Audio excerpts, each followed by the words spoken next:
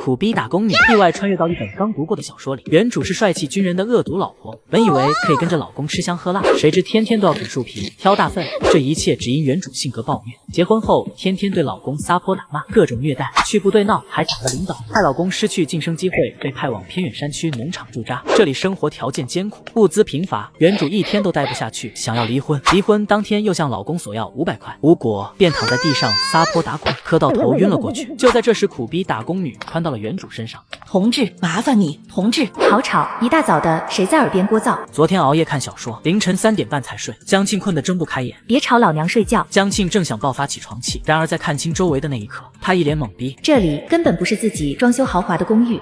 此刻他正躺在地上，周围聚集了许多人，这些人眼神都很奇怪，能感觉到周围人对他的排斥。这时一个男人冷冰冰的开口：江庆，你闹够了吗？你们2个到底办不办离婚？不办下一个了。我们办。男人看都不看江庆，随着中年大姐走过去，江庆这才发现这里竟然是民政局办理离婚的，而那大姐是这里的工作人员。办离婚？江庆惊得眼珠子差点掉出来。我还是一个28岁云英未嫁的大姑娘，这就结婚了，还有个这么帅气的老公。他正要说话，忽然头疼得快要爆炸，无数信息被塞进他的脑子里，他才震惊地发现他穿书了，穿到了和自己同名的江庆身上。所有信息加载完毕，头疼消退，站了起来。江庆看那年轻男人的眼神立刻变了。哇，自己老公真是个极品，瞧那长相。不过刚刚那大姐说他们要办离婚，疯了吧？这么极品的老公，这辈子都不可能离婚。男人一脸厌恶地来到他面前。你的要求我是不可能答应的，离婚是你提的，一切都商量好我们才来办离婚，要么我们现在办手续，要么回去，你自己选吧。我不离婚。江庆毫不犹豫地回答。傻子才会现在离婚，刚到这个陌生的年代，啥都不知道，只有眼前这个老公可以依靠。再说这么帅的老公，打着灯笼都找不到，现在摆给谁不要啊？不离，坚决不离。如果不离婚，你就要继续留在这里，你想好了？我想好了，我就要留在这里，留在你身边，哪儿也不去。傅少铎古怪地看了他一眼。那就回去吧，我只请了半天假，下午还要上班。说完就往外走，江庆赶紧跟上，生怕被落下。傅少铎骑车载江庆离开民政局，出了县城。一路上，傅少铎和他没有任何交流。又不知过了多久，不远处终于看到了东安农场的大门。江庆长舒一口气，可算是到地方了。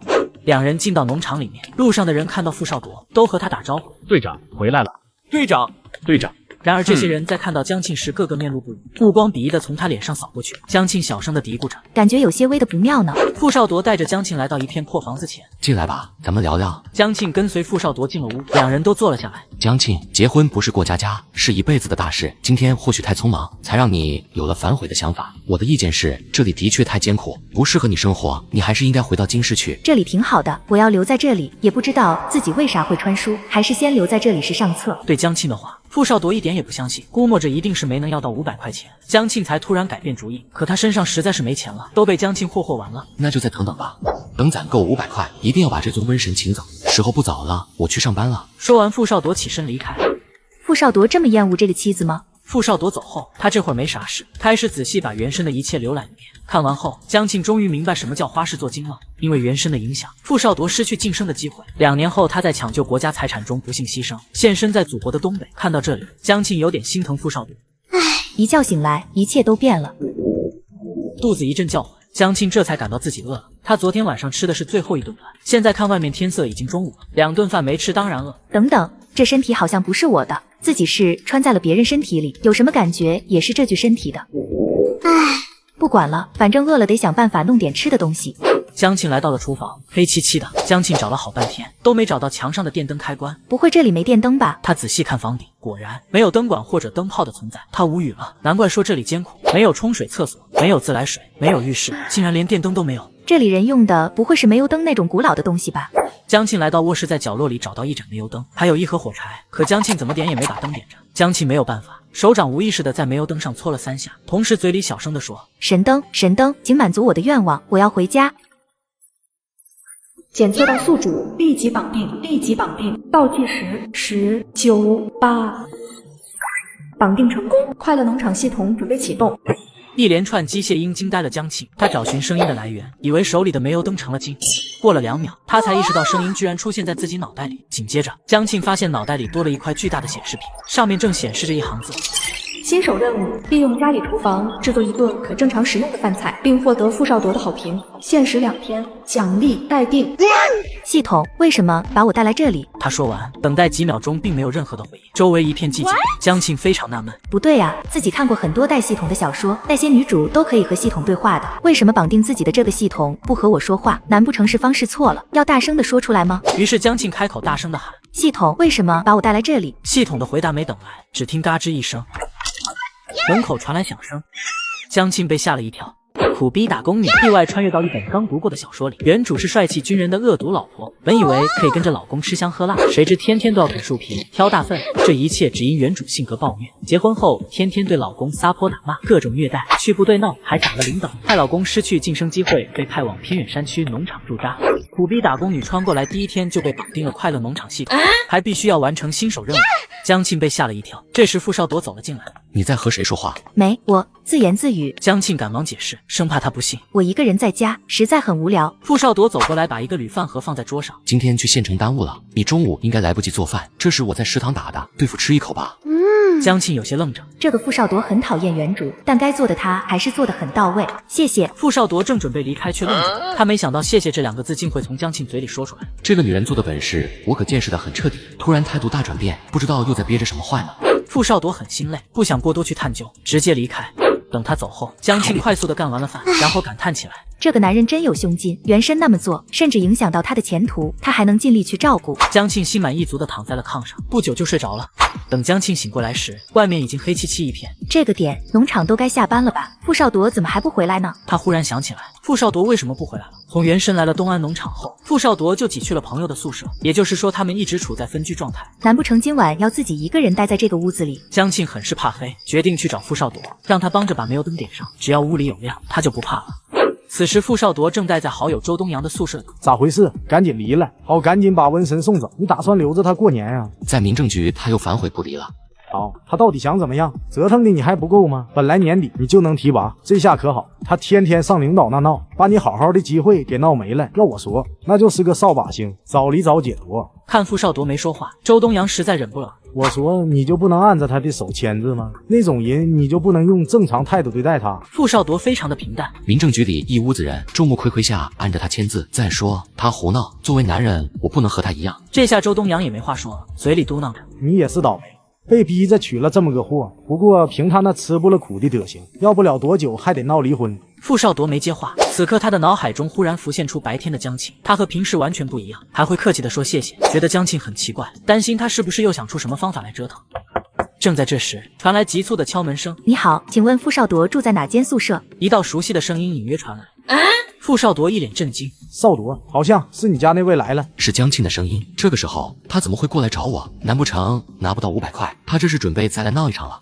江庆见没人开门，准备再次敲门，宿舍门却猛地一下打开了。傅少铎走了出来。有什么你直接找我吧，大家干了一天活都很疲惫，不要闹得所有人不消停，咱们2个人的事咱们2个人解决。从获得的信息里，他知道原身曾经来单人宿舍这边闹过，所以傅少铎会这样防备。我不是，我只是来找你帮我点上煤油灯，屋里很黑，我一个人在家太害怕了。傅少铎看到他手里的灯愣住。你不会点？江庆想起原身之前应该是会的。当然会，可是今天不知怎么了，死活点不上。话音落下，一片静默。跟我来吧，我帮你把灯点上。好。江庆跟傅少铎进了宿舍，周东阳看到他进来，充满敌意地瞪着他。江庆知道这就是傅少铎的好友周东阳，原身之前来闹的时候打过他。你好，打扰了。周东阳一脸惊悚。好，刚刚我没听错吧？他居然和我打招呼，还说了打扰。傅少铎拿着一个装着煤油的小壶，他把煤油加了进去，之后用火柴一点，煤油灯立刻亮了起来。灯里没有油了，原来是这么回事。家里小仓库有煤油壶，下次再点不亮，加点煤油进去。小仓库应该是指家里的储物间吧？原身在这里住了将近1个月，应该知道煤油壶的位置，自己这样是不是要露馅了？谢谢，那我回去了。正要转身离开时，肚子叫了起来。江庆非常尴尬，好死不死的，这个时候肚子叫什么叫？他抬起头时，傅少铎正看着他。只要我不尴尬，尴尬的就是别人。我晚上还没吃饭，太饿了。不然你等一下，我去给你找点吃的。说出这句话，傅少铎自己也愣住了。对着这个上午还撒泼打滚的女人，他完全没必要主动管她。算了，已经说出口了，去给他找点吃的吧。傅少铎离开了屋子，只剩下江庆和周东阳2人大眼瞪小眼。好尴尬啊，找个话题聊一聊。周同志，你和傅少铎是好朋友，多谢你这段时间照顾他。江庆这态度实在180度大转弯，好吓人啊！用不着你谢我，你赶快和他离婚，比什么都强。我们不离婚了，我们好好过日子。周东阳一副见鬼的样子。这意思你是要一直缠着傅少铎，他都被你害成啥样了，你还不放过他？不是的，怎么说呢？就是。这时傅少铎回来了，和厨房那边要了2个鸡蛋，拿回去吃吧。江庆接过鸡蛋，心里感觉暖暖的，没想到傅少铎依然对他这么好。那我先回去了。江庆回到卧室，吃完鸡蛋，躺在床上，没有电视，没有电脑，也没有手机，觉得很无聊。江庆开始尝试呼叫系统，差点忘了，我可是有系统的人。系统，系统，你在吗？叫了好几遍，系统完全没有回应。别人家的系统能陪聊，能解闷，能调戏，我的系统可好，完全不交流，只会发布任务，真是简单粗暴。江庆回忆着系统发布的任务，这里没有别的厨具，只有厨房里那一口大铁锅，想要完成任务，就必须学会用它做饭，可正常食用还得获得好评，意思就是必须把饭菜做好吃吧，这个有点难啊。上辈子他忙于工作，根本不会做饭。这才是新手任务就这么困难，后续任务肯定更不好做。他开始想念自己的豪华公寓了，也不知道做完任务系统能不能把我送回去，明天就赶紧把任务先做了。也不知是不是穿越太累了，没一会儿功夫他又睡着了。苦逼打工女穿书后对老公温柔体贴，老公却觉得她不正常，想要害她，不知道又在憋着什么坏呢。只因苦逼打工女穿过来第一天就被绑定了快乐农场系统，还必须要完成新手任务，为老公做一顿可口的饭菜。这个灶台怎么用呢？他把柴火塞进灶坑里，拿火柴一点，灶坑里就亮了起来。江庆很高兴，觉得自己挺有天赋的，烧火也没啥难的。傅少铎正在开会，突然有人从外面冲进来。队长，你家着火了！傅少铎脸色一变，从椅子上站起来。怎么回事？你家黑烟都冒出来了，快回去看看吧。傅少铎没再多说，快速离开。等他到了门口，看到自家屋子里冒出滚滚黑烟，外面围了不少人。这时看到江庆躺在地上，好像刚从煤堆里捞出来一样。看见他没事，傅少铎提着的心才放了下来。这时有几人拎着桶走了过来，里面没事了，还好火不大，是灶台里的火星子蹦出来，把地上的柴火给点燃了，还好灭得及时。冒出来的烟看着挺吓人，其实里面还好。我们赶到的时候，火已经灭一半了，是你媳妇自己灭的。她灭的火？可不是，我们进去的时候，她正拿盆装水扑火呢，火苗子都窜到衣服上了，可危险了。你们都忙去吧，这里有我呢。等大家走光，傅少铎走到江庆旁边。江庆，此刻江庆听到他的声音，十分心虚，心虚的都快哭了。我只想做顿饭而已，没有想到会把家给点着了，我不是有意的，对不起。江庆说完，等着挨训，然而等了半天也没等来傅少铎的声音。他惊讶的抬头，见傅少铎盯着他，似乎正在生气。你要是太生气，就骂我吧，是我没注意，没看到火星子溅出来。傅少铎却没说话，转身走了。过了一会儿回来，手里端着盆清水放在江庆面前，洗把脸，洗干净进去收拾厨房。说完他自己先进厨房去收拾。两人从上午收拾到中午，才算把厨房收拾出个模样来。傅少铎生了火，用大铁锅烧了满满一锅热水。一会儿我去食堂打饭，锅里有热水，你简单洗个澡吧。院门没有锁，门旁边有块石头，把门顶上再洗吧。我去食堂打饭。哦，好的。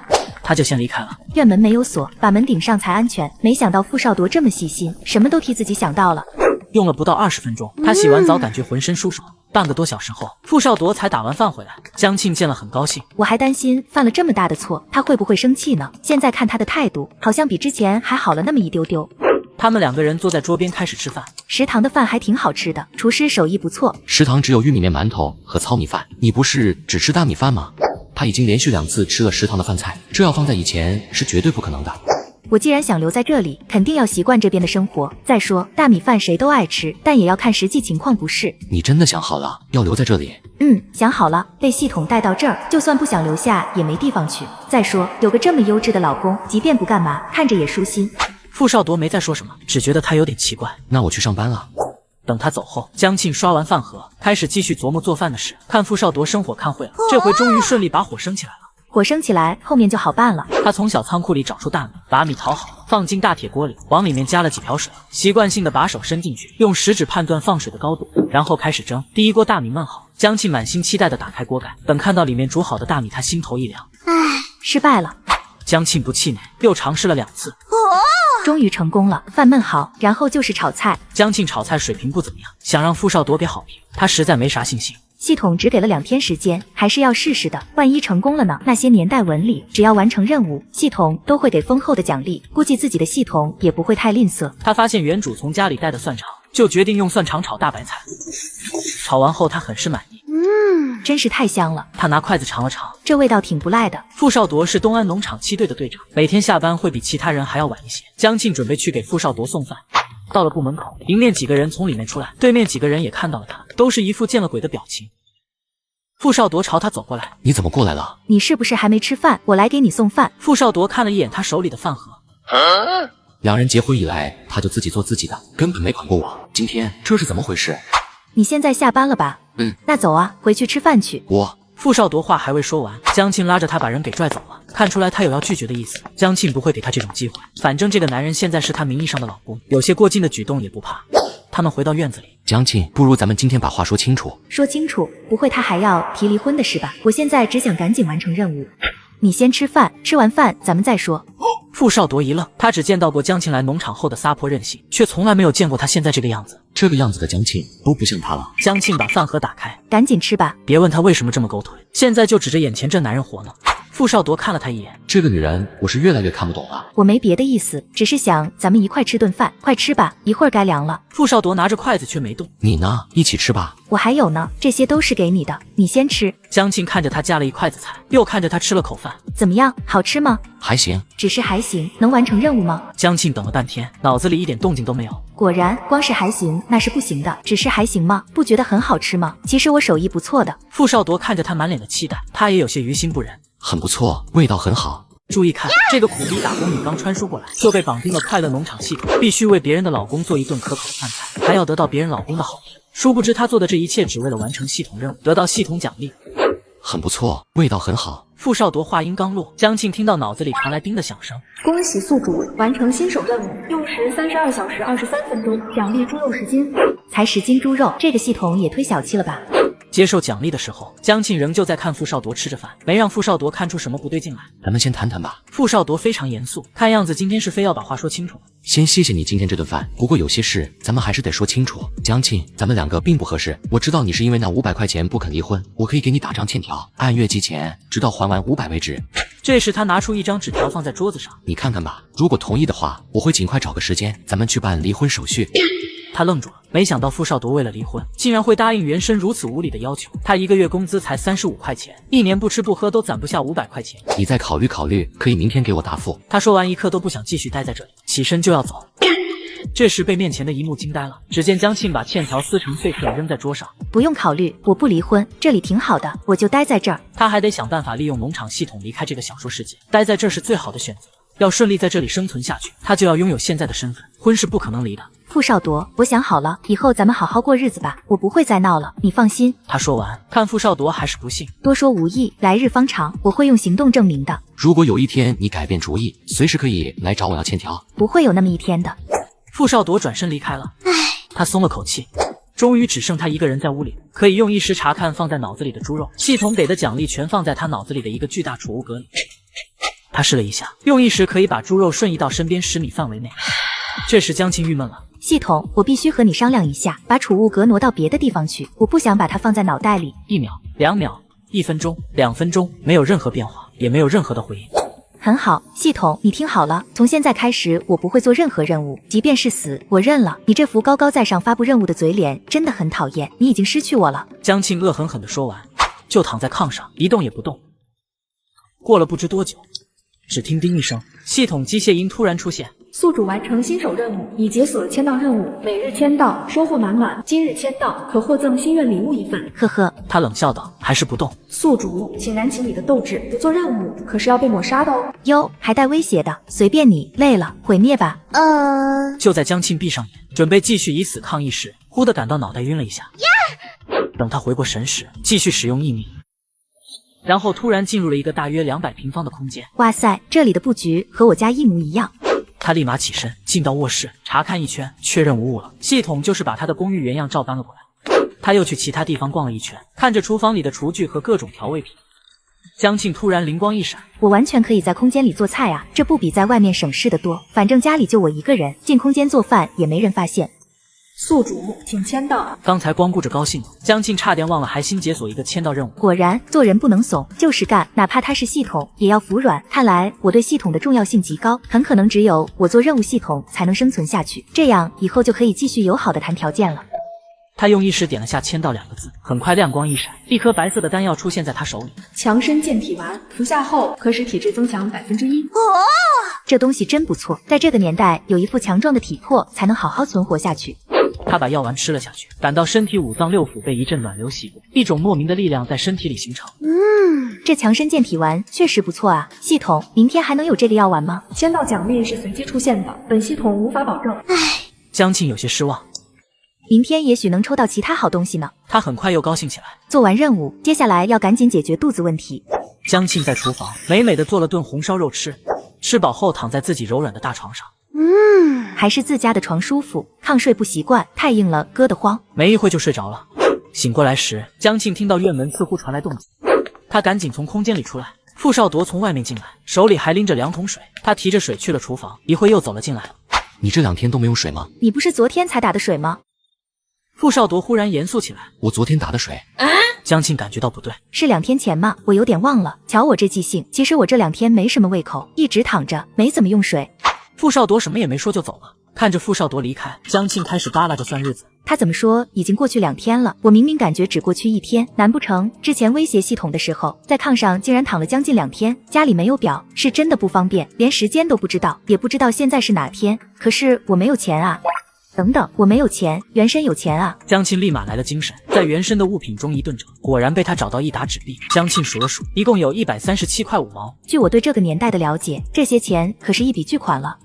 江庆把钱和票都收好，打算找个时间去买个表回来。然后江庆点开了今天的签到，一道白光，2包国府落在他手里。他想到还没见过邻居，想去打个招呼。他拿起1包国府，来到邻居家门口。有人在家吗？谁呀？一会儿，一个中年女人走了过来。看清江庆的那一刻，他一脸嫌弃：“你来干啥？”没啥，我来了以后也没和邻居们好好打过招呼，这不过来看看你们。我和少铎已经说好了，以后安心留下过日子。这些国府是我从家里带来的，拿去给孩子们当零嘴吧。江庆满脸笑意，把手里的国府塞进中年女人手里。这个中年大姐叫做何春平，爱人叫张建军，家里有1儿1女。想问问在哪里能买到表？不用太大，比手掌稍微大一点，能立在窗台上就行。要买马蹄表啊，那只能去县城买，县城离这里太远，要过去得骑自行车，或者每周日可以坐拖拉机过去。咱们队里还有拖拉机？有呀，每个分队都有1台拖拉机，总场那边更多，有5台呢。这样啊，谢谢了。2人又说了一会儿话，中年大姐觉得江庆变化挺大的，对他的看法有了改变。2人还约了明天一起去县城，人生地不熟的有个伴，江庆很是高兴。打工女以为却还自带空间，还能随意穿梭。她只是在空间里待了一会出来，老公却告诉她已经过去2天了，并且2天里她什么都没有吃。她很郁闷，时间怎么过得那么快？准备坐拖拉机去买块表。春萍姐，你早来了呀？我也刚来一会儿。那咱们走吧。他们挤上了拖拉机就出发。在路上，江庆正朝外面看，突然看到了傅少铎，不知道他休息日要去干什么。江庆已经3天都没见过他了，要不这次去县城给他也买点东西吧。然后他就收回注意力，凝神检查空间里的东西。这几天签到，系统给了2袋大白兔奶，2瓶酸奶，清点完物品，他又点了今天的签到。今日签到奖励5条鱼。到了分销社，江庆从车上下来，买完表看时间差不多，就赶紧去拖拉机那边等着，人齐了就要回去。何春平要去他的大姐家，2人分道扬镳。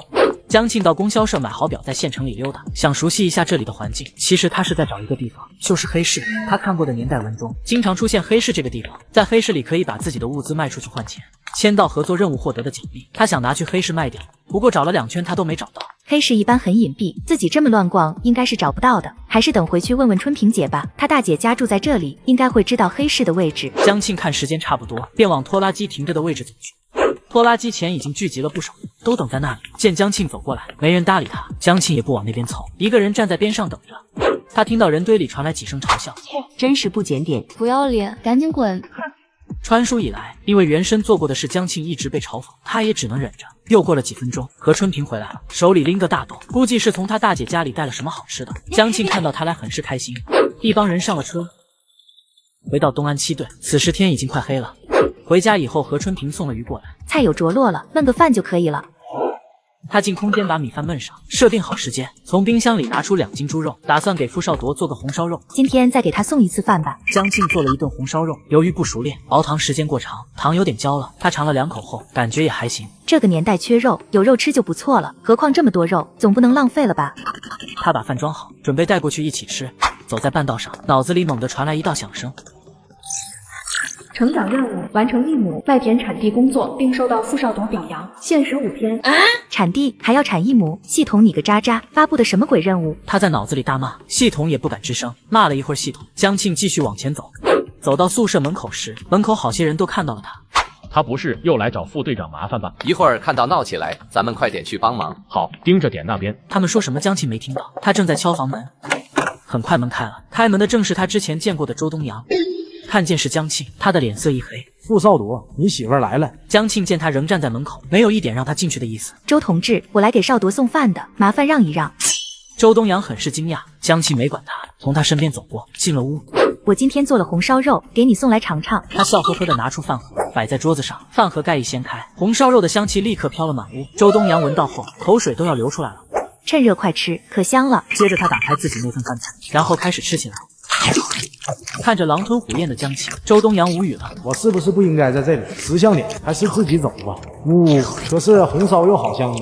他抬头看了一眼，见傅少铎没动筷子，怎么不吃？江庆，其实你没必要。话未说完，一筷子红烧肉塞到他嘴里，傅少铎很是无语。化糖的时候稍微糊了些，可能有一点苦，但我觉得味道还可以，不会太影响。喜欢吗？喜欢我下次再做给你吃。傅少铎没说话，其实是他也不知道自己该说些什么。最近江庆的变化他全部看在眼里，还吃了他做的2顿饭。他说要改变，要留在这里生活，或许是真的，但我又不敢100%相信他，毕竟这个女人喜怒无常。我想明天去产地。傅少铎惊呆了，他猛地抬头看向江庆。你说什么？你要去产地？我都来了这么久了，总在家待着不是回事儿，天天待着也难受。再说，大家老在背后说闲话也不好。傅少铎很是诧异。你想好了，产地太累，恐怕你坚持不下来。坚持不下来也得做啊。我也知道很累，但其他女同志能做的，我也一样能做。隔壁春萍姐就天天去产地，反正我是下定决心要留在这里，早晚要去下地干活，那还不如明天就开始。行，你要是真想去，那就去吧，但有一点必须答应我，去了不能给大家添乱。江庆明白他的顾虑，担心自己又像以前一样犯老毛病，干不下去活在地里闹。我会认真劳动，绝对不给大家添麻烦，你尽管放心。傅少铎神色复杂的看他一眼，没再多说什么。吃完饭，他拿了一副劳保手套给江庆，明天下地时戴着，不然手会磨坏的。江庆接过手套，这男人还是一如既往的贴心，还知道让我保护好手。一会儿我会去交代春萍姐一声，明天上工让她带着你，到时你就跟着她，别乱跑。放心吧，我都记着了。注意点，别受伤了。傅少铎又嘱咐一句。江庆把饭盒收拾好，那我先回去了。他说完转身走了。江庆走出单人宿舍，门口那几个说要盯着他的人都惊讶的不行。还以为他是过来闹的，没想到这么消停，还真是单纯过来送饭。副队长媳妇咋突然不一样了呢？那些人的议论江庆就当没看见，他现在满心想着明天产地的事。回到家，江庆把劳保手套放在桌子上，然后进空间洗澡去了。还是空间里舒服，有浴室也有热水，洗澡是真的方便。他很快洗好澡，想到明天要下地干活，他特意早点睡，养精蓄锐。平日里什么都不干的娇娇女，却非要去产地，还要产所有人几十亩的地。你真的要去产地？是的。他看到江庆戴着劳保手套出现在面前时，才确定这是真的。他真要下地干活了，真是不可思议啊！他把一把铁锨递给江庆，产地很累，你今天第1天上工，别干得太快，先适应适应。一会儿你看我怎么做，你就怎么做。其实产地很简单，就是累人。好的。江庆斗志昂扬地出发了。下地干活的众人看到江庆时都不敢相信，这个又作又闹的娇娇女怎么可能和他们一起干农活？不会干一会儿就哭爹喊娘吧？说不准，我觉得他熬不过半小时。半小时？你也太高看他了，我赌10分钟。一时间，大家纷纷开始赌江庆多久能放弃。江庆看着打赌的那些人，邪魅一笑。很好，你们今天输定了。产地开始，江庆跟在何春萍身后，照着他的动作做。没有多大一会儿，江庆就掌握产地要领了。慢点干，不要着急，还得完成任务，怎么可能敢慢？他刚刚同何春萍侧面打听了下来，2个熟练工用2天时间才能产完1亩地，自己一个菜鸡想要5天产完1亩，怎么可能完成任务？10分钟过去，半个小时过去，1个小时过去，打赌的那些人全傻眼了，他们打的赌全输了，谁都没料到江庆居然能坚持这么久，简直是个奇迹。难道是强身健体丸的功效？产了1个多小时也不觉得累？估计他坚持不了多久，还赌不赌？这次我赌他下午不会来。那还赌什么？肯定大家都这么选。他们在后面嘀嘀咕咕，江庆懒得搭理他们。这帮人可够无聊的。中午了，大家都准备回去吃饭。春萍姐，把铁锨给我，我帮你拿。不沉，我天天拿都习惯了。对了，上午还习惯吗？会不会很累？还可以，我能坚持下来。走到家门口时，傅少铎走到江庆面前，接过他手里的铁锨。江庆一脸惊讶，你怎么来了？你第一天上工，过来看看你。他不知道江庆能不能信守承诺，安安分分的干活，忙完公事就赶紧回家里来看看情况。累不累？他这么一问，江庆矫情起来了。累呀，当然累，就那么一个动作，反反复复的做，我腰都要直不起来了。下午会更累，过几天还会进入一个疲惫期。不过有一点，实在累得不行，也不能发脾气。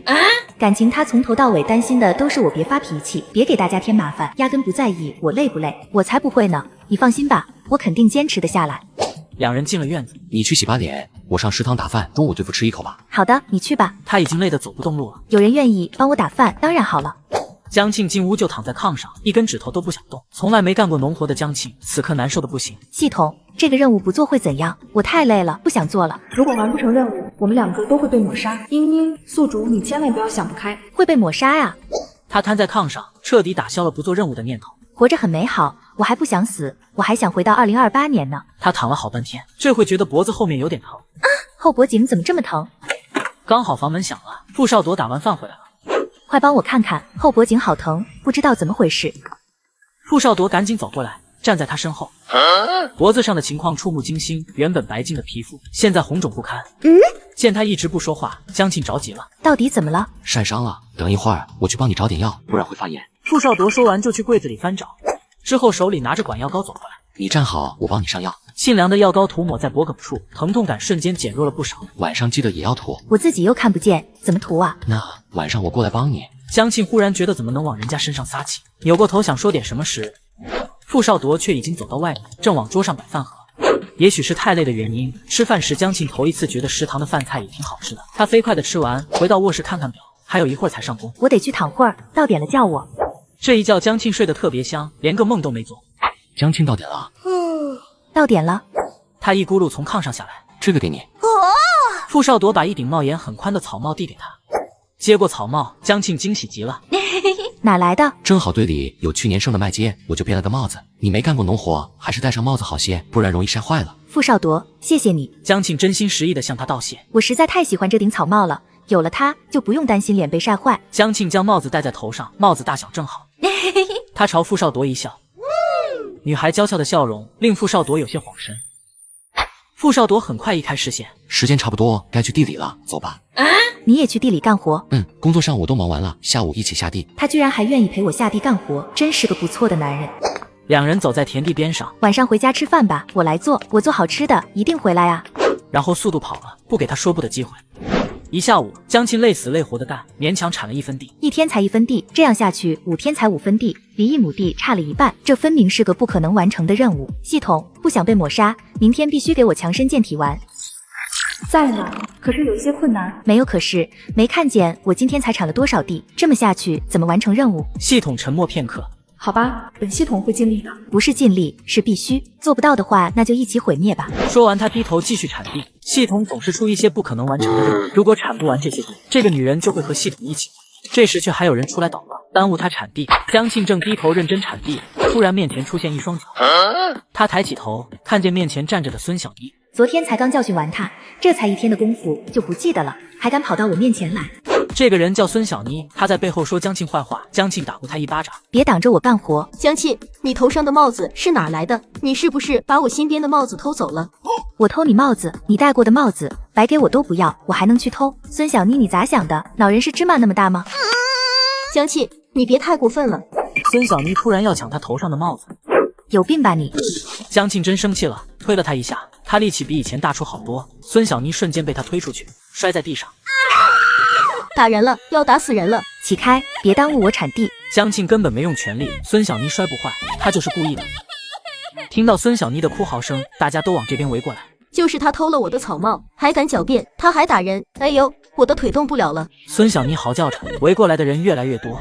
这时傅少铎走过来，孙小妮，你说帽子是被江庆偷走的，证据呢？这会儿见傅少铎过来，他开始感到心虚。证据就是江庆头上的帽子，以前没见他戴过，他自己也不会编，怎么偏偏我的帽子丢了，他就戴起帽子了？江庆的帽子是我给编的。现场顿时安静下来，所有人都惊呆了。孙小妮一副不敢相信的样子。我看江庆晒得厉害，中午给他编的帽子，所以我可以证明他没偷任何人的帽子。现在再来说说刚才打人是怎么一回事。傅少铎眼神犀利，一双眼睛仿佛能看透一切。孙小妮十分的心虚，赶紧从地上爬起来。我们两个刚才互相推搡，嫂子应该不是故意的。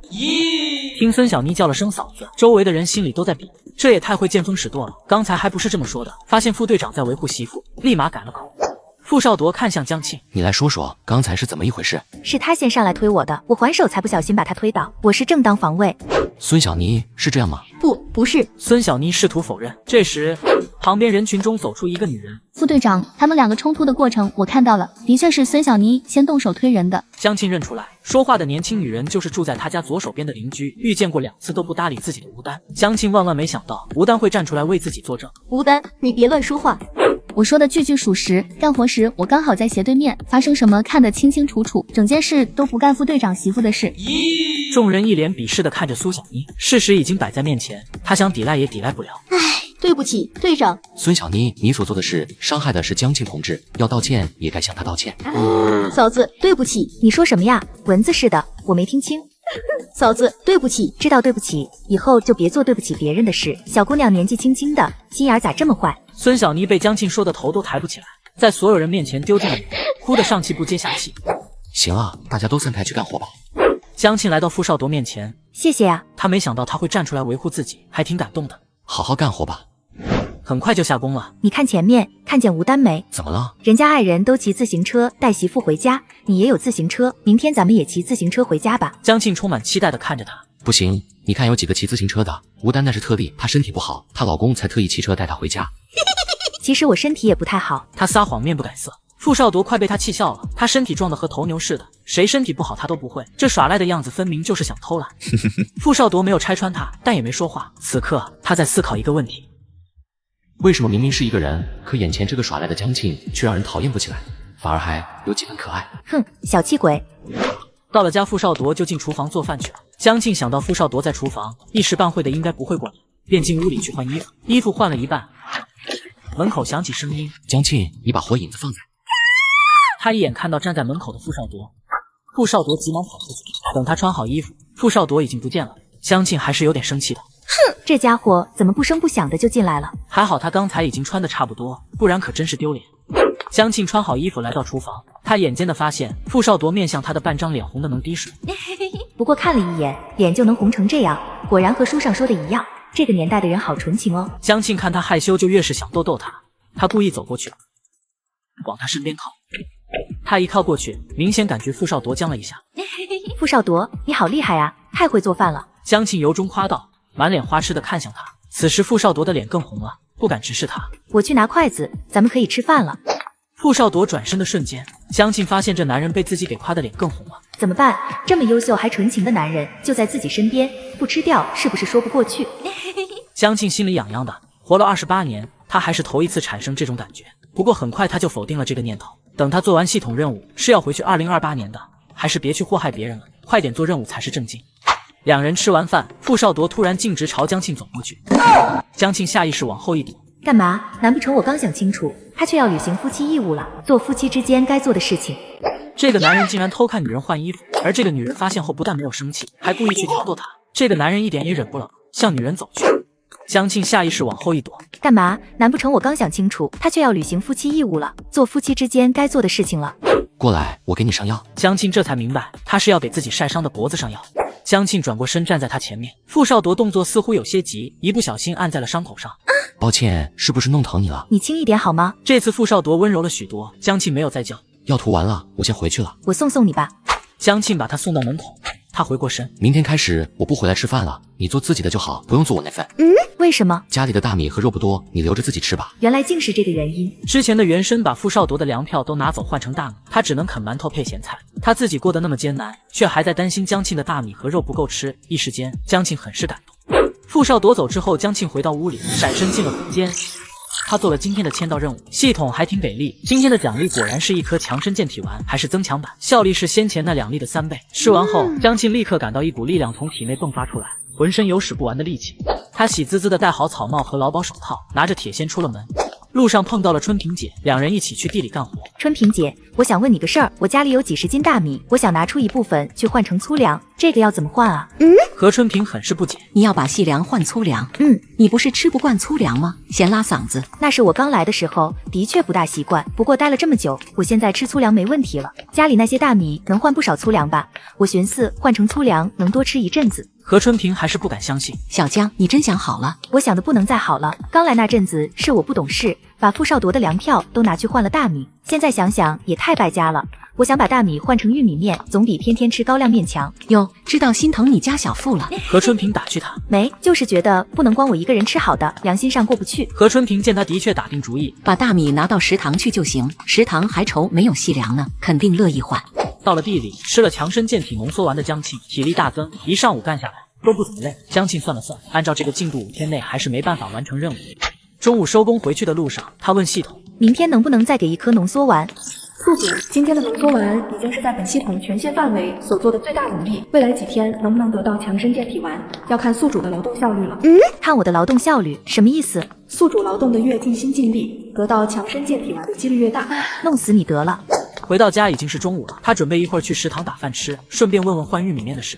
江庆拿着饭盒来到食堂，他看到远处一张饭桌旁，傅少铎和周东阳正面对面坐着吃饭。周东阳眼尖，一下子看到了他。哎，你媳妇咋来了？傅少铎抬头，果然真的是江庆。看了几眼，傅少铎回过头继续吃饭。你说你咋这么淡定？你媳妇能来食堂打饭，可是破天荒头一次。她现在白天下地干活，中午来不及做饭，吃食堂很正常。正常才怪！你没发现你媳妇最近越来越不对劲了？又是下地干活，又是来食堂吃饭，你就不奇怪？傅少铎沉默几秒，他说想好好过日子，或许是真的吧，也不好说。不过我建议你再观察观察，毕竟他劣迹斑斑的，哪那么容易改？他神情猛地一变，你媳妇过来了。只见江庆走过来，坐到傅少铎身边。打饭的人太多了，我坐这里等一会儿，人少了再过去。今天怎么样？还适应吗？会不会太累？累呀，当然累，不过我能坚持。傅少铎没再说什么。对了，这周日我想请春萍姐还有吴丹他们2家吃饭，你看行不行？最近他们都对我帮助很大，我想感谢他们。傅少铎很是吃惊，请客是没问题，但你会做饭吗？我不会，可是你会啊，要是你同意，到时候你当大厨，我给你打下手。江庆说完，对面的周东阳却剧烈咳嗽起来，好像被呛到了。周东阳，你没事吧？周日要是有空，你也来吧，人多热闹。不用，你们好好吃，我周一有事就不去了。哦，那你先忙，以后有空咱们再一起吃。行，有时间一定聚一聚。那什么，你们聊，我吃完先走了。周东阳赶紧溜了。那我去打饭了。江庆拿着饭盒到窗口打饭，打饭师傅看到江庆一愣，副队长媳妇怎么跑食堂打饭来了？她不是天天得吃白米饭吗？要打啥菜？2个高粱面窝头，再来份芥菜疙瘩。打饭师傅简直不敢相信自己的耳朵，这个全东安农场最有名的搅事精娇女，竟然跑到食堂来吃高粱面窝头和咸菜。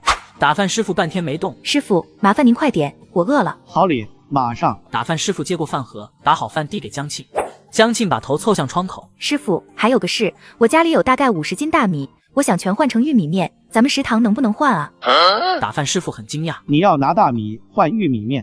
是啊，我想换成玉米面，能多吃一阵子。你要真想换，我去给你问问。麻烦您了。打饭师傅转身进了后厨，过了有5分钟，他回到窗口。行，能给你换50斤大米，能换120斤玉米面，你看行不？行啊，当然行。没想到能多换20斤，他当然乐意了。不过大米在家里，我一个人拿不动，你能帮着拿过来吗？可以，食堂有小推车，可以推过来，但是得等我忙完手里的活。那没问题，咱们就这么说定了。拿着饭盒，江庆笑呵呵的去吃饭。傅少铎吃完饭仍旧坐在原来的位置上，江庆挺惊讶，还以为他早就吃完走了呢。你是在等我吗？晚上你回家一趟，我有事要和你说，下了班就回来啊，我在家等你。傅少铎不知道他要说什么，但还是同意了。吃完中午饭，江庆刚在家里躺下没多久，外面就传来敲门声，应该是食堂师傅来送玉米面了。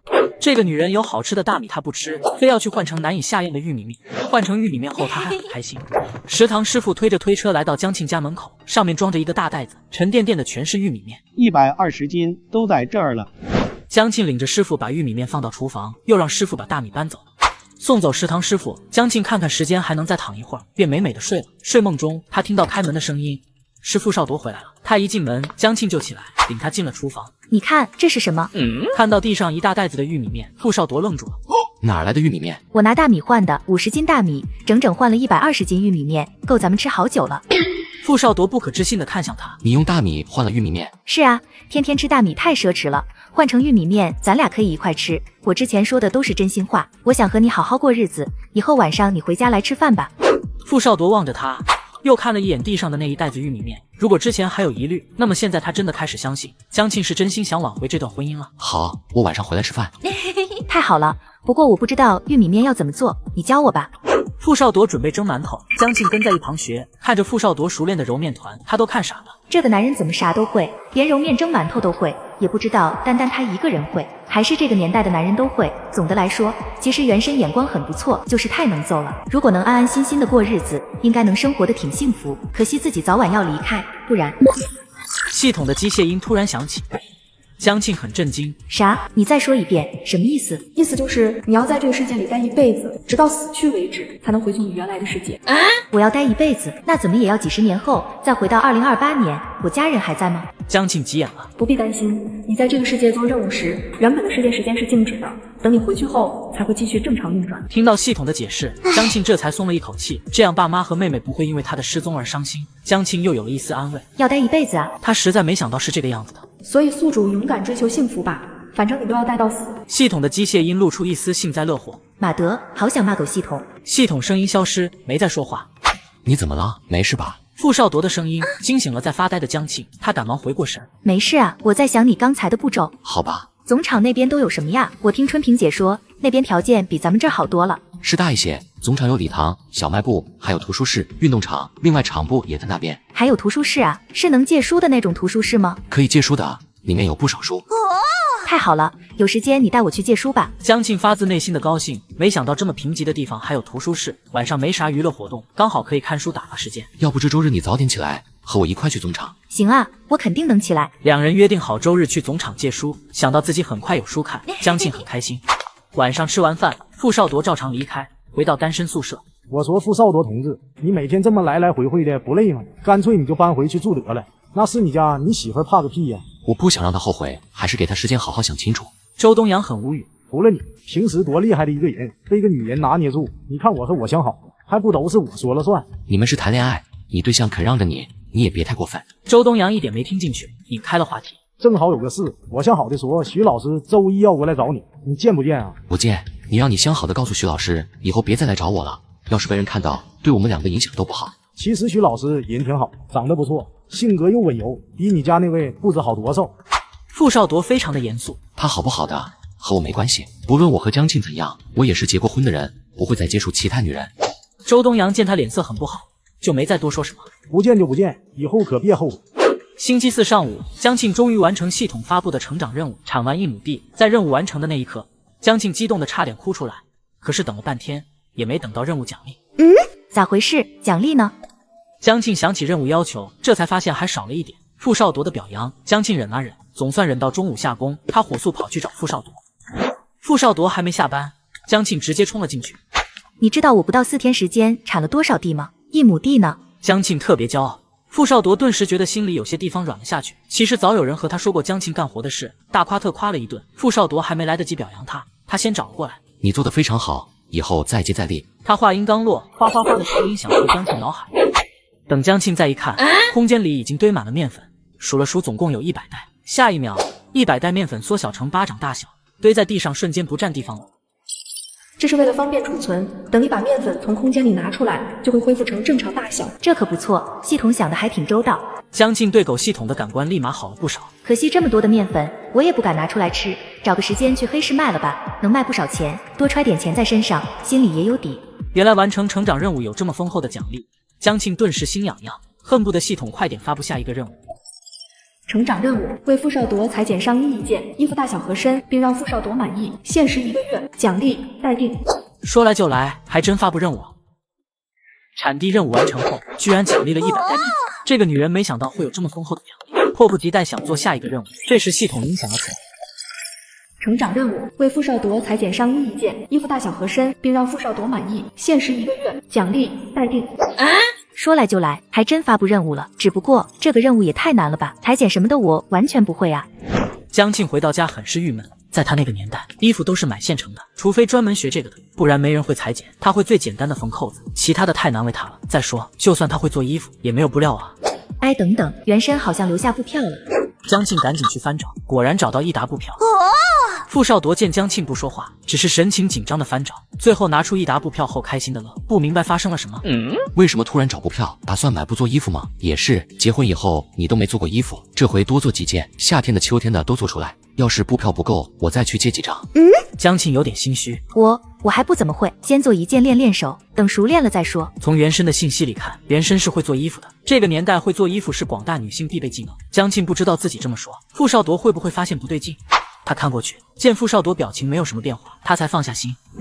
下午，江庆特意找到何春平，和他说了自己想学裁剪，给傅少铎做衣服的事。我以前在家都是我妈和嫂子们做，我不大会，可是现在自己过日子，总得学会才行。我想着给傅少铎做一件，夏天天气热，多件换洗衣服总是好的。你要给小傅做衣服，这是好事啊，没问题。晚上你去我家找我，不过得等两孩子睡着，差不多8点吧。两人说着话，吴丹走过来。江庆，你要学做衣服吗？干脆你来我家，我教你。春萍姐还得忙活孩子，我就没关系了，我家没孩子，晚上时间一大把。那也行，小吴做衣服做得比我还好，手特别巧，跟他学准没错。行啊，那就麻烦吴丹了。那我今晚就过去吧，咱们先找些碎布块练手，可以吗？行啊，咱们就先用碎布头练，要是用好布被你剪坏就太可惜了。好，那咱们说定了，晚上我吃完饭就过去。好的。晚上，江庆赶忙去了吴丹家，吴丹把老公撵出去遛弯，她和江庆两个在家开始学裁剪。江庆看得眼花缭乱，觉得裁剪也挺有意思的，他认真的学，甚至还拿了一个本记下重要步骤。吴丹看他那认真的样子，忍不住笑。多看2遍就会了，你还记下来，也太认真了。我觉得自己好像在上课。你本来就在上课啊，裁剪课，只不过学生只有我一个，是吧，吴老师？他逗得吴丹笑个不停，两人笑成一团。江庆很有悟性，跟着吴丹学了3个晚上，进步神速。两人说好下周一继续学。很快到了周日这天，傅少铎要带他去总场借书，江庆兴奋的一夜没睡好。图书室就在里面，咱们先借书。他跟在傅少铎身后进了楼里，红砖楼从外面看起来很朴素，里面倒是挺不错，干干净净的。在里面逛了2圈，怀里抱了一摞书。我要借这些。傅少铎把书接过来数了数，这里一共7本书，不过图书室规定每次只能借5本，你挑出来最想看的5本，剩下2本下次咱们再来借。那好吧。江庆正在认真的选书，这时走过来2个年轻姑娘，其中一个姑娘看到傅少铎时，眼睛里立马有了光彩，很是惊喜。傅少铎，你也来借书啊？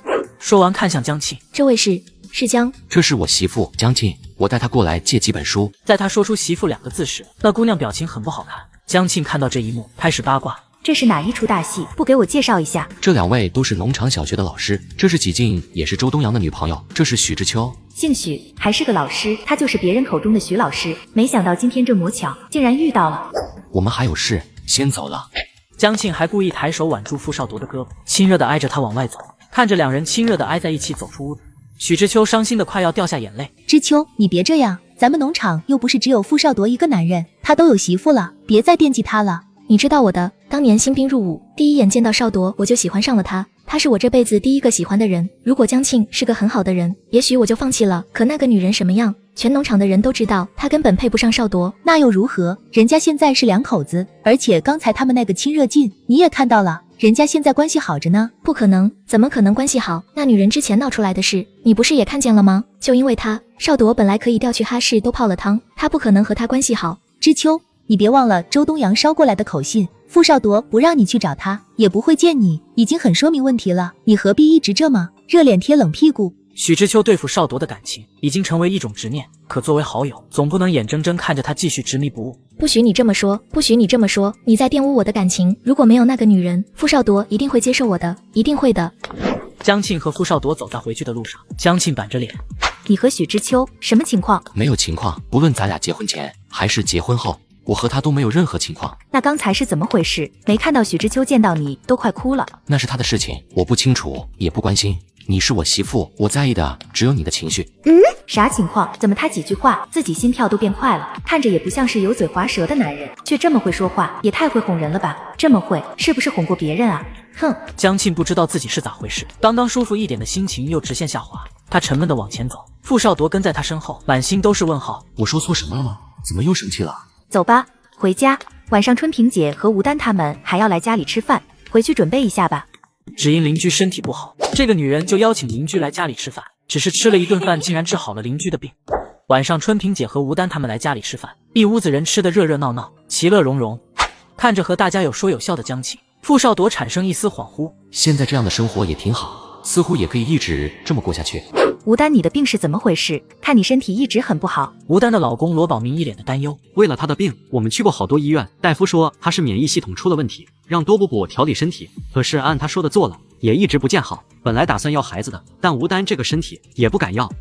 这时江庆忽然想起一件事来，上次签到任务奖励了一张药方，那张药方针对的好像就是免疫力低下和气血不足，跟吴丹的症状刚好吻合。吴丹，我有一张药方，是离开家时我妈给我带的。我妈她是医生，药方是找他们医院一个老中医开的。她担心我到农场水土不服，没想到我身体还行，没啥难受的感觉。回头我把药方给你，你去抓副药喝，也许有用呢。江庆立马开始编瞎话，吴丹和罗宝明的眼睛同时亮了起来。真的？当然是真的，等我晚上把药方找出来给你们。那真的太感谢了。这时江庆忽然想起早上遇到的许知秋，便朝吴丹那边凑了凑，压低了声音：你认不认识许知秋？许知秋？吴丹欲言又止，一看他这样子，江庆就知道他肯定知道点什么。是这样的，我听人说许知秋和傅少铎以前谈过恋爱。江庆故意胡说，想炸一炸吴丹的实话。如他所料，吴丹马上紧张起来。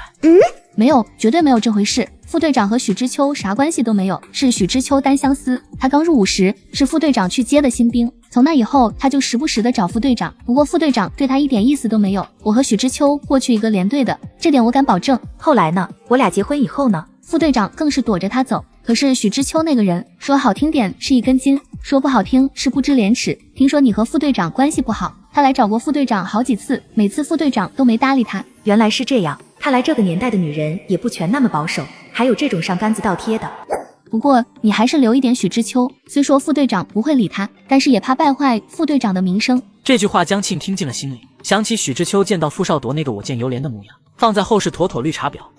我会留意的。对了，你认识许知秋，那也应该认识季静吧？季静那是周东阳的对象，说是下半年要结婚了，你也听说他了？他是周东阳对象啊，好像他和许知秋关系挺好的。他俩关系好着呢，不过季静人还不错，他劝过许知秋，让许知秋放下，可许知秋不听。我知道了，谢谢你啊，吴丹，告诉我这么多事。这有什么的，举手之劳。对了，你等一下，我去给你拿药方。江庆装作要去找的样子，进了里屋，然后进空间拿了药方出来。他把药方递给罗宝明，这是我之前说的药方，里面几味药材都很常见，有空赶紧去抓药试一试。罗宝明接过纸条，太谢谢了。罗宝明将药方收好。不早了，要不我们先回去了，改天咱们再聚。人都走了，刚刚还热闹的屋子顿时冷清下来。江庆看看傅少铎，发现傅少铎也在看他，屋里气氛突然有些古怪。他这么看我啥意思？不会晚上想要留下来吧？万一真留下，就一张炕，难不成我们要睡一起？他正在做激烈的思想斗争，傅少铎忽然站起来：我走了，你早点睡吧，折腾一天太累了。这就走了？刚刚自己在瞎捉摸个什么劲儿啊？空荡荡的屋子只剩江庆一个人，他闪身进了空间里，来到自己熟悉的环境，刚才那种寂寞的感觉顿时消失了不少。他美美的洗了个澡就睡了。睡醒后，他点了今天的签到，奖励了一支防晒霜。拿到防晒霜的时候，江庆难以抑制内心的激动，居然能得到这种好东西。谢了，系统。本来江庆还担心，万一以后皮肤晒坏可不得了，没想到系统雪中送炭，给了这个好东西。江庆去地里干活回去的路上，忽然有人跑过来叫他：江庆，有人找你，说是你妈妈从京市过来的，我让她去你家门口等着了。京市，我妈妈。江庆加速往家回，一路上心里七上八下的。怎么原生的妈妈突然来了呢？来之前也没说一声，这么仓促，我都不知道怎么面对。一边往家里走，江庆一边从原生信息里把有关他母亲的部分调出来，又熟悉了一遍。原生母亲叫詹玉敏，在京市人民医院上班，是心内科医生。原生有3个哥哥，詹玉敏对这个小女儿宠得不得了。在他家门口，詹玉敏正站在那里焦急地等待着。这次过来，是因为10天前女儿给家里来了一封信，说忍受不了东安农场艰苦的生活，打算离婚回京市去。对女儿的决定，詹玉敏是犹豫的，她舍不得让女儿嫁到那么远、那么荒凉的地方。可是既然已经嫁了，当然希望闺女能安心和傅少铎过日子。毕竟离了婚的女人变成2婚，以后很难再找到像傅少铎这样优秀的丈夫了。生怕女儿做了错误决定，所以千里迢迢来到东安农场。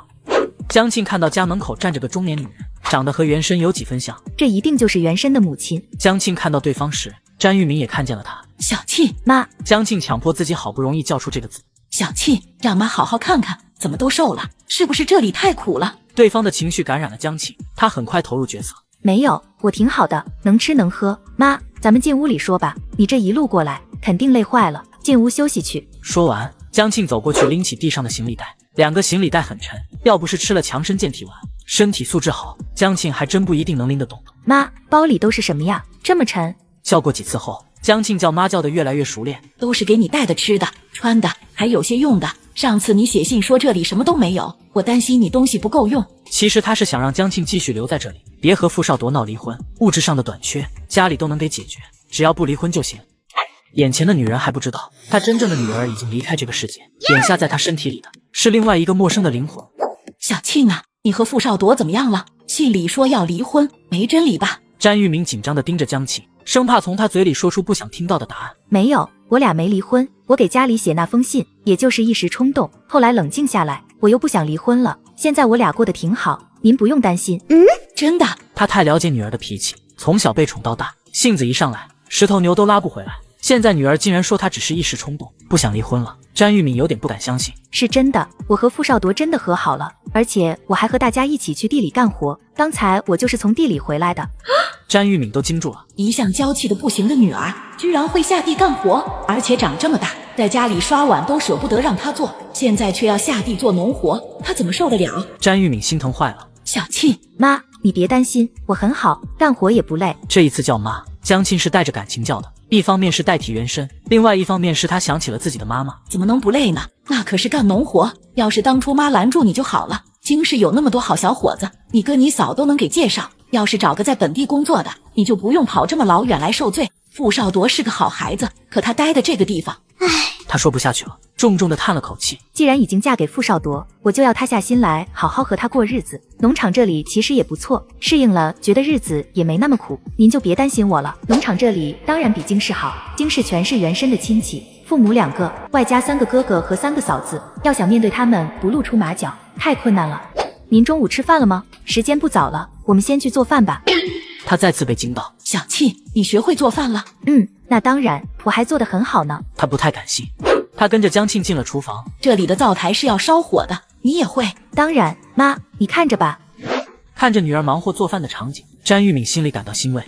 这时，傅少铎从外面进来了。他听人说岳母从京市过来，一下班就赶忙回家了。妈，小傅回来了。詹玉敏即便心疼江庆跟着傅少铎嫁到这么偏僻的地方，但对傅少铎还是满意的。毕竟这么帅气又有上进心的小伙子，打着灯笼都不好找。妈，你去歇着，我来给江庆打下手。平时都是他当大厨，我给他打下手，今天他却说给我打下手，这家伙很会吗？在我妈面前很给面子啊。站在厨房门口，詹玉敏看到里面女儿女婿一起忙碌的身影，悬着的心总算落了下来。这么和谐的小两口，怎么看都不像是要离婚的样子。然后安心的回屋等着了。咱妈怎么过来了？我记得她之前说过上班特别忙。咱妈这2个字令江庆心头一跳。我给他写过信，和他说咱俩要离婚，他担心咱们真离了，就请假过来了。傅少铎顿住，目光沉沉的看过来。干嘛这么看我？咱俩之前的确在闹离婚，我写在信里没错啊，太冤枉了，又不是我写的，现在还要主动承认。晚饭做好，一家人开始吃饭。詹玉敏尝了一口菜后赞不绝口，对这个女婿更加满意。江庆，我已经帮你请了2天假，妈大老远过来，你多陪陪她吧。江庆一听请了2天假，欲哭无泪。这2天他都要和詹玉敏待在一起了，而且是全天候的。好吧。吃完饭送走傅少铎，江庆回到里屋。小庆，看看妈都给你带了什么。看到詹玉敏从行李袋里掏出来的东西后，江庆心情瞬间美丽起来，有奶粉、肉罐头、桃酥、曲奇饼等等一大堆吃的。这些都是你最爱吃的零食，还有一些都是妈看着买的，估计你这里都没有。妈，你太好了，这些东西这里一样都没有，我都快馋死了。这会儿江庆激动的恨不得抱住詹玉敏。有了这些吃的，我再从空间里往外拿东西就有理由了。谢谢妈。江庆习惯性道谢。你这孩子在农场都呆傻了，跟自个儿妈还这么客气。把东西都收起来吧，容易坏的先吃，放坏就太可惜了。必须不能坏，这些可是我妈大老远背来的，坏了我要心疼死了。你这丫头，全家就数你嘴甜。娘俩把东西都拾掇利索。妈，你打算待几天啊？2天吧，后天就得走。我一共请了1周假，大半时间都浪费在路上，不然还能多陪你几天。没关系，以后你有时间还可以过来。再说等我放假了，也可以回去看您，还有我爸我哥嫂他们。江庆嘴上惋惜，心里长长舒了口气。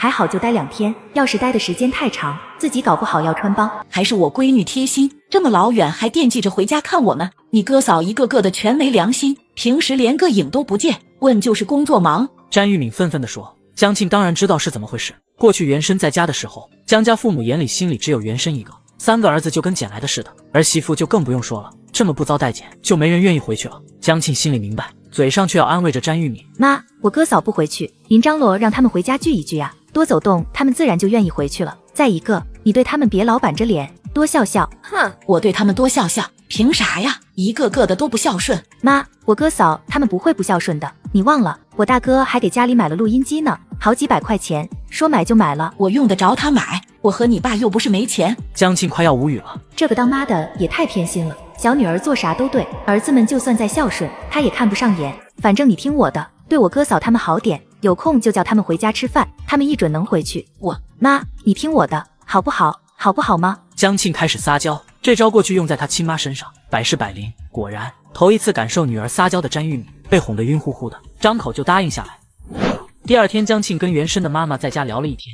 晚上，傅少铎下工回来，妈，您打算哪天走？我提前帮您把票买好。后天就得回去。行，我明天就去买票。那辛苦你了。咱们都一家人，您别这么客气，在这里有什么需要的，您尽管说。行，那以后妈就不和你客气了。詹玉敏越看这个女婿越满意，丈母娘看女婿越看越欢喜，丈母娘催着他们赶紧生个孩子。殊不知他们结完婚已经半年了，他女儿却还是个黄花大闺女。第二天吃完早饭，你们2个也结婚半年多了，差不多该要个孩子了。江庆顿时一惊，猛地咳了2声。怎么回事啊？一提生孩子就这个样子。詹玉敏不满地看着他。妈，我们才结婚，不用那么着急。什么才结婚？都半年时间，不短了。要是过1年要不上孩子，别人得以为是你生不出啊！江庆很是无语。妈，是我决定暂时不要孩子的，您别怪江庆，我们现在工作任务重，有了孩子照顾不过来，等一等再说。有傅少铎出来解围，詹玉敏一想到真生了孩子，累的是自家女儿，便不再提生孩子这茬了。第二天，江庆和傅少铎送詹玉敏到火车站，傅少铎让江庆和詹玉敏原地等一会儿，他去办点事，一会儿就回来。2个人在原地等，过了10来分钟，傅少铎回来了，手里还拎着大包小包。这都什么呀？你怎么买这么多东西？江庆惊讶地问。妈，您好不容易来一趟，总要带点东西回去，这是我们这里的土特产，不值什么钱，图个新鲜吧。詹玉敏和江庆都没想到他是买土特产去了。小傅啊，跟妈还这么客气，不用买这些的。您大老远过来，这是我们应该做的。时间差不多，该进站了。3个人往进站口走去，终于将詹玉敏送上火车。望着火车渐行渐远，江庆说不清心里是什么感觉。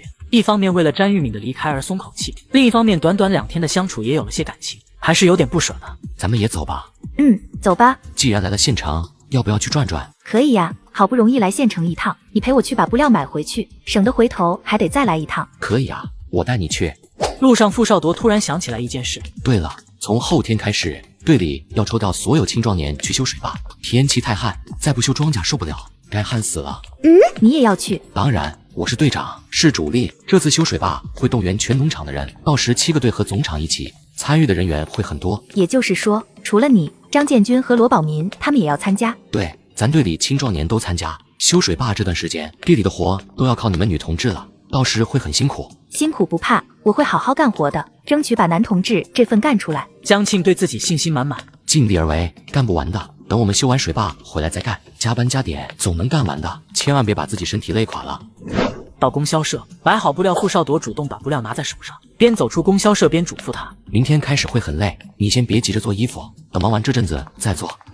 可是修水坝得半个月，修完水坝离完成任务的最后期限不剩几天，到时候能学会做衣服吗？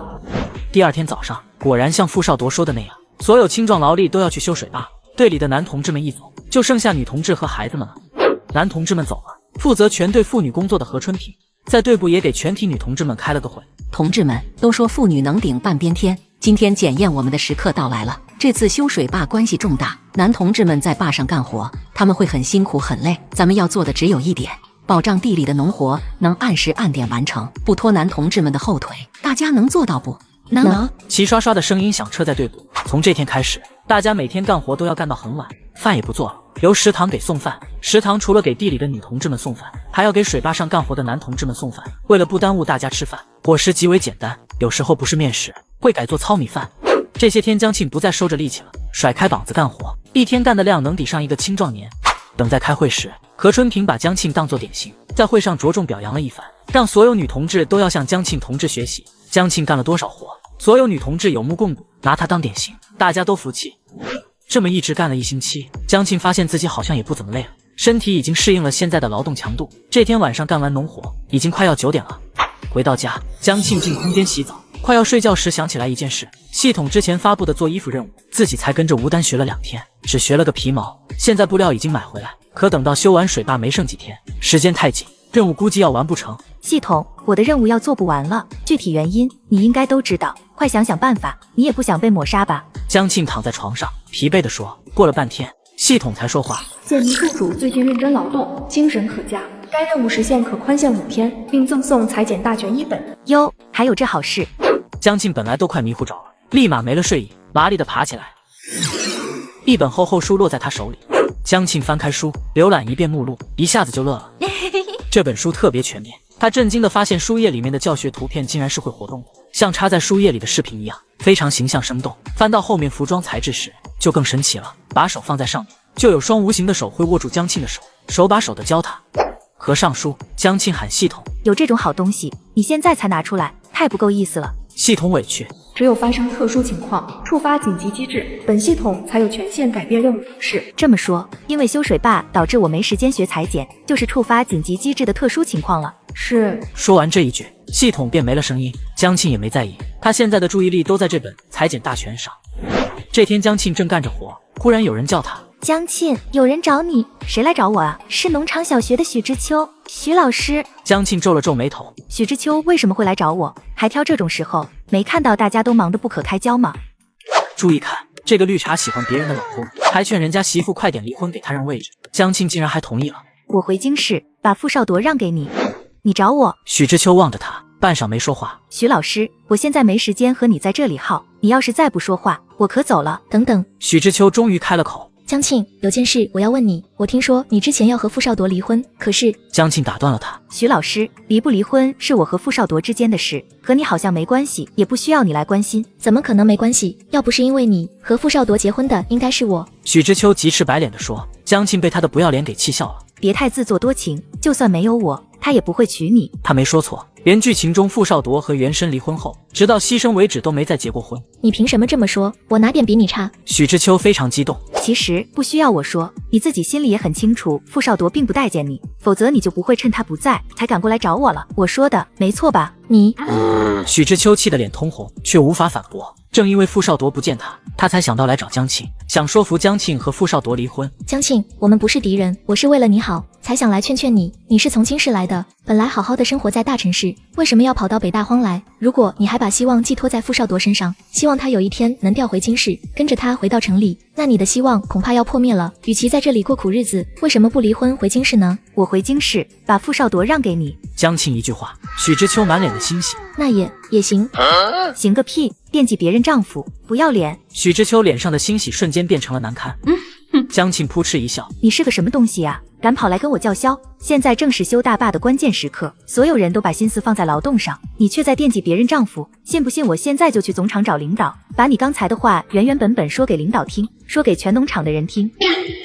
你别去，我不说了。许知秋吓得面无血色。那不行，你刚才已经伤害到我了。我错了，别去找领导。不想让我找领导，那你得表示诚意。什么诚意？拿纸笔写保证书，保证以后再也不纠缠傅少铎。许知秋傻眼了，这怎么能写这种东西？不写。行，我去找领导。等等，我向你保证，再也不会来找傅少铎。你的保证值几个钱？白纸黑字写下来才行。许知秋不知道该怎么说了。我又不傻，这种东西肯定不能随便写，万一哪天他不高兴了，把保证书拿出来，我这辈子就全毁了。他错了，错得太离谱。以为江庆还是过去那个蠢货一样的女人，哪想到一段时间不见，这女人竟然发生了翻天覆地的变化。可唯一没变的是，她还是那么冲动，什么都敢豁出去。江庆，我不写保证书，我以后再也不会来找傅少铎。许知秋哭得稀里哗啦。再说这里根本没有纸和笔。话音刚落，江庆就把什么东西递到许知秋面前。许知秋惊呆了。江庆非常的不耐烦，快写，别耽误我回去干活。许知秋冷静下来，忽地想起什么。不对，这里只有咱们2个，没有第3个人。就算你去总厂找领导，也没有证据证明我说过那些话。我只要不承认，你就没办法了。算你还不傻，不过你怎么知道没证人呢？说完，他朝许知秋身后招了招手。小鹏，过来。一个孩子快速的跑到他们身边，许知秋惊愕的看着面前脏兮兮的小男孩。小鹏，怎么弄得这么脏？不是摔水田里了吧？江姨，你怎么知道我摔水田里了？我能掐会算。其实看他这么脏，身上又是水又是泥巴，江庆就知道是怎么回事了。你怎么在我身后？许知秋吓得话都说不利索了。你是坏蛋，你欺负江姨，我要去告诉我妈。被张鹏一笑，许知秋脸色惨白，江庆却笑了。怎么样？现在我可有人证了，你还不写吗？许知秋实在是没办法，屈辱和痛苦同时纠缠住他，他拿起纸和笔，哭着写下了保证书。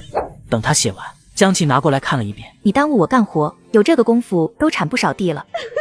许知秋哭得更厉害，江庆不再理他，领着张鹏走了。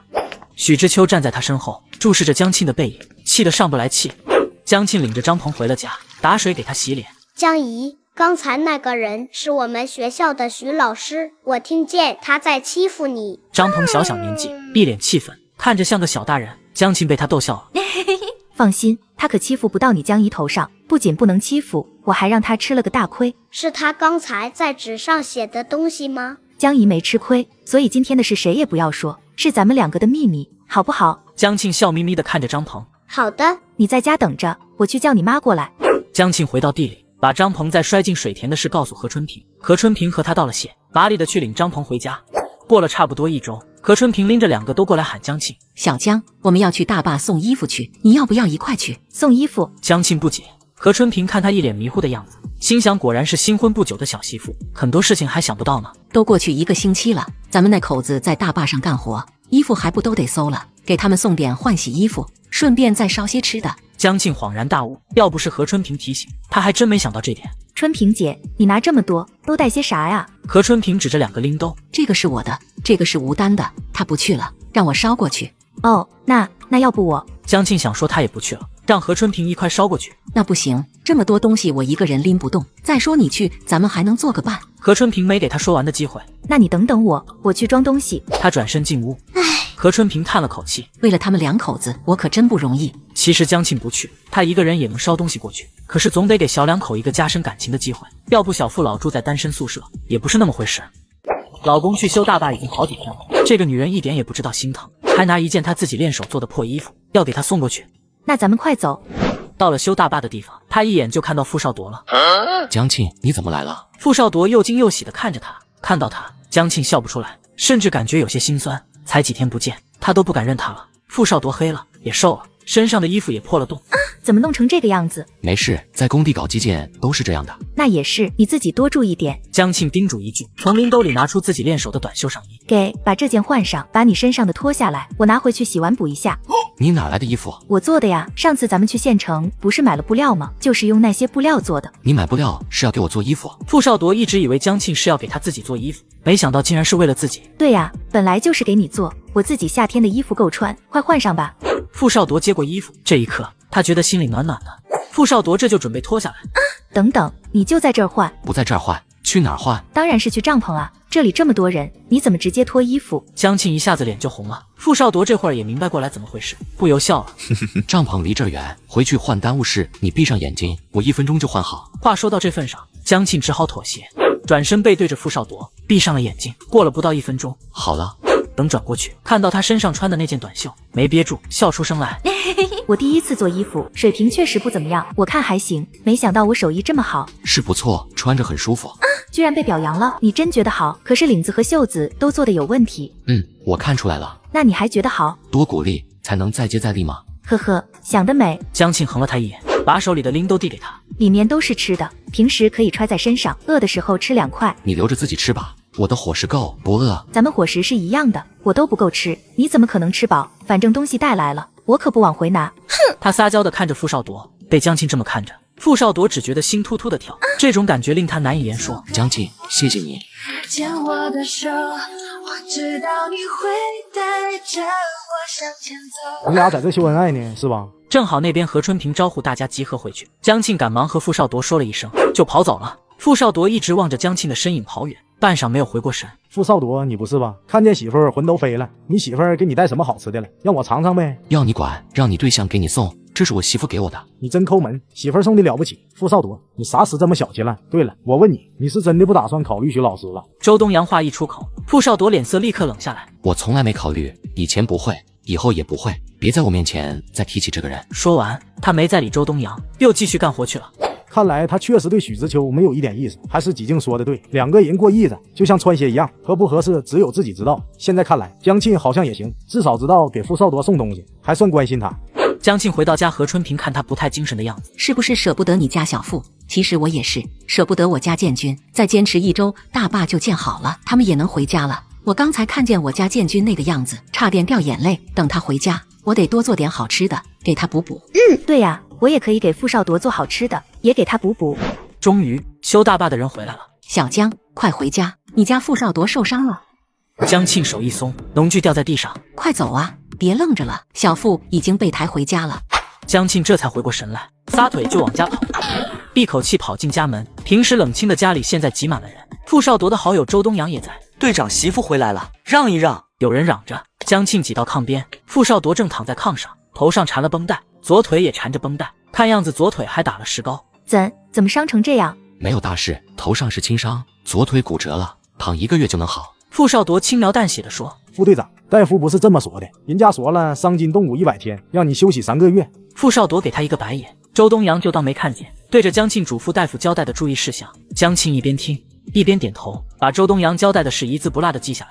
行了，人家回来了，咱们都走吧，你就安心在家养病吧。回头我把你东西都拿过来，行军床给人还回去。说罢麻利的走了。这时屋里只剩下江庆和傅少铎2个人。怎么弄的呀？伤成这样，上次见面我就告诉你注意点，你还说没问题，结果呢？真没事，在家躺躺伤就好了。你不知道当时有多紧急，有辆推土车从坡上滚下来，差点砸到小王的头，好在我把他推开了，要不然非闹出人命不可。原来你是为了救人才受伤的，以后再遇到这种事可以救人，但是也要顾着点自己，别不管不顾的。我以后注意点。一看就不走心，纯粹在敷衍他。江庆白了傅少铎一眼，反正你要不在了，我就改嫁，到时候找个比你更好更年轻的。自己这是被嫌弃了吗？傅少铎看出江庆不高兴，不敢多说话。中午还没吃饭，又折腾了这么长时间，江庆肚子已经很饿了，想来傅少铎应该也饿了。你好好休息，我去给你做点吃的。最近这些天，江庆签到抽到不少吃的，有鸡蛋100个，苹果和梨个200斤，还有猪肉100斤等等，好多吃的。之前他还在想系统怎么给了这么多吃的，现在看系统说不定是给傅少铎准备的。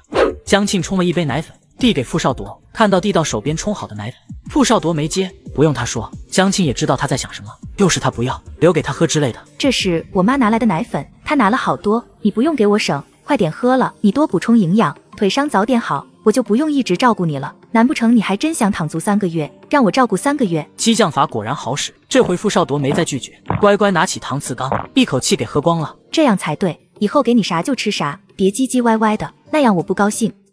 这个女人的老公受了伤，什么事也干不了，她为了能全体照顾，没办法只能同居，并且不管老公让她做什么她都答应。有什么需要我做的，你尽管说。我想去，方便。傅少铎声音很低，说完尴尬的扭开头。江庆没想过他是要说这个，顿时有些尴尬。茅厕在后院，是个用木板搭起来的简易厕所，要过去挺费力。要不我去拿个盆给你。傅少铎听完脸红成猴屁股，死活不同意。算了，你去帮我把周东阳叫来。不行，今天可以叫他，可是你要躺那么久，也不能天天麻烦人家呀，还是我扶你过去吧。傅少铎没再说话，江庆把他扶下炕，到了茅厕门口，江庆扶着傅少铎进去。这种旱厕味道特别大，在里面他待不住，见傅少铎站好，他就立马跑了出去，还特意站得远一些，避免听到啥不该听到的声音。我好了。江庆走过去，又将他扶回屋里。这个过程中，2个人脸都红红的，谁也没说话。这时走进来一个年轻男人，这是嫂子吧？你是？这是总厂的通讯员王维远，这是我媳妇江庆。你是傅少铎救下来的小王？王维远差点哭出来。嫂子，对不起，副队长都是为了我才被推土车砸到的。江庆，麻烦给小王倒杯水。他说话客气，把王维远听得一愣。你坐吧，别拘束。江庆把水杯往桌子上一放，说了句要去做饭，就走了，留下傅少铎和王维远在屋里说话。过了一会，周东阳也来了。这些都是你的东西，我可打包全拿来了，你自己清点一下，别以后少了东西再找我，到时候我可一概不认。周东阳调笑地说。傅少铎压根没搭理他。江庆进来给周东阳倒了杯水，又去厨房做饭。我看你媳妇儿越来越正常了，能照顾你，还给你做饭吃，比起以前简直大变样。我媳妇本来就正常，你说的叫什么话？周东阳背对回去，气得直瞪眼睛。你可在家享福吧，我还要去替你干活去。他嘟囔一句，和王维远一起离开了。这时江庆走过来，坐在床边。我想种菜，还有在养点鸡。你要种菜，还要养鸡？傅少铎不敢相信，这两件事居然是江庆主动提出来的。种菜和养鸡不是容易的事，没有你想的那么简单。隔壁春萍姐种了菜，不但种菜还养鸡，我不会，可以和他们学呀。哪有人生下来就会的？不都是学来的吗？可是你要干农活，还要照顾我，还得种菜养鸡，这样下来你太累了。不然等我养好身体，我来干。等你腿伤养好，黄花菜都凉了。现在这个季节还能种一茬菜，等入了秋，天凉下来，菜都长不出来。再说那时候小鸡仔也不容易活，种菜和养鸡应该没那么麻烦。不然春萍姐要管2个孩子，照顾一家子的生活，还要干农活，不也撑下来了？她能做到，我也能，就这么说定了。江庆拍了板，傅少铎想拦也拦不住。总场那边有养鸡场，大家都是去那抓的小鸡仔。哪天有空你去一趟，到养鸡场找老马，就说我要养鸡，让他给抓2只耐活的。行，我明天就去，但你得把自行车借我。自行车刚才周东阳给推来了，就停在院子里。明天你自己小心点，路上注意安全。傅少铎叮嘱道。到了晚上，准备休息时，江庆才发现睡觉是个问题。家里只有一个炕，现在傅少铎在家，他不可能再进空间睡，必须留在外面。这就意味着他要和傅少铎睡在一张炕上。还好傅少铎靠着墙，躺在边边的位置，江庆离他远远的躺下，2个人隔了有差不多3个人的位置。第二天天一亮，江庆就来到何春萍家门口。何春萍走出来，江庆把自己想在院子里种菜还有养鸡的事和何春萍说了一遍。何春萍听了非常支持。我家里还有些蔬菜种子，你拿回去种吧，种之前先翻地，把土铲松了再种。好，我记住了，谢谢春萍姐。谢啥？一点蔬菜种子又不值钱，跟你给的雪花膏没得比。那不一样，东西有价格高低，但是事情还有轻重缓急呢。你现在就是帮我救了急。他这话说的何春萍心里特别恼。小江不愧是从大城市来的，看人家这说话水平真是不一般。何春萍回家找来了几袋蔬菜种子递给江庆，还告诉他等土豆生了芽，把芽削下来埋土里，就能长土豆了。江庆吃过那么多年的土豆，还第一次听说土豆是这么种出来的，顿时起了兴趣。从何春萍家回来，江庆去小仓库把蔬菜种子放好，然后进了屋。屋里好几个人，总场领导、干事，还有王维远。副队长，这个是给你做的拐杖，这是王维远连夜赶着做出来的，就怕耽误傅少铎用。小傅，等你腿伤养好，到时一定好好表彰你这次的英勇事迹。这段时间你要好好休息，争取早日康复。王维远，你这段时间别忙其他事，专注负责帮着江庆照顾傅少铎。是。副队长和嫂子有什么需要我做的，尽管说，我随时待命。王维远发自肺腑的想做些事，江庆也不跟他客气。等慰问人员离开后，江庆着急上工，一溜烟往地里跑。今天早上实在太忙，他都没时间签到。去地里的路上，江庆抽空签了个到。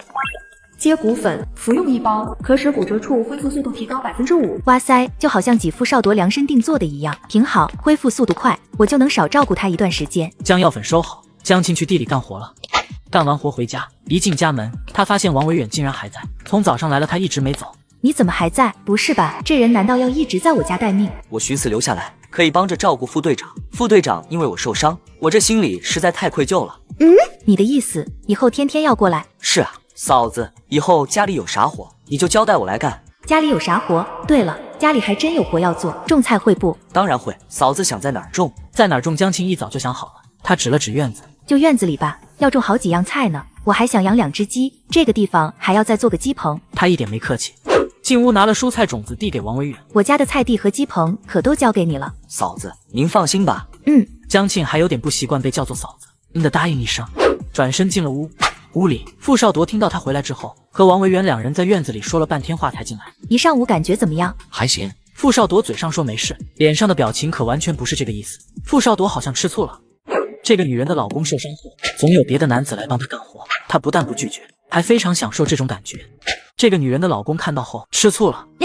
待在家里动不了，怎么会好受呢？外面天气可好了，万里无云，那天瓦蓝瓦蓝的，可惜某些人看不到啊。傅少铎知道他是故意逗他的，抿了唇不说话。你呀，就是嘴硬，明明一点都不好受，还逞能。要不我让小王给你做个轮椅，那样就能推着你出去了。别麻烦小王了，他又不是咱家勤务员，不能给人家派那么多活后还要再派活。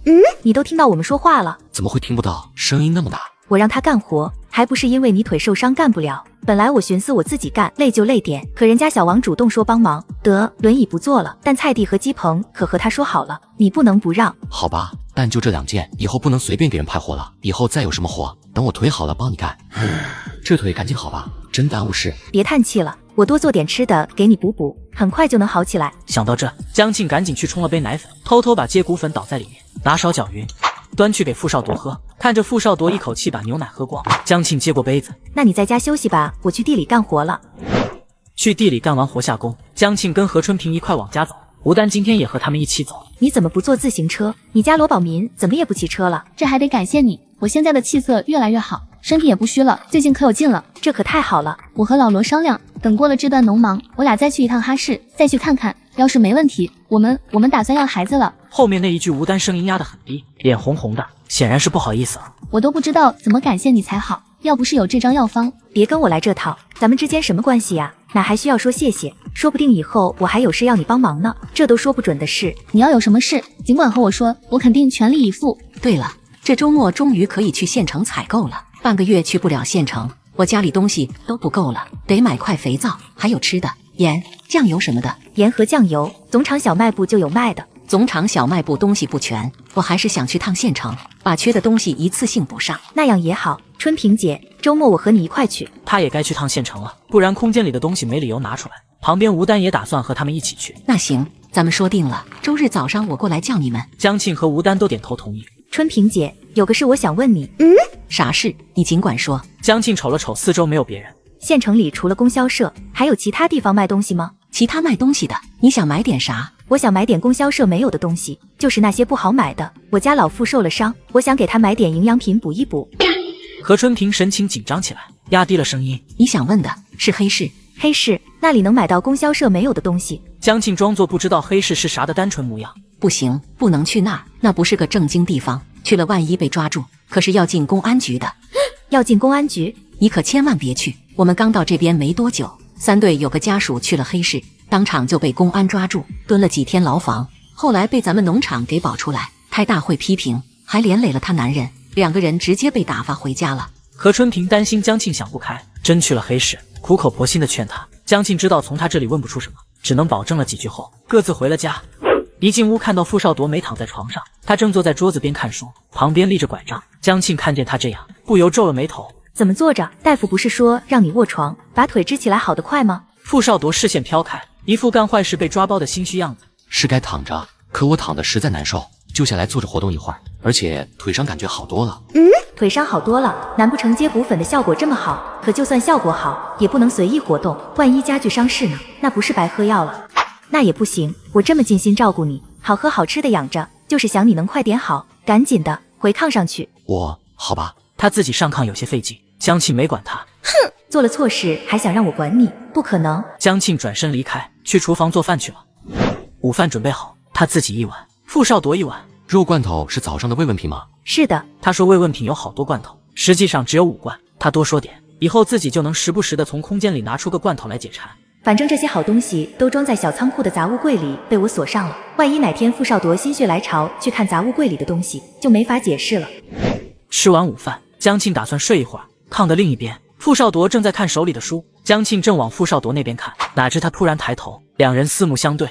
江庆，你借的5本书放在哪里了？我手头这本快看完了，没别的书看，想借你的书看看。那5本书能放在哪儿？当然是放在空间里。江庆应了一声，装模作样的去找，同时他意念一动，那5本书就出现了。诺，在这里，我给你放在炕边，这样你想看的时候方便拿。好，谢谢。不客气。2个人的对话客气极了。江庆脑子里忽然冒出一个词，非常贴合现在的情境，相敬如宾。他们2个目前的相处模样，算是这个词的典范了。我要睡一会儿，你认真看书吧，非礼勿视。傅少铎立刻明白了他的意思，一瞬间脸有些泛红，他低下假装看书。江庆没多大一会儿就睡着了。等他醒过来时，发现傅少铎仍在低头看书。我在睡觉的这个时间里，他就没抬起头过吗？还蛮听话的嘛。江庆也不知道自己是怎么了，竟会突然觉得傅少铎这个样子有点可爱。他起来收拾一下，准备去地里干活。干活时小心点。我会的。对了，你今天还去养鸡场吗？去，我下午铲1个小时的地，然后就去总场。你自己骑车过去，一定要注意安全。好的。江庆点头，心情莫名的好，被人关心的感觉真不错，尤其这个人还是我名义上的老公。江庆走到院子里，发现王维远在院子里干活。小王，上午辛苦了，我看你翻了不少地。王维远正在忙活着，听到他的声音，迅速站直身。不辛苦，这些都是我应该做的。见江庆要走，王维远几步走过来。嫂子，你等一下。这个女人意外穿书了，黄花大闺女的她竟然有个帅气的老公。这天她老公为了救小王受了伤，小王却趁着她受伤天天来家里找她媳妇，一声声嫂子叫着，一边献着殷勤。他从兜里掏出一把钱和票，嫂子，这些你拿着，给副队长买点吃的吧。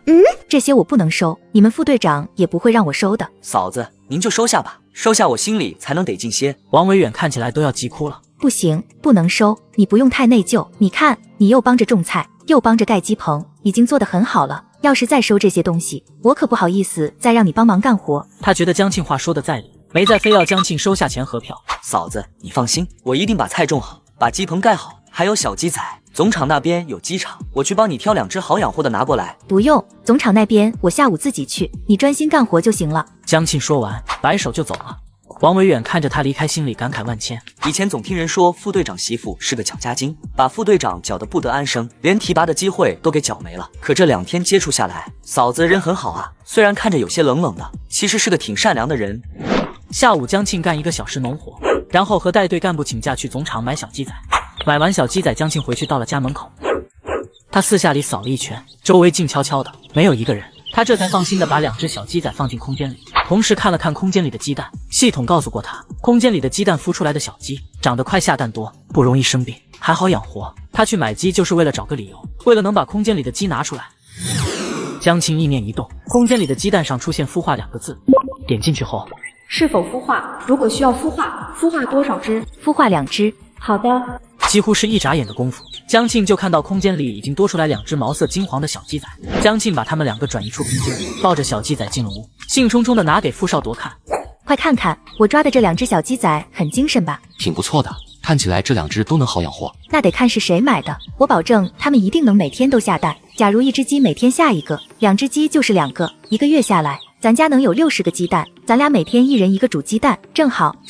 哪有母鸡每天都能下蛋的？隔2天能下1个就已经很好了。以后咱家的鸡蛋都留给你吃，争取让你每天吃1个。你说的那都是人家的鸡，咱家的我保证能每天1个。我这2只鸡可是空间出品的，一定会很优秀。江庆把小鸡仔抱到院子里，路上他还小声嘀咕着：你们2个可要给我争气啊，多下蛋，听到了没？小鸡仔太小，鸡棚暂时用不了。江庆找来个深一点的盆，把小鸡仔放了进去，按照养鸡的人交代的，他拿了一把小米撒进盆里。2只小鸡仔意识到有东西吃，马上低头开始啄米吃。江庆看着小小的2只鸡仔，心里不由软下去一块。太可爱了，我都想多养几只了。哎，还是算了吧，2只鸡的粪便还好一些，量不多没那么臭，养得多了味道得多难闻啊。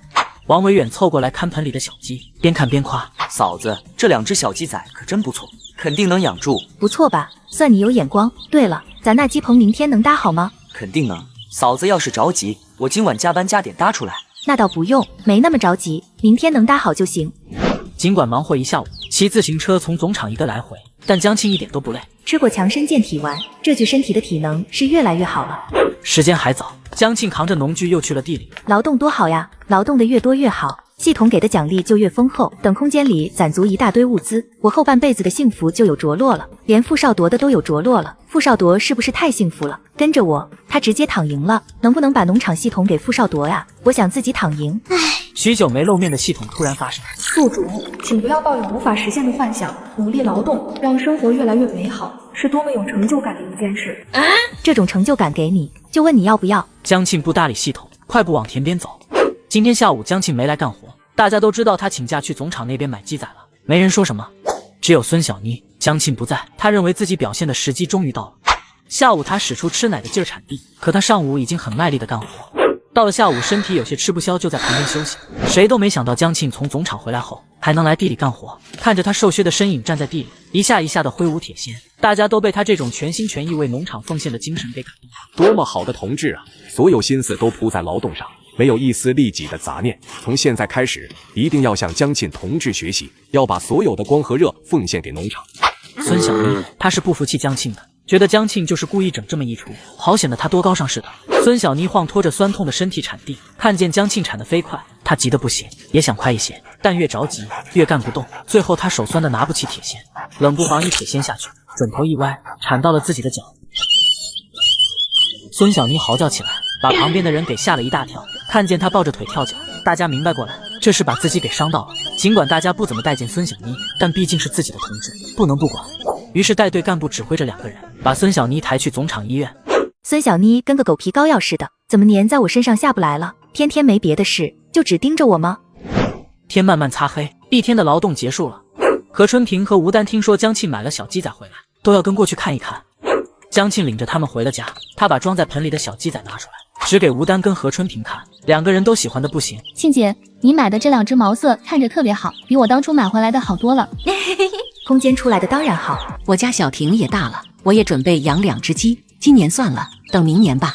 明年去总厂抓2只。我这次去养鸡场学到不少，等你想买小鸡仔的时候和我说一声，我去帮你挑，保准养得好。那可太好了，咱们就这么说定了。3人又看着小鸡仔玩了会儿，便各自回家做饭去了。送走他们，江庆进厨房去揉面。晚上给傅少铎擀面条吃，再做个炉子，拌到面条里香喷喷的，完美。正忙活呢，外边传来张鹏的声音：江姨，我妈让我来给你送鱼。张鹏拎着一条鱼正站在门口，江庆走过去。江姨，这是我今天去河里摸的鱼，我妈让我送过来1条给你和傅叔叔尝尝。你今天摸鱼去了，还摸到3条？我和小虎他们一起去的，就在山后面。山后面有河？是啊，不太宽的一条河，但里面鱼很多，每次去都能摸到几条。不过我妈说危险，不让我总去。说到这里，张鹏有些消沉，看起来他很喜欢去河边玩，也喜欢摸鱼。小鹏，江姨也想去河里摸鱼，等周日休息，你能不能带我过去？当然能，江姨，你想啥时候过去，和我说一声，我带你去。他虎头虎脑，模样生得憨憨的，一看就是个老实孩子。江庆挺喜欢他。江姨，那我就先回去了。张鹏撒腿就跑了。张鹏这孩子确实太听话了，要是自己以后的孩子也能这么省心，该多好。我是怎么了，竟然会想到生孩子的事？江庆捂着发烫的脸进了厨房。她刚学会做饭，想给老公做一顿好吃的，但是家里什么都没有，只能做个手擀面。这时邻居小朋友送来了一条鱼，她开心的不得了。她看了看张鹏送来的那条鱼，要不今天做个红烧鱼吧，已经好久没吃鱼了。再说这鱼是今天才抓上来的，肯定新鲜好吃，放到明天就没这个鲜味了。可江庆从来没收拾过鱼，一想到要给鱼开膛破腹，弄得血淋淋的，又腥又恶心，他完全下不去手。家里可不是只有我一个人，傅少铎还在呢，他肯定会处理鱼，这种事对他来说还不是小事一桩。江庆屁颠颠的进屋里，傅少铎一下子就感觉出来他与往常的不同。此刻的江庆满面微笑，如春天般温暖。傅少铎顿时有了不好的预感。傅少铎，帮我杀鱼去。哪来的鱼？张鹏送来的，他今天去河里摸鱼了，摸到3条，给咱家1条。傅少铎看看自己受伤的腿，装作很为难的样子。有人不是不让我下地吗？叫我好好养伤。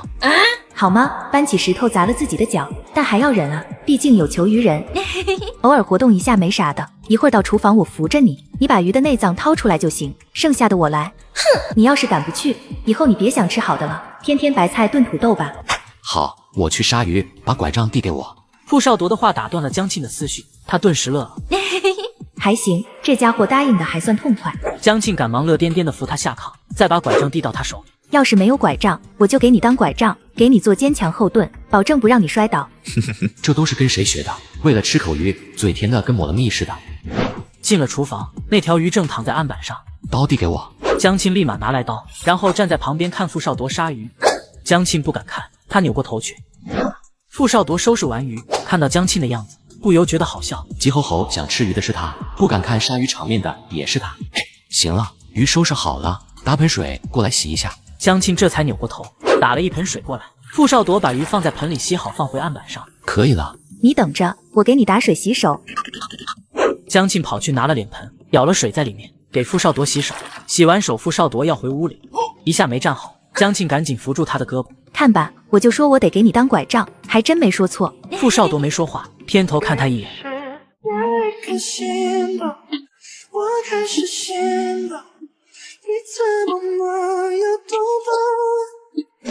那你做饭吧，我先回屋了。这腿也不疼了吗？跑得挺快。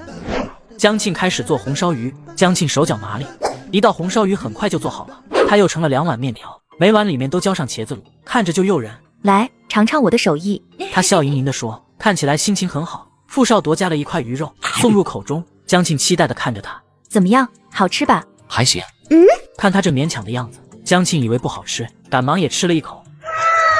入口鱼肉鲜嫩，美味多汁，咸淡适宜，特别好吃。江庆白他一眼，哼，这家伙这么好吃的红烧鱼，让他夸一句怎么那么难？家里油用完了，你的粮油本呢？我去领点回来。我本上的油都领光了，离下次发油还有几天，不然你拿油瓶去食堂借点油，等咱们领完油再还给食堂。傅少铎没有细说，但江庆一下子就明白过来，肯定是原生把他粮油本上的油都领完了。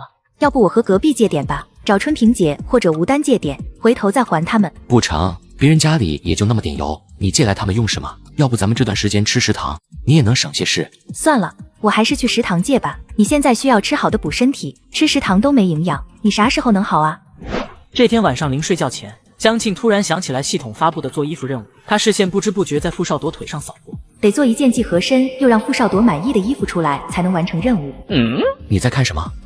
等江庆回过神来，发现傅少铎正不大自然地看着自己，再一想自己刚刚盯着看的部位，江庆忙低下头，离开了里屋。傅少铎不会把我当成女流氓吧？怎么能盯着人家那里看？江庆脸红得快烧起来了，去了院子里平复一下心情，他这才回了里屋。怎么这么久才回来？我去看看小鸡仔，真希望他们能快点长大。傅少铎看了他一眼，没再说什么。江庆再一次趁傅少铎睡着后进入空间，他思来想去，还是决定再做一件上衣。上衣他学的时间久，比裤子做的熟练，更容易成功。算一算，离任务完成期限没有几天，必须抓紧时间。江庆很认真的在做衣服，等他终于停下来，衣服才做了1/3，可是太困了，江庆困得受不了，打算先睡觉，明天再做。回到炕上，江庆也不知道这会儿是几点，反正他刚沾到枕头就睡着了，一觉睡到天亮。他起床就要去干活。这天上午，孙小妮没来上工，说是昨天去总厂医院，大夫看完后说腿伤严重，要躺至少半个月。孙小妮她嫂子气得直跳脚，他嫂子能不生气吗？他从家里跑来投靠他哥，一开始吃喝都是他哥他嫂子管，后来好不容易下地干活，好吗？才多久啊？现在躺炕上起不来了。是啊，本来他哥家里孩子就多，不够吃，这下孙小妮半个月没工资，他哥嫂可咋办？孙小妮的事江庆没兴趣，他只听进去半个月没工资这句话。啥？咱们上工是有工资的？那当然，上工当然有工资，只不过咱们都是农场家属，不是正式工，算是临时的，比他们正式工的工资要少一半，一个月能拿17块钱。一个月有17块，江庆心里乐开了花，以后就有生活费了。这17块钱的工资全都能存起来，除了17块钱，还能给些粮票、布票啥的，虽然少点，至少比不挣钱强。大姐以为江庆心里不舒服，好言安慰。还有票可以拿，这也太好了吧！江庆开心的冒泡。虽然工资很少，给的票也不多，但这是对我劳动价值的肯定，和系统给奖励的感觉完全不一样啊，简直成就感爆棚。你说咱们临时工的工资是正式工的一半，那怎么才能转成正式工呢？想转正式工可太难了。听我家那口子说，上面今年能给2个名额，但你看看咱农场有多少家属，一个个的都想转正式工，到时候还不得挤破头。江庆想想也是这么回事，他每天任劳任怨去地里干活，被当成免费劳动力。这天却偶然听到别人说劳动是有工资的，他却从来没领过1分钱。上午干完活，江庆着急忙慌往家赶，急着去看自己的2只小鸡仔。回到家，刚进院子，他一眼就看到鸡棚已经盖好了，王维远正往里面铺稻草。江庆高兴地走过去看，搭得真不错，以后这里就是2只小鸡仔的家了。江庆赶忙把小鸡仔放到鸡棚里，2只小鸡仔进了鸡棚，欢快地啄米吃。江庆开心地进了屋，告诉傅少铎鸡棚已经搭好，他已经把小鸡仔放进去了。傅少铎看着面前女孩笑得这么开心，顿时觉得自己也被这种快乐的情绪所感染。那真好，小鸡仔可以有更大的活动空间了。对呀，这样它们也能快快长大。别忘了按时给鸡棚消毒。饲养员给他讲了如何给鸡棚消毒，用石灰水，把生石灰加上水和匀，撒在鸡棚的地上，还必须是石灰水，不能直接用生石灰，否则容易把鸡爪烧伤，还会得其他呼吸道疾病。我知道，我都记在本子上了，忘不了。但是我在哪儿能弄到生石灰呢？是不是得去总厂？咱们队里就有生石灰，之前盖房子剩下的就在仓库里，回头我让周东阳给拿来1袋子，搁在咱家院子里，随时能用呀。那可太好了。江庆认为很为难的问题，却被傅少铎3言2语解决。他一高兴，直接拉住他。等发现不对劲时，傅少铎已经偏过头，脸红得跟猴屁股一样。江庆忙松开手，感到手掌心烫烫的。我去做饭。你等一下。江庆，小王这2天一直帮咱家干活，又是种菜又是踏鸡棚，那么辛苦，要不中午留他在家里吃顿饭吧？行，听你的，我中午多做2个菜。这会儿傅少铎说啥他都会听，他只想快点离开。江庆一溜烟的走了。傅少铎望着他的身影消失在门口，半晌，他抬手看着刚刚被抱住的胳膊，连自己都没察觉唇角扬起的笑意。江庆跑到院子里找王维远，中午留在家里吃饭吧，不麻烦嫂子了，我去总厂食堂吃就行。必须留下来吃饭，这是傅少铎的意思。那好，辛苦嫂子。厨房里，王维远本来还想帮忙来着，他忽然想到什么，纠结了一下，他最后还是决定说出来。嫂子，咱们厂里和县城供销社都没啥好东西卖，这次给副队长的慰问品还是领导压箱底的东西。要是还想要这样的好东西，我知道有个地方能弄到。有个地方能弄到这些好东西？江庆一下子想到他指的可能是什么，眼睛顿时亮了。你快说，是什么地方？就是黑市，那里边能买到外面买不到的好东西。江庆立马乐了，真是踏破铁鞋无觅处，得来全不费功夫。还有那么好的地方啊？你说的黑市在哪儿呢？就在县城，在。王维远把黑市的位置明明白白地描述了一遍，等说完，他才发现自己好像不该把这些告诉给江庆。嫂子，你就别去了，那里管得严。下回我去一趟，给副队长带点好东西回来，那边我熟悉，不会出事。这就差明摆着说他经常去黑市了。江庆当然不用他去，他是要卖东西的，又不是要买东西，人不到那咋卖啊？不用，小王你误会我的意思了，别担心傅少铎，家里东西一大堆呢。前段时间我妈刚来过，也给拿了不少，加上厂里给的慰问品，够吃很久了。可是，别可是了，傅少铎要知道你给他去黑市买东西，一准生气。那好吧，这就对了。进屋你们说话去，我一会儿就做好。嫌厨房里有人碍事，江庆把他赶了出去。费了一番功夫，江庆做了一桌子菜，看到傅少铎腿上打着石膏的样子，王维远感到无比内疚。副队长，都怪我。别这么说，换成是别人，我也会救的。这2天家里的活辛苦你了，让你忙活这么久。应该的，让我干点活，我心里还痛快些。傅少铎还不让我使唤王维远呢，结果让人家干活，人家心里还挺痛快。要不傅少铎腿伤好之前，家里有活再找他。小王，下午你就正常回总厂上班，以后不用过来了，不能耽误你的工作。不耽误，厂领导说了，我现在的任务就是帮着嫂子照顾你。不行，领导说是说，可厂里一共就2个通讯员，少了一个很麻烦，下午就回去。我这里真的没事，有那副拐杖就够了。说到这里，一旁的江庆抬脚踩在他脚上，这人怎么总是和我唱反调？然而下一秒他脸色变了，忘了这只脚是打了石膏的，一脚踩上去他的脚好疼啊。你怎么了？哪里不舒服？江庆摇摇头，没事。中午吃完饭，江庆就要去上工了。一下午他干活干得很起劲，主要是想到周日就能去黑市了，心情特别好。等卖了物资换成钱，我要攒多的钱，到时候我就可以用这笔钱作为启动资金，做个买卖啥的了。预知后世的商机，这可是我做生意的秘密武器，说不定这辈子我会成为商业大佬，成为后世留名的企业家。想到这里，江庆心里乐开了花。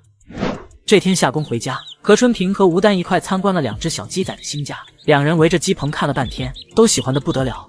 这鸡棚比我家的好多了，回去我得说说我家老罗，瞧他做的那是个啥啊，太简陋了。以后我家养鸡也要做这样的鸡棚，到时让我家那口子照着做。走时，两人又跟江庆说，家里有啥需要帮忙的一定吱声，千万别跟他们客气。江庆笑着答应下来。他在原来的世界没有一个好朋友，没想到来到70年代，能一下子交到2个。70年代也挺好的，虽然物质上不富裕，但这里的人都单纯真诚，能交心。江庆去了厨房开始做饭，他现在锻炼的家里家外一把好手，干家务对他来说不算个事。要是1个月前有人告诉我，有一天我会成为家庭主妇，天天在家做饭、洗衣、打扫，我肯定觉得那个人有病。他距离系统任务完成倒计时就剩下1天，如果完不成做衣服任务，他就会和系统一起毁灭。但为了能留在这个年代和帅气老公一起生活，他只能加班加点的干。吃过饭等夜深，傅少铎睡着后，他照例进到空间里去裁衣服。他心里着急，手上却不敢急，一针一线的慢慢缝。不知过了多久，终于1件衣服大功告成。江庆把衣服拎起来，怎么看怎么觉得好，把衣服叠好。江庆抱着衣服从空间里出来，重新躺回到炕上。黑暗中，他朝傅少铎那边看了一眼，但愿他能喜欢。进入睡梦前，江庆已经开始畅想明天能给什么奖励了。第2天一大早，江庆早早就起来了，果然心里有事就睡不踏实。江庆爬起来时，傅少铎还没醒，他把衣服放在傅少铎身边，估计是他动静有点大。傅少铎突然间睁开眼，快起来，试试我给你做的新衣服。你又给我做衣服了？傅少铎挺惊讶，上次江庆已经给他做了1件，没想到短短时间又做了1件。上次去县城就买了10尺布，这么说起来，你这是把布全都用到我身上了。你穿上试试，我先出去，穿上就别脱了。傅少铎都没来得及说话，江庆就一溜烟跑出去了。等江庆从厕所回来，还没走进屋里，任务完成，奖励各色布料100匹。然后就是当当当布料掉落在空间里的声音。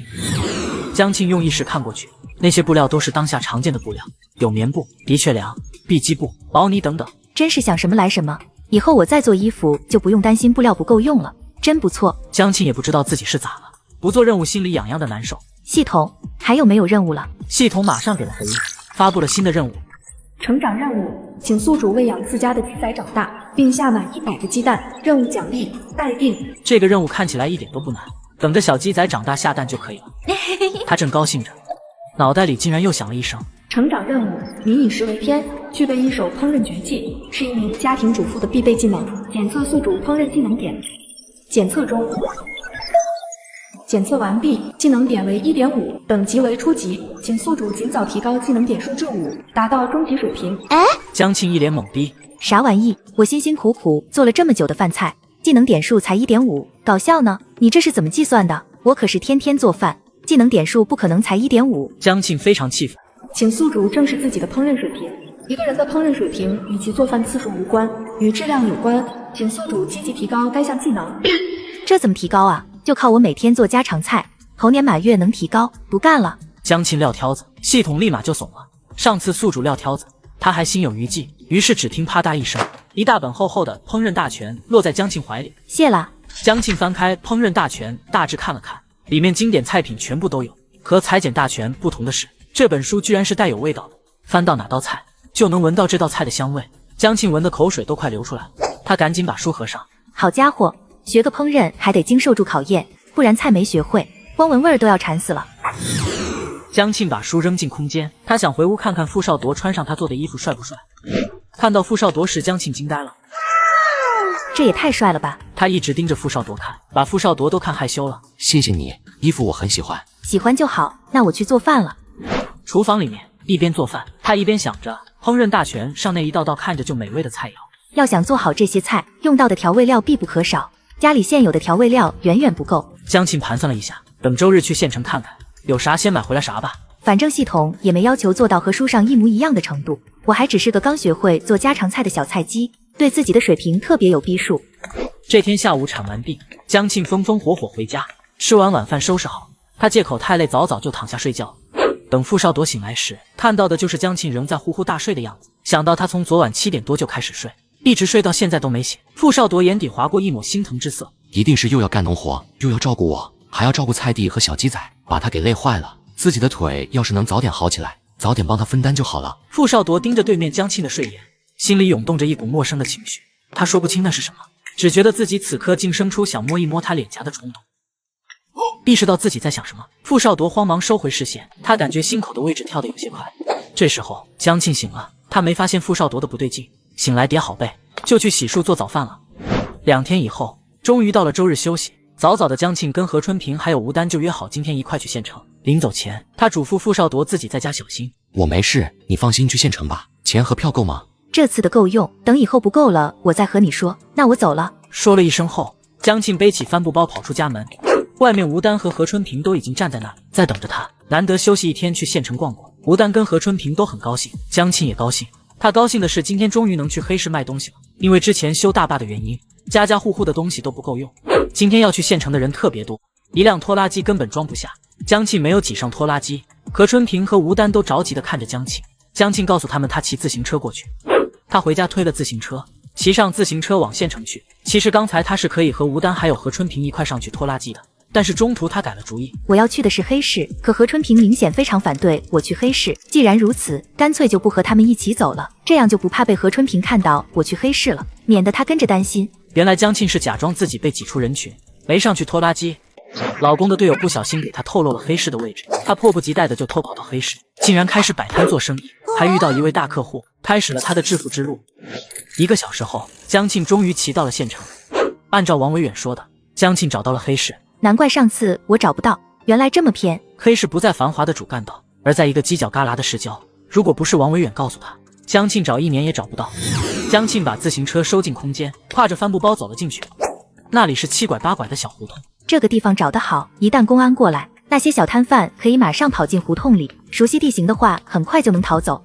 江庆在黑市里来来回回逛了一圈，发现卖粮食的大部分都是粗粮、玉米面、高粱面啥的，还有卖红薯当粮食的，1块钱能买1麻袋红薯。卖大米和小麦的很少很少，并且大米竟然卖3毛钱1斤，不要票。粮站的大米才卖1毛7，但是要同等斤数的粮票，而且还是定量的，不能多买。供销社普通的棉布要3毛5分钱1尺，稍好的绣花棉布更贵一些，要4毛5分钱1尺。的确，粮是这个年代最时髦的布料，就更贵了，1尺要1.5元，另外还需要相应的布票。江庆盘算了下，我的布料都是没有成本的，但是也不能卖太便宜，否则扰乱黑市的物价，容易被其他摊贩排挤，那样后续买卖就不好干了。综合考虑，他给普通棉布定价5毛，给绣花棉布定价6毛。考察完毕，江庆开始摆摊。他把布铺在地上，然后从空间里把大米、白面和布料摆在上面，一个小小的摊位就成型了。当然，他做这些的时候是背着其他人的，以防被人看出不对劲来。摊位刚摆上没多大一会儿，就来了一个大妈，年纪约莫50左右，一看就是很体面的人，家里情况应该不错。大妈拎着个袋子，在各个摊位前都会扫上2眼，但没停下来买东西，一直走到江庆的摊位前，他才站住了。小同志，大米怎么卖？大米3毛钱1斤。你有多少斤大米？江庆在摊位上只摆了几斤大米，就是摆在那里告诉大家这里有大米卖。你想要多少？10斤？3毛钱1斤的大米，买10斤就是3块钱，不便宜了。哪知大妈摇摇头，低声地说：“我要100斤，你有吗？”没想到竟是个大客户，有的，有的。大妈吃了一惊，黑市上卖大米的本来就少，她好不容易找到2家卖大米的，问过后都没有这么多大米。在江庆这里也只是试探性的问一下，没想到竟然问着了。不过他看了看摊位后面，没看到装大米的袋子，不由怀疑这个小姑娘。真有那么多大米吗？不是在蒙我吧？大米太重了，折腾过来不容易，我就拎来一点当样品。你要是想要，把地址告诉我，可以送上门。还能送上门？小同志，那就麻烦你帮我送到家里去，我确实拿不了。没问题的。江庆和大妈确定了送货时间和地址，大妈告诉他等大米送到了再付款。对这点江庆没有异议，换做谁也不会放心黑市里的摊贩，哪怕给定金都不敢，万一拿着钱跑了呢？找都没地方找。小同志，你可一定要来呀！我儿媳妇马上生孩子，得给她多准备点大米，月子里熬粥喝。一听对方家里有儿媳妇要生孩子，江庆立马来劲了。生孩子可不光需要大米，其他东西也需要啊。他空间里东西可多着呢。大姐，你儿媳妇生孩子，万一孩子生下来她奶水不足呢？到时候饿到孩子就不好了。我这里有奶粉，你要不要备2袋？还有肉罐头、鱼罐头、水果罐头，都可以给产妇吃。对了，鸡蛋要不要？大妈非常激动。你这里什么都有？那必须有。有没有肉卖？想要啥有啥，当然有，都是现杀的，新鲜。江庆答得毫不迟疑。大妈愣住了。小同志，你这咋啥都有呢？我还从来没在黑市碰上过这么全能的摊贩，其他摊贩都只卖1、2样，这小姑娘倒好，10样8样都有了。您别管东西怎么来的，这我肯定不能和您说，但有1样都是正规渠道，没有啥歪门邪道的，这个您放心。江庆长得白净漂亮，说话又很实诚，一番话保证下来，大妈最后一点顾虑也没有。那你这些东西都怎么卖？他都按照市价贵20%报的价，再高就有点太黑心了。江庆自己良心过不去。行，这些我都要点。一看江庆报的价格实惠不虚高，尤其有的东西有钱都没地方买。大妈放下心来，知道他不是宰人的黑心摊贩，便一口气报了一大串要买的东西和数量。东西太多，我一次性肯定送不完。这样吧，您别着急，我先送大米过去，然后再送其他的。大妈有点过意不去，这么一个小姑娘，让人家送2趟实在太辛苦。要不让我儿子去你那里取吧？不用，我一个人忙得过来。别看我瘦，力气大着呢。对了，人家卖这些东西是有风险的，肯定不能让人知道在哪。那好，那你就送过来吧。2人约定好，大妈高高兴兴地走了。江庆没着急，1个小时之后才不慌不忙地收摊离开，拎着东西走到无人的小胡同里。江庆把东西扔进空间，然后往大妈家的方向走去。大妈家在一幢红砖楼里，县城里能住上红砖楼的屈指可数，果然和我猜测的一样，这大妈家里条件非常好。走到门口，他意念一动，下一秒2袋50斤装大米出现在地上。江庆敲响房门，屋里就在江庆敲门前的10分钟，李青兰正和儿媳妇梦洁捣鼓一会儿有人上门送大米。梦洁还不太信，认为婆婆被骗了。妈，现在细粮多紧张啊，谁能一下子搞到100斤大米？就是粮站的，怕是也困难。不能，那姑娘一看就是个实诚人，不能骗我。再说她骗我干嘛呢？咱们连定金都没给人家。梦洁想一想也是这个道理，可是她还在奇怪，真有人能一口气搞到100斤大米，这得是多厉害的人。对婆婆嘴里的姑娘，她现在产生了浓厚的兴趣。这时房门被敲响了，江庆以为来开门的会是李庆兰，他们之前说好的就是这个时间。门一打开，站在后面的却是个大着肚子的孕妇。这应该就是李庆兰口中快要生产的儿媳吧？你好，我来送大米。地上2个大米袋，装着整整100斤大米。梦洁的眼睛顿时亮起来，眼巴巴地看着大米，心里高兴的不行。这下不用担心月子里没有细粮吃，不用愁了。我帮你们把大米拿进去吧。那太谢谢了，没事。大米放好，李庆兰也把钱数好，交到江庆手上，一共30块钱，你数数。3张大团结拿在手里一目了然，没啥好数的。江庆把钱揣在兜里，我回去准备其他的东西，2个小时后送过来。为了挣钱让老公过好日子，她却偷偷去摆摊做生意。第一天就遇到大客户，竟然要100袋大米，她还得送货上门。妈，你还买了啥？她刚说要再送一趟。这姑娘手里东西多着呢，我还买了不少零碎东西，之前也不知道人家能不能给送，我就没告诉你，免得空欢喜。哎，妈，你还买啥了？这会儿也没啥好瞒的。李庆兰把买的东西清单说了一遍，梦洁听完惊呆了。这么多好东西，那姑娘手里竟然都有，听起来也太不真实了。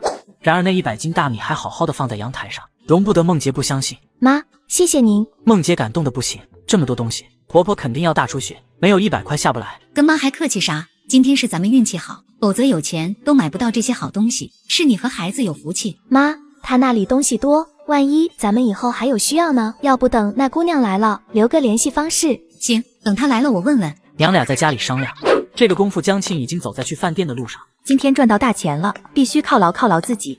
2个小时非常充裕，江庆先去饭店好好吃了顿午饭，接着又去澡堂舒舒服服的搓了个澡。他每隔1周都要去搓澡的，不然总觉得洗不干净。差不多到时间了，江庆把空间里的东西清点一番，将李庆兰要买的都放在一堆，找块布料把它们包上，等会儿方便拿出来。等他再一次站在李庆兰家门口时，意念一动，一大包吃的立马出现在地上。江庆敲门，这次来开门的是李庆兰，见到是他，李庆兰满脸笑容。来了，您要的都在这里，赶紧拿进去清点吧。这么一大包东西不好放在门口太久，这里人多眼杂的，万一被谁看到了，对李庆兰他们有影响。李庆兰招呼江庆进屋，梦洁正坐在沙发上，没去休息，一直等江庆过来。看见包袱里面的东西，她眼睛都直了，粘在上面下不来，里头都是平时很难买到的东西。麻烦您清点一下，我还有事得赶紧走，时间不早了，我不马上赶回去的话，很容易穿帮。好的，小同志，你稍微等一等。李庆兰把包袱里的东西快速过了一遍，和她之前要买的一致。清点完，她从兜里掏出钱递给江庆，一共是72块5毛，你数数，钱数对不对？江庆拿上钱，飞快的点了点，钱数没问题，把钱揣兜里。江庆转身就要走，梦洁着急了，不等李庆兰说话，小同志，能不能留个联系方式？以后我们还想找你买东西。联系方式当然是不能给的，我本来就是偷摸出来卖东西，万一被人知道我的身份会很麻烦，联系方式就不留了。不过我一般周日上午会去黑市，你们想买东西可以那个时候去找我，当然我不会每周都在，会隔1周来一次县城。李庆兰和梦洁都看出眼前这个姑娘的谨慎态度。也是，来黑市卖东西本来就担着很大的风险，一个不小心就进公安局做客，人家谨慎一点没毛病，是我们有些唐突了。行，我们有什么要买的就去黑市找你。江庆朝他们点了下头，转身走了。妈，我看这姑娘很有文化的样子，不像附近公社的，应该是从东安农场过来的。我也觉得是。小杰，你忘了公社里还有知青，他们好些都是高中生，文化程度也不低。我奶奶家的大队上有7、8个知青，虽说都是高中生，可跟刚才那姑娘的气质差远了。反正我没在知青里见过这样的。梦洁说话时，李庆兰收拾着地上包袱里的东西。哎，怎么了，妈？你看这是什么布料？梦洁仔细看了看，很是惊讶。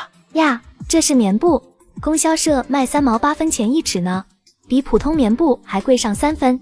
可不是，这么大一块包袱皮得有个6尺布，值2块多呢。那姑娘竟然舍得拿来当包袱皮用，看来我刚才猜的还太保守，估计她不光是东安农场的，而且得是那边大领导的家属，有可能从大城市来的，家里有啥背景的。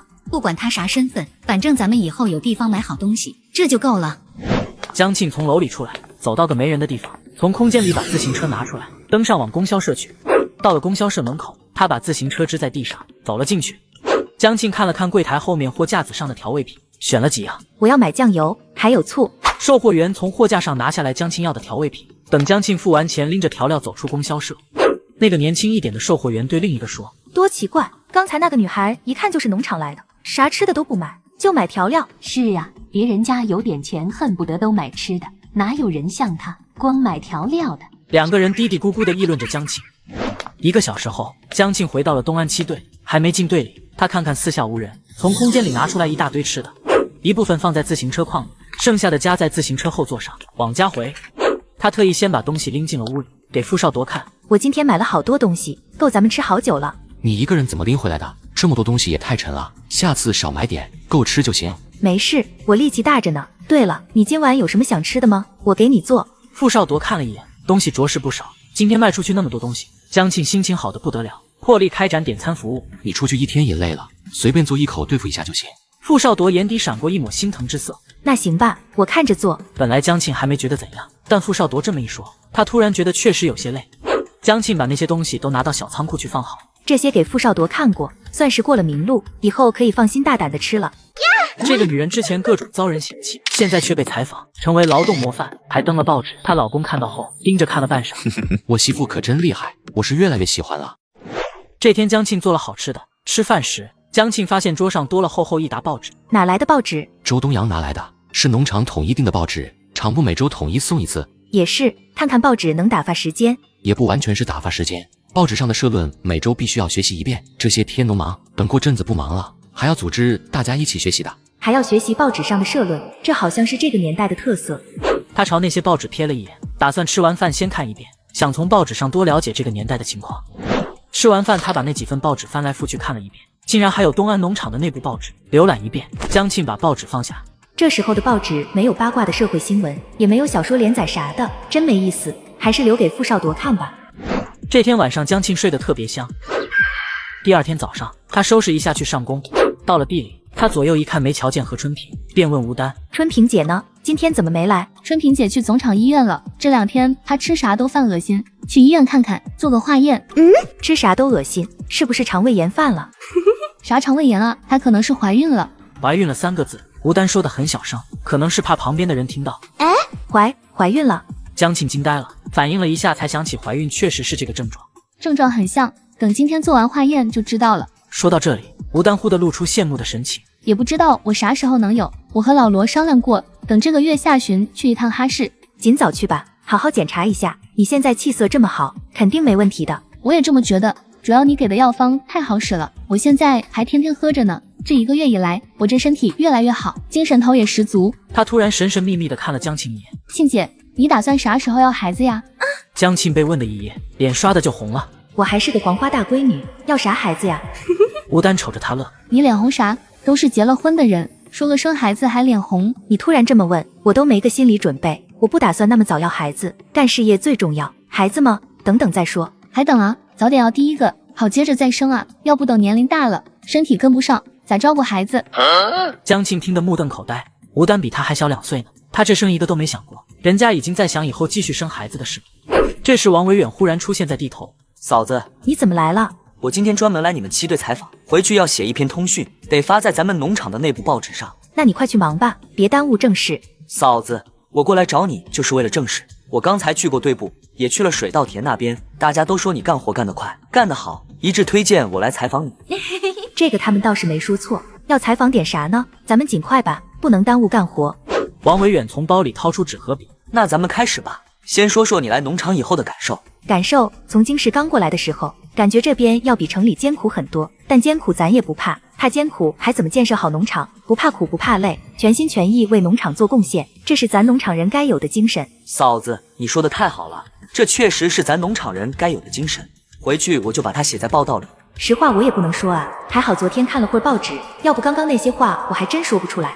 还有个问题，大家都说你干的活比队里所有女同志都多，你是怎么做到这一点的呢？那可都是强身健体丸的功效。江庆心里这么想着，嘴上却说干农活累啊，我一开始不适应，就逼着自己干，等熟悉起来后就越干越好了。我想着要是自己能多干一些，别的同志就能少干一些，咱们说的奉献不就是这样，牺牲自己为了大家。江庆说的激动，王维远听得更激动，又连问了几个问题才算结束，然后拿好相机。嫂子，咱们拍张照吧，配着文字一起登在报纸上。他往后面站了站，嘴角向两边扬起，保持一个完美的微笑。这张照片可是要登在内部报纸上，全农场的人都能看到，必须得照得好看点。咔嚓一声，照片拍好，后面王维远又让江庆拿着铁锨拍了几张劳动时的照片。等采访结束，大家一起围拢过来，问江庆刚才接受采访啥感觉。江庆简单说了2句，大家都羡慕的不行，能上农场内部报纸，可是很露脸的一件事。过了几天，周东阳来家里送报纸，喜气洋洋地把一份内部报纸放在傅少铎面前。厉害呀，你们两口子全都上报纸了。关于傅少铎和江庆的报道分别登在2个版面，一篇报道傅少铎英勇救人的事迹，一篇报道农场女职工江庆的勤劳奉献精神。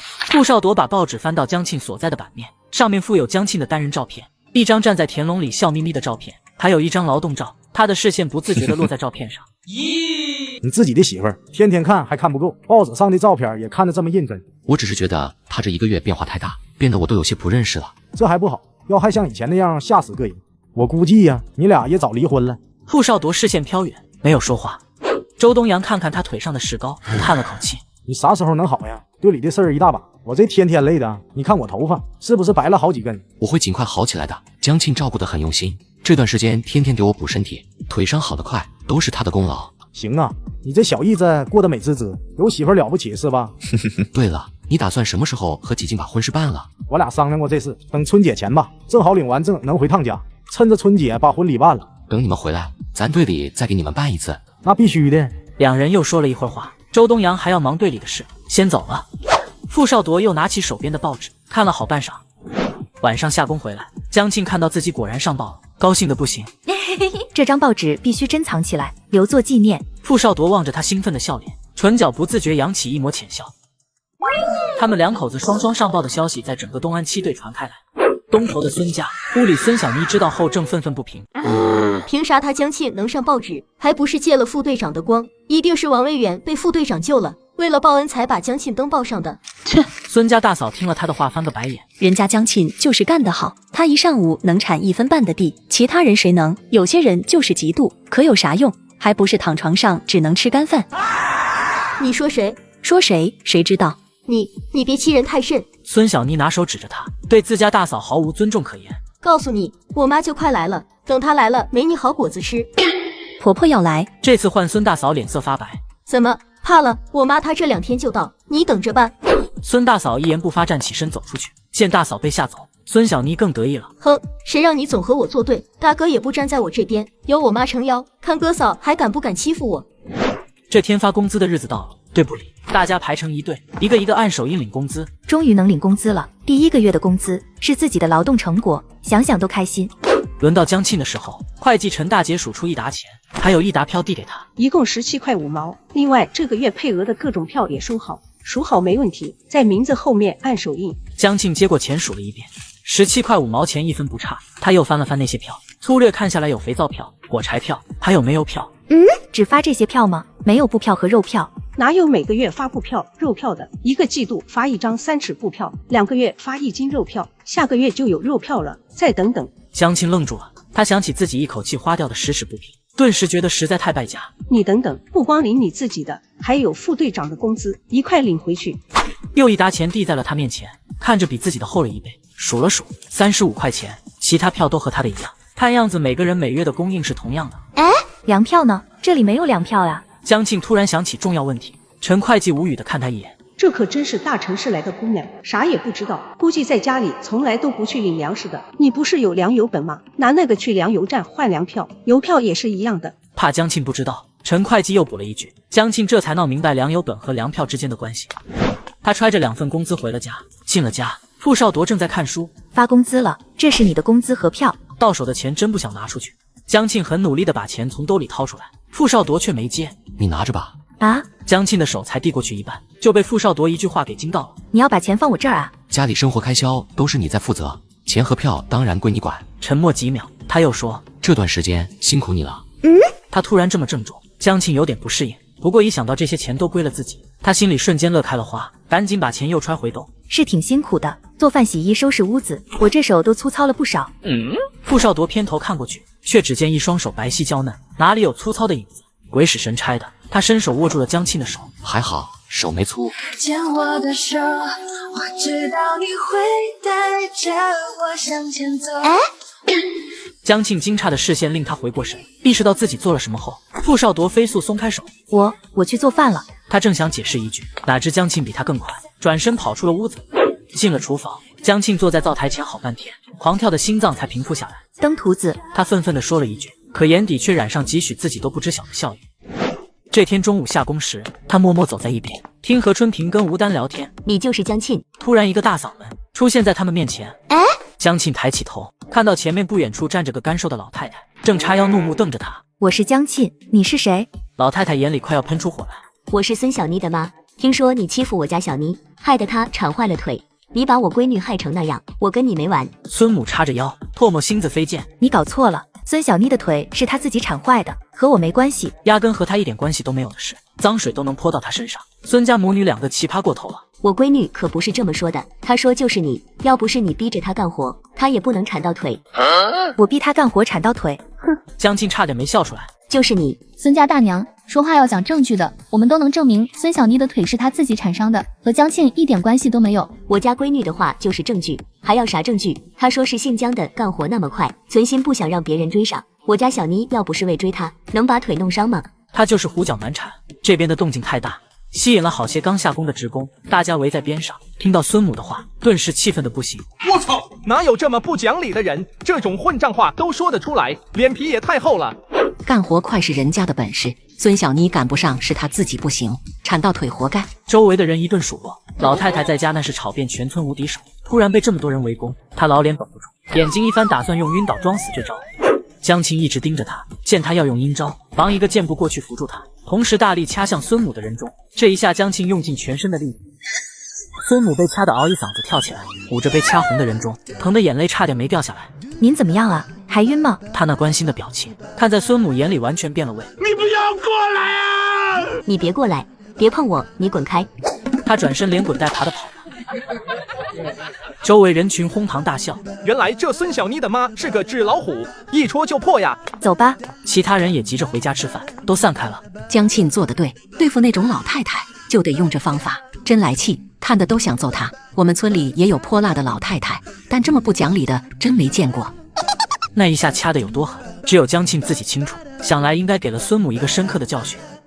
孙小妮的嫂子不仅要伺候她这个小姑子，还要天天为婆婆端茶倒水，婆婆却一口饭都不给她吃，还扬言要打死她。很快又到了一个周末，她准备找张鹏去抓鱼。这时吴丹跑过来说何春平出事了，在孙家和别人吵起来了。江沁慌张地出了门，还没到就看到一堆人围在孙小妮家院门口，里面又哭又嚎的，不知道发生了什么。只要是和孙小妮有关的事，她都不关心，她只担心何春平。你不能这么不讲理，看把人都打成啥样了。从他们话里能听出来，有人被打了。江沁顿时紧张起来，何春平还怀着孕呢，万一再打起来，他被碰到可咋办？他奋力朝人群里挤进去。人群中间，何春平站在周翠兰和孙母中间，把孙小妮的大嫂周翠兰护在身后。周翠兰脸上、胳膊上都带着伤，明显是被婆子打的。何春平在队里是负责妇女工作的，这种关系到女职工的事，他必须出面管。江沁刚从人群中挤过去，站在何春平身边。何春平在看到周翠兰被打得这么惨后，动了气。哪有你这么当婆婆的，把儿媳妇打成啥样了？打人是犯法的，你知道吗？孙母听了这话，完全不在乎。咋地？我教训儿媳妇还要你管？你算老几？她嫁进我们老孙家，就是老孙家的人，我想打就打，犯啥法了？别拿这个吓唬我，我管你啥法，也管不了我家里事。周翠兰气得呜呜哭，孙母洋洋得意，何春平被气得不轻，指着他：“你这是无知，打了人，等叔叔来了把你带走。”带走吧，让我家大壮回来看看你们是怎么对他老妈的，我一定让大壮休了这个惹事的婆娘。休了2个字一出，周翠兰顿时身子抖了下。婆婆竟然要让孙大壮和我离婚，绝对不能离婚！我一个女人家，离了婚后半辈子可咋活呀？再说还有孩子呢。可是再一看她婆婆那副得意嘴脸，周翠兰绝望了。婚不能离，可那个家回去就得让婆婆和小姑子搓磨死。周翠兰哇的一声蹲在了地上，不知道自己该何去何从，想一头撞死算了，可又舍不得孩子。你简直不可理喻！何春平还想再说什么，小腹却隐隐感到疼痛。他一下想到，可能是刚刚发火，冻到胎气了。春平姐，你咋样？看到他脸色不对劲，赶紧让旁边的人扶住他，到外面坐一会儿。可是何春平还不想走，放心不下周翠兰。行了，你去歇着缓缓，这里有我呢，我能搞定他。他低声在何春平耳边说。何春平回过头看他，眼里全是担心。江沁一个才结婚没多久的年轻姑娘，还是大城市来的，一直在家里受宠的，哪里经过这种阵仗，一会儿还不得被孙母给生吞活剥了。江沁回过身面对着孙母，看到江沁站在自己面前，孙母顿时感到人中好像又开始疼了。上次被江沁掐在人中上，回家以后她嘴唇上面都紫，好久才消下去。孙母气势顿时弱了半分。你咋来了？这是我家的事，跟你没关系，你管不着。江庆没搭理他，嘴角噙着笑，往前走了2步。你干啥？你想干啥？孙母这2句话问的底气不足，眼睛紧紧盯着江庆，就怕他突然再给自己来一下。江庆唇边的笑落了下去，脸色变得冷冰冰。你把春萍姐给气到了，她要是有个啥，一切后果你来承担。凭啥我承担？本来就是我家里的事，跟她和春萍有啥关系？我为啥不能打她？你们关起门来吵架没人管，可是现在你打了人。江庆指了指还蹲在地上的周翠兰，这么窝囊，一直蹲地上，不敢面对婆婆，难怪被欺负。打了人，问题性质就不同了，自然跟春萍姐有关系。现在是新社会，不兴旧社会那一套。就算你是婆婆，也不能随便打儿媳妇。我为啥不能打她？她是我家花了钱娶进门的，要打要骂都是我说了算。孙母这会儿气势又上来了，手插在了腰上。你的意思是，姑娘嫁到了婆家，就能被随意打骂？对，在我们村里都这样。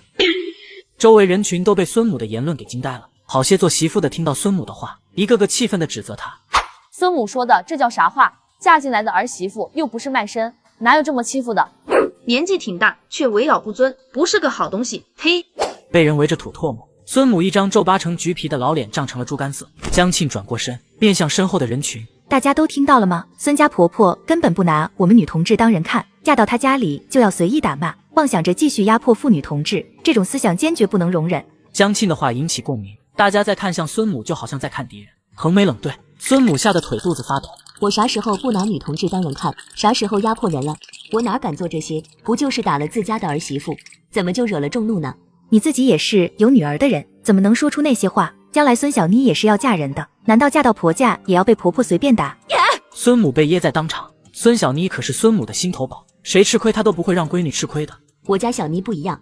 你家孙小妮怎么就不一样了？是比别人多个胳膊还是多条腿？都是一样的女同志，她咋就和其他人不同呢？难不成她要搞特殊化？孙母背对说不出话，不敢说了，再多说还不知道要被扣上啥帽子呢。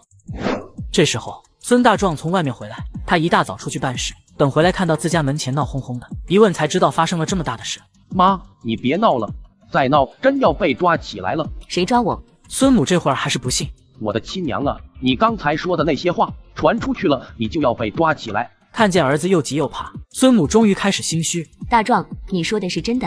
当然是真的，你快点进屋去，一句话都别说了，我明天就给你买票，赶紧回老家，带着小妮一起回去。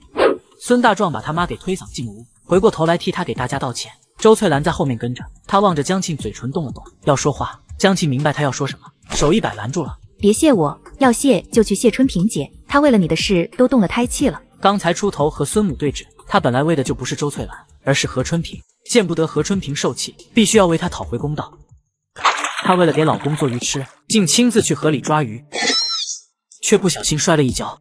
她老公看着为她抓的鱼，又感动又心疼。想吃鱼，等我腿好了去抓，你不许再去了，太危险。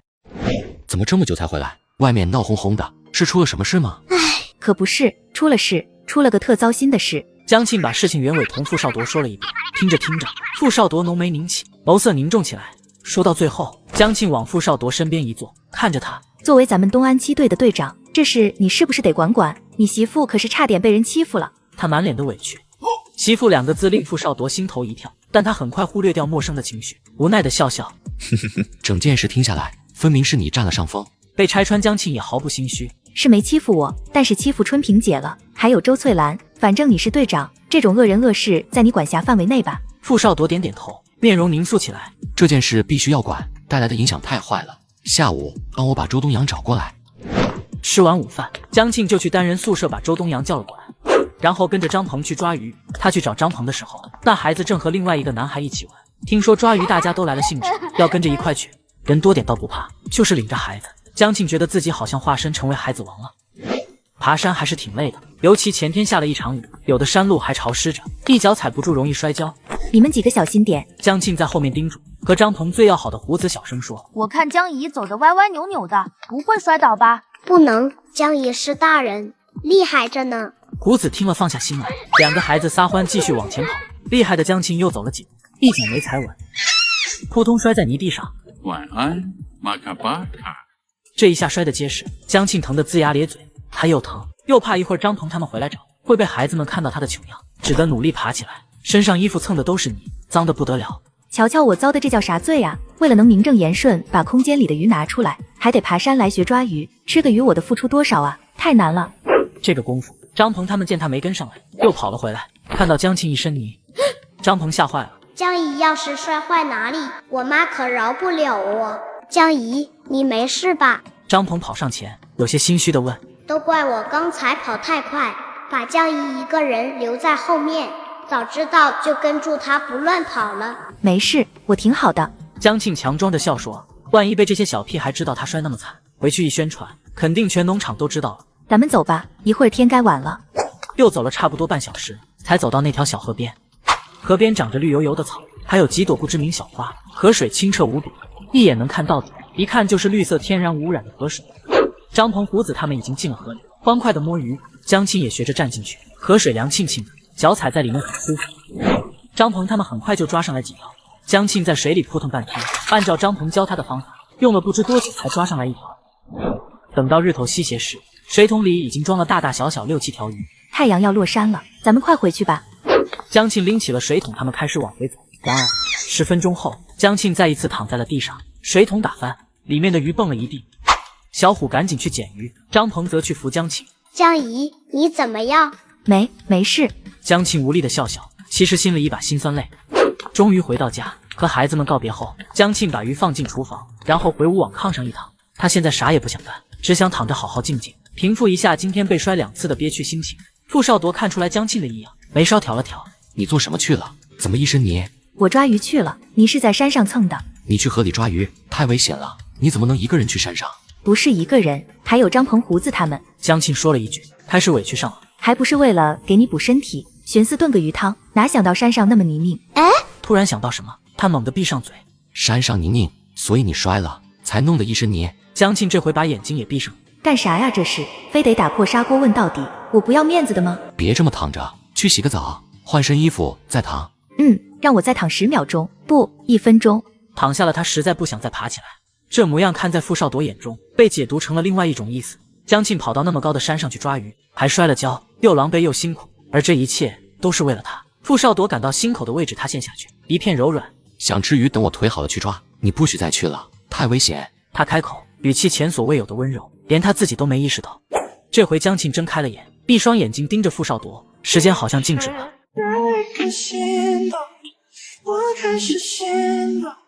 你是在担心我吗？这么直白的问话，很快他不大自在的偏开头。其实没事的，我今天学会抓鱼了，一回生二回熟，下次肯定不会摔倒了。再说我喜欢抓鱼，一定要去的，不能让傅少铎去，让他去了，以后自己还拿什么借口从空间里拿鱼？真的不用了，我自己去就行，你放心吧。看江庆坚持要再去，这回傅少铎没拦着，只是嘱咐他要小心。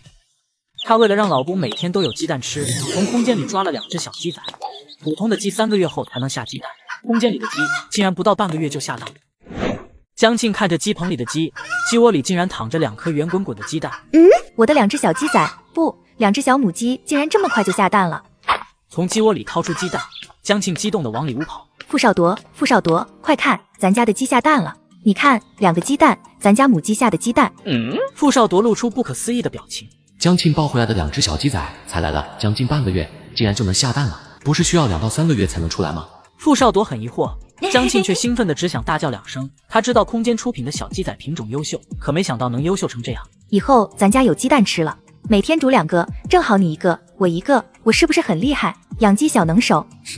很厉害，比养鸡场的养鸡能手还厉害。江庆欢欢喜喜的拿着鸡蛋进厨房了。他身后，傅少铎望着他的背影若有所思。这天下工后，队里开了场大会，作为代理队长，主持会议的是周东阳。周东阳说了本次会议的主题后，江庆才明白昨天傅少铎找他原来是为孙母的打人事件。孙小妮腿摔伤不能来，孙母只是家属，不是农场职工，没资格参会。剩下孙大壮和周翠兰坐在下面，一听到周东阳的话，2个人脸色都变得很难看。队里个别同志家里闹腾的太厉害，小姑子怂恿婆婆打儿媳，把人伤得很严重，这是非常恶劣的行径，必须要杜绝。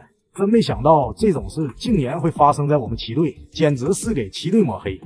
看着前面一脸正气的周东阳，江庆差点笑出声。没想到这人还能有这样正经的时候，平时真看不出来，他这个代理队长当的还挺有模有样的。如果再发生同样的事儿，队里一定会上报农场，给相关人员处分。最后一句话落下来，底下坐着的人都不约而同地看向孙大壮。孙大壮本就一张黝黑的脸，现在更黑了，但他这样子没人同情，连家里事都管不好，让老妈打媳妇，还算个男人吗？说完这件事就散会了。过了2天，江庆听说孙大壮买了火车票，连夜把孙母送走了。孙小妮又哭又闹，铁了心的不回去，最后是他一个人走的。江庆回家把这事和傅少铎说了，傅少铎手里翻着书，只嗯了一声，表示知道了。江庆坐到他身边，把他翻书的手按住。那天开会，周东阳说的那些是你让他说的吧？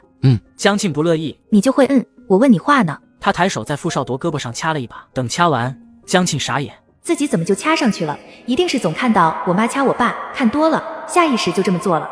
另一边，傅少铎也愣住了，胳膊上被掐的感觉在不断蔓延。其实江庆用力很小，掐的根本不疼，傅少铎也没感觉到疼。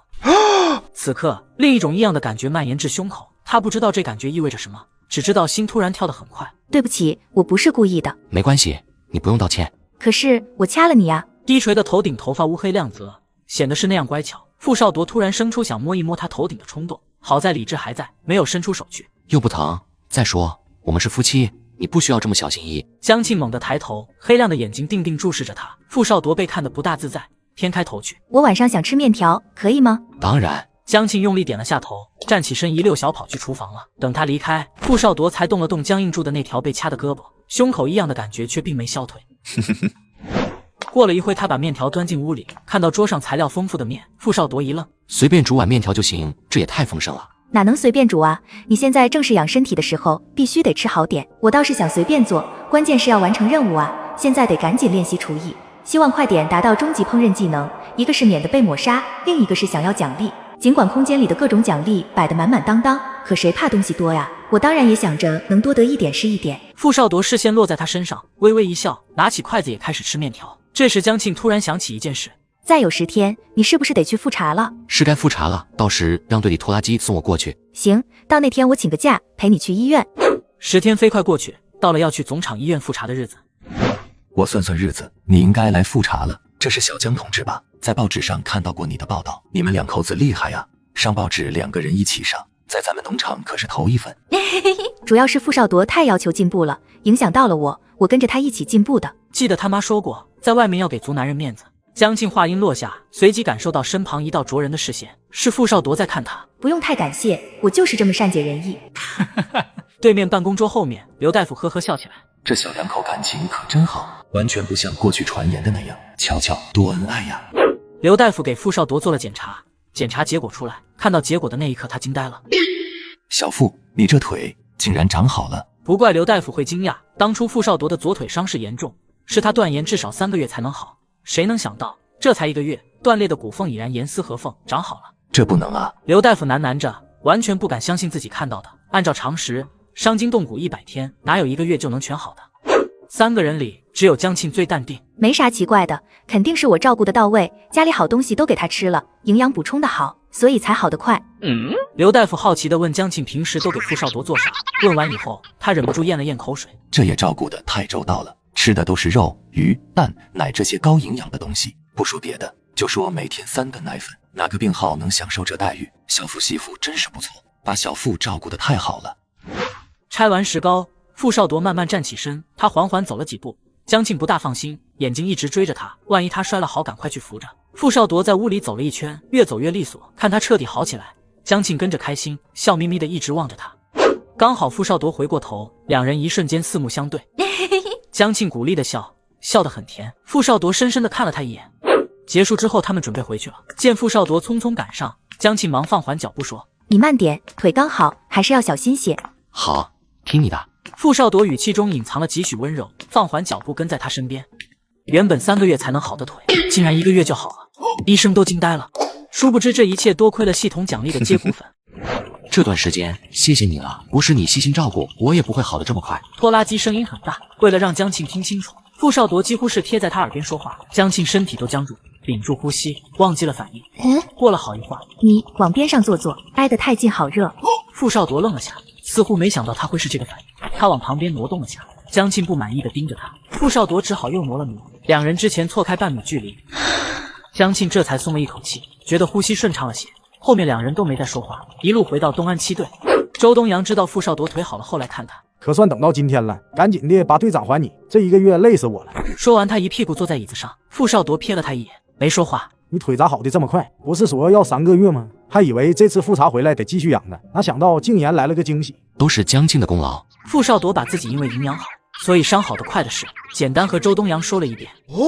周东阳都听呆了，听到最后心里有点不平衡。我太不容易了，在外面吭哧吭哧地帮你担着队长的担子，你倒好，搁家里享福，天天吃好的，换着花样的吃。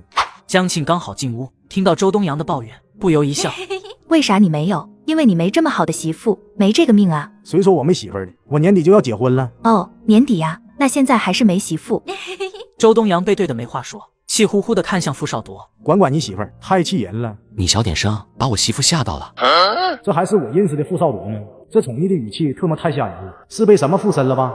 江庆站在旁边，把2人的对话听了个清楚。听到傅少铎维护自己的那句话，他瞬间脸颊发烫。我去做饭，中午想吃点啥？江庆试图转移注意力，吃啥都行。刘东阳在家里吃饭行吗？行吧，某些人有口福了。江庆说完，转身去了厨房。真难以想象，我们副队长还有这么铁汉柔情的一面。你啥时候对他这么好了？我自己媳妇难道不该好一点？咦，周东阳做了个受不了的表情。你打算好好和他过日子了？本来我们也要好好过日子的。你以前可不是这么说的，人家照顾你1个月，动心了。我说不上来，但江庆他很好。其实刚才我都是在开玩笑。你媳妇儿最近确实表现不错，大家都看在眼里，但我劝你最好还是再想想，对她到底是感激还是喜欢。2人都没发现，这时江庆正站在屋门口。傅少铎说的那叫啥话？啥叫他很好？这是在给我发好人卡吗？呵呵，没事，不生气，反正也不喜欢他。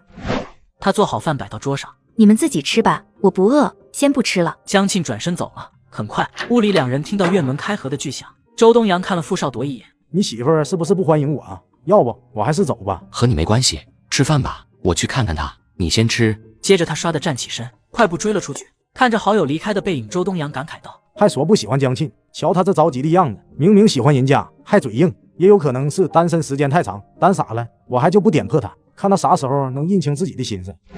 傅少铎匆忙追出门，站在院门口左右看看，却没看到江庆的身影。他选了个方向追过去。江庆从家里出来，漫无目的的往前走，嘴里还嘟囔着：臭傅少铎，臭傅少铎，竟敢给我发好人卡！江庆，一道熟悉的声音从身后传来。你怎么出来了？不是在家吃饭吗？傅少铎怎么追来了？现在一点都不想看到他。江庆，你怎么了？是不是周东阳说了什么惹你不高兴？他说话有时不着调。走，跟我回去，我帮你说他。惹到我的不是别人，是你。江庆心里这么想，嘴上却说：和他没关系，我也没不高兴。你快回去吃饭吧，我想一个人待一会儿。说完，他转身不搭理他了。身后半晌没有动静。江庆纳闷傅少铎怎么还不走，心里说不上的烦闷。他回头没好气地说：别管我，你回去。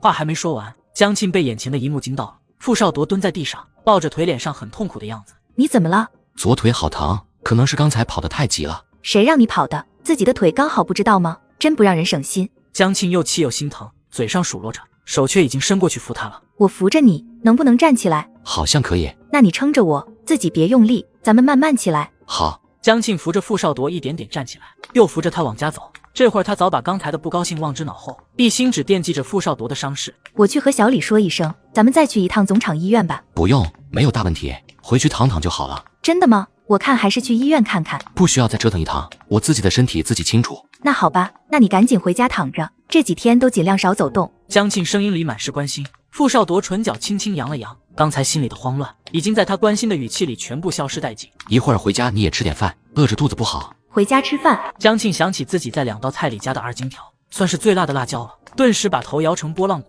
不用了，2道菜你俩吃吧，我自己再做点。2人刚到家，周东阳正趴在水缸边，拿着水瓢往嘴里猛灌水。东阳，你怎么了？周东阳大着舌头，说话含糊不清。我舌头都辣肿了。江庆强忍着不让自己笑出来，实在是这家伙的样子太好笑了。傅少铎唇角绷得紧紧，似乎也在忍着笑。你这是怎么弄的？你这菜做的太辣了，不过味道是真好，就是吃了一半，实在辣的受不了。周东阳举着瓢，说完又喝了一瓢水。后来周东阳是捂着肚子。江庆看了一眼傅少铎，没吱声。这2盘菜傅少铎是不会再吃了。周东阳这个倒霉蛋，我都不知道说啥好了。他在空间里偷吃零食，吃到肠胃炎犯了，竟然吐了老公一身。老公一点也没嫌弃，还细心照顾他。谢谢，还好有你在。江庆到了院子外面，看了看四下无人，闪身进了空间。中午没吃饭太饿了，他在空间里打开一包饼干吃起来，吃完意犹未尽，又打开肉罐头吃了个干净。这些东西下肚，江庆肚子里饱饱的，撑得他都有点难受了。等到了地里，他还在不断打嗝，嗝里都是肉罐头的味道。这时一道熟悉的身影出现在田地边，所有人惊讶地看着，他们的队长手里拎着个饭盒，正在朝地里张望。很快，他看定一个方向，向那里走过去。大家往那个方向看过去，然后齐齐露出恍然大悟的神情。原来队长是来找媳妇的呀！腿伤刚好，就跑来地里看媳妇。队长对媳妇也太宠了。中午，江庆饿着肚子去干活，傅少铎担心他饿着，就做了些吃的，拎着饭盒过来了。江庆一抬头，看见他站在面前，吃了一惊。你中午都没吃饭，我给你带些吃的。傅少铎把饭盒打开，里面的饭菜香气飘了出来。平时闻到这个味道，江庆一定很开心。可他中午在空间里吃的太多，本来就撑得不行，再被饭菜香一勾，顿时有种想吐的感觉。拿开，我不吃。江庆捂着鼻子后退一步。傅少铎迟疑地端起饭盒看了眼，自己的手艺还可以，饭菜应该没问题啊。江庆这十分拒绝的态度是怎么回事？你中午没吃饭，饿着肚子怎么干活？快把饭吃了。我不饿，不想吃。没吃饭怎么能不饿？菜里没放辣椒，不用担心。江庆无语，这不是有没有辣椒的问题，是我肚子里完全塞不进去的问题。不，大家都往咱们这边看，不想被围观，就赶紧把饭吃了。不，我喂你。反对无效。江庆接过饭盒，抱着视死如归的心情，大口吃了下去。干完活下工回家，他不得劲，胃里泛酸。江庆回来时，傅少铎已经做好了晚饭。吃饭时，饭桌上异常安静，他胃里还胀着呢，根本吃不下饭。怎么了？哪不舒服吗？江庆没看他，只摇了摇头。没事，我不想吃了，你慢慢吃吧，一会儿吃完收拾起来，我去外面走走。吃的太多，胃不舒服。江庆想着出去溜达一会儿会好受些，然而他溜达了差不多1个小时，在回家时胃里还是隐隐的不舒服，就睡觉了。半夜，剧烈的疼痛把江庆给疼醒了，胃里翻江倒海的抽痛，他疼得冒出冷汗，哼唧出声。他这边的动静把傅少铎惊醒了。你怎么了？傅少铎才刚问出这一句，江庆就扑到炕沿，冲着地上呕吐了起来。傅少铎站得近，见了他一身呕吐物。对不起，我忍不住了。江庆道歉，声音虚弱，他不敢看傅少铎的脸色，估计他被气坏了。胃不舒服？没有预想中的责怪，等来的是担忧的问话。胃疼得厉害，可能是肠胃炎犯了。你的裤子快脱下来，等我好了给你洗。傅少铎却没理他，拎了一块毛巾过来，帮他擦干净脸，又灌了个热水袋让他抱在怀里。抱着热水袋能舒服点，我出去一下，马上回来。他快速说了一句，就出了屋子。好在他很快就回来了。你去哪儿了？我去叫小李，让他把拖拉机开出来，咱们去医院。对，去医院挂个吊水，很快就能好。要是这么干躺着，那要活活痛死。傅少铎匆忙给江庆上下武装好。这时候外面响起拖拉机的声音，小李也到了。江庆只觉得身体一轻，整个人突地腾空而起。下一刻，他发现自己被傅少铎横抱了起来。本能的，江庆搂住傅少铎的脖子，保持住身体的平衡。这个姿势下，他的头窝进了他的胸前，滚热的胸口，脑袋放上去好舒服。一直到坐在拖拉机上，江庆都窝在傅少铎怀里。寂静的夜里，陌生的时空，似乎只有这个人是他最坚实的依靠。拖拉机开足马力，用最快的速度到达总厂医院。晚上医院里有值班大夫，问了症状，又做了检查，大夫确诊的确是肠胃炎。最近吃过什么？江庆还没答，傅少铎已经在旁边把他们一天的饭菜说了个清楚。都是家常的食物，没有太刺激的呀。那可能是有放坏的，你们没发现。江庆心虚，他当然知道自己是怎么回事，就是吃的太多太杂，肠胃承受不住了。可他不敢说。很快，大夫开了药，倒了温水让江庆把药吃了。大夫，我不用挂点滴，吃药就行了。你这个情况不用打点滴，点滴都是留给最严重的患者的。这会儿药是很紧张的资源，都要用在关键时刻。大夫让江庆晚上留在医院观察。傅少铎陪着江庆待在病房里，旁边没有多余的床，傅少铎只能坐在床边的椅子上。感觉怎么样了？还是疼，不过比之前好点了。再等等，药才刚吃下去，起作用还得等一会儿。江庆轻轻嗯了一声，就疲惫地闭上眼睛。本以为他要睡觉，然而过了片刻他又睁开眼。谢谢，还好有你在。说完这句，没等他的回答又闭了眼。也许是药起了作用，不知不觉睡着了。傅少铎静静看着他许久，抬手轻柔地拂开他额前垂落的碎发。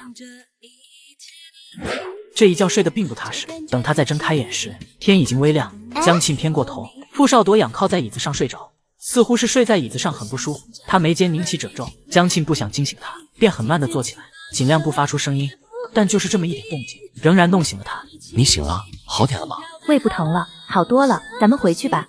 等等，再让大夫看看。不用了吧？不行，听话。最后江庆没拧过傅少铎，被他拉着又去大夫那看了下。大夫交代了一些注意事项，这些天最好喝粥，吃软和的食物，忌辛辣。傅少铎听得很认真，默默地记住大夫的嘱咐。等他们两个走出医院大门时，小李开着拖拉机等在外面。队长，嫂子没事了吧？没等傅少铎说话，江庆笑着说：“没事了，又生龙活虎了。”傅少铎看他一眼，好了，伤疤忘了疼。昨天疼成那样的，不知道是谁。这2天注意点，你身体还没完全恢复。听完，江庆感觉心里暖暖的，被老公关心的感觉真好。她肠胃炎犯了，老公直接抱起她就去医院，还细心照顾她。在这个陌生的时空，似乎只有这个人是她最坚实的依靠。看完病回到家，傅少铎去食堂给江庆打了1饭盒的粥。接过饭盒，江庆可以说是狼吞虎咽。慢一点吃，今天给你请了假，好好休息一天。江庆点点头，好的，谢谢你照顾我。这天中午，何春平和吴丹结伴来看他。怎么就病成这样？是不是昨天干活太累了？可能吧。真正的理由不能讲，江庆便顺着他们的话说：“你在家好好休息，可得把身体养好，别留下啥病根。”两人叮嘱半天，到了上工时间才走。这天傅少铎很早就下了班，进屋看了看江庆，转身去洗手做饭了。正准备下地去做饭的江庆愣住了。咦，这家伙竟然去做饭了，挺主动啊，表现不错。不过也该他做饭了，我可是整整照顾了他1个月呢。江庆又躺回到炕上。1个小时后，热腾腾的饭菜端上桌，两人坐在桌边开始吃饭。江庆刚要夹菜，你不能吃菜，只能喝粥，大夫说的。已经喝了2顿粥的江庆，嘴里没滋没味，盯着面前那盘菜，怎么这样诱人？别看了，再看你也吃不了。他欲哭无泪，明知道我不能吃，还摆在我面前，太残忍了。那是我要吃啊！啊，你好讨厌！他确定是来照顾我的，不是来气人的吧？江庆低头大口喝粥，1碗粥很快见了底。哎呀，我这身体也不好，家里的活都做不了，只能辛苦你了。一会儿刷完碗，别忘了喂鸡，收拾一下鸡食，再去看看菜地，给浇点水。晚上我想泡脚，给我烧1锅水。还有，暂时想不起来，到时再说吧。江庆的小心思他太清楚，无非是让他喝粥，喝出了脾气，这是在耍小性子呢。他也不挑明，吃完饭就收拾好桌子，去厨房刷碗。第2天，江庆爬起来去上工了。因为今天早上签到后，系统只给了平时1半的东西，江庆心疼的不行，立马就拿起铁锨要去下地。傅少铎劝不动他，只能嘱咐让他以身体为重，悠着点干活。江庆随口嗯一声，都去下地了，当然要努力点，给自己多攒些物资。江庆到了地里，大家伙全都跑过来和他打招呼，问他身体怎么样了。面对大家的关心，江庆笑着一一回应。看着江庆埋头苦干的背影，大家都被感动了。小江同志的付出和奉献，他们全记在心里。他实在是个太好的同志了。中午下工，江庆回到家就闻到屋里的香味，知道是傅少铎回来做饭。他跑到厨房里看，咱们中午吃啥呀？粥。江庆知道自己就不该问，又要喝粥了，嘴里都没味了。坐在桌边等着，等傅少铎把粥端上来，看到面前一大碗材料丰富的粥，江庆愣住了。这是？他拿勺子在粥里搅了搅，里面有南瓜，有搅碎的鸡蛋，还加了红糖。怎么那么像坐月子吃的？话一问出口，他和傅少铎四目相对，同时没了声音，对视了2秒钟。江庆猛地低下头，大口喝起粥来。只要我不尴尬，尴尬的就是别人。傅少铎很快走了出去，再回来时手也端着1碗粥。你怎么也喝粥？他发现傅少铎只是1碗平淡的白粥。我陪你。不需要，我没想你陪我。再说你那粥里什么都没有，不好喝。大米粥还不好喝，这几年伙食好多了。前几年艰难的时候，能喝上玉米面糊糊都很不容易。那你也该和我吃一样的，为啥咱俩的粥不同？你的是病号饭。哦，原来是这么一回事。江庆抬起头，展开一个绚烂的笑容。谢谢你的病号饭。等你病好了，给你做好吃的，补偿你喝了那么久的粥。这顿饭江庆吃得很舒服，先前因为喝粥导致的那点不满烟消云散。他又喝了2天粥时，总场那边传来2个好消息，一个是养鸡场的小鸡仔现在顺利出栏，整个总场都轰动了；另外一个是总场领导决定召开表彰大会，表彰傅少铎见义勇为的救人行为。表彰大会就在后天。表彰大会召开那天，他们2口子一出现在总场礼堂，立刻吸引全场所有人的目光。看，那就是7队队长傅少铎，旁边那个是他媳妇吧？肯定是他媳妇，没看人家2个挨得那么近。再说报纸上不是都登了？副队长媳妇本人更好看，比报纸上的照片好看多了。这小2口也太登对了。会场的人七嘴八舌地说着，话里话外都是对傅少铎和江庆2个的羡慕和欣赏。江庆知道傅少铎肯定是要到上面去坐的，走到前面他就打算去7队那边和其他人坐在一起。他才刚想往那边走，就被厂长给叫住了。小江同志，你也上台来，和小傅坐一块。江庆惊呆了。啥？要我坐上面，被下面那么多人看着？不用了，我坐下面挺好的。厂长却不干，非让他上了台。大会正式开始，厂长在全体职工面前表彰傅少铎不顾自身安危，舍身救人的大无畏事迹后，给他颁发了奖状，还奖励一个保温暖瓶。下面继续表彰傅少铎同志的爱人江庆同志。全场顿时传来哗声，下面分队的人不明白江庆为啥要受表彰，连江庆自己都奇怪，不是傅少铎的表彰大会吗？怎么扯到了我？大家一定很奇怪，为什么今天会把江庆同志叫到台上来？那是因为他为我们农场做出了卓越的贡献。江庆同志给的小鸡仔，让咱们农场的养鸡场鸡蛋产量将翻至少6倍，这意味着以后大家都能每天吃上一个鸡蛋，大大的改善了同志们的生活。厂长话音落下，礼堂里响起热烈的掌声，同志们发自内心的高兴，一个个兴奋的脸都红了。这么优秀的人，咋就落在了7队呢？在我们队里该多好。江庆受到表彰后，从厂长手里接过奖状以及奖励的一条毛毯。毛毯可是个好东西，下面不知多少女同志看到这个奖励羡慕的不行。江庆觉得还好，他空间里好东西太多了，不差这一条毛毯，但他脸上还是喜气洋洋的，毕竟这是他2辈子第一次受表彰后得到的奖，还是很有意义的。副队长、嫂子，你们往一起站一站，拍张照。王维远拎着相机站在台下，江庆往旁边挪进一步，他余光瞥见傅少铎也挪进一步，然而2人之间仍然有差不多半个肩膀的距离。你们2个太远了，拍出来不好看，再靠一靠。没等江庆反应，旁边傅少铎一把拉起了他的手。江庆愣了一下，随后微笑着看向镜头。王维远拿起相机，朝着台上咔嚓咔嚓拍了2张。他从来没想过自己有一天会因为养鸡这事受到表彰。就在那一刻，江庆突然觉得自己来到这个时代未必是一件坏事。第2天，东安总厂那边突然通知江庆过去一趟，我能转正了。江庆又惊又喜，你的表现突出，厂里领导开会讨论后决定破格给你转正。今年的2个转正名额有我一个。江庆同志，你为咱们农场做了这么大的贡献，你当然是最有资格转正的。如果转正的不是你，我们大家都要有意见的。不大一会儿，手续办好，江庆正式成为了东安农场的一员。也就是说，以后我每个月也能发35块钱，和傅少铎一样多了。这一刻，江庆终于对东安农场有了深刻的归属感。回到东安7队，他没回家，而是直接去队部找傅少铎。他带点小骄傲的把工作证掏出来，看这是什么？你的工作证。江庆顿时泄了气，这人怎么一点都没惊讶？你是不是早就知道我要转正？厂里通知的时候说了。厂里通知了你，怎么没告诉我？害得我一路上在想到底找我啥事。想给你个惊喜。好吧，确实挺惊喜的，可这家伙的笑咋看着那么不顺眼？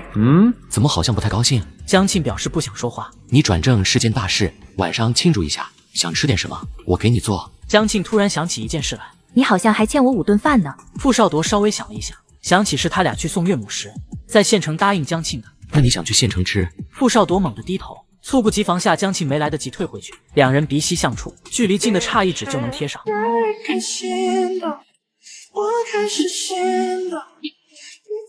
江庆反应过来后赶紧往后退，偏开头去。他偷眼看向傅少铎，发现他的脸红了，场面一度尴尬，最后还是傅少铎打破了平静。我刚才不是故意的，没看到你过来了，很抱歉。本来不吱声这事就过去了，偏偏被他这么郑重道歉，江庆立马尴尬了，感到呼吸都不畅了。记得晚上回去给我做好吃的。他说完就赶紧溜了。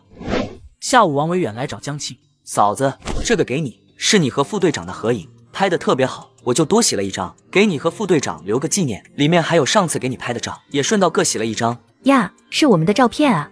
他拿起2人的合影，黑白照片上，男人极为英俊，女人娇小甜美，2人是那样登对，他们的肩膀好似挨在一起，显得很是亲密。这张照的真不错，回去我要把它贴在墙上。江庆把照片看了好几遍，我也觉得拍得好，所以洗照片的时候就多洗了一张。嫂子，你和副队长太般配了。你不知道，这张照片贴在总厂宣传栏里都引起轰动了，大家都挤过来看。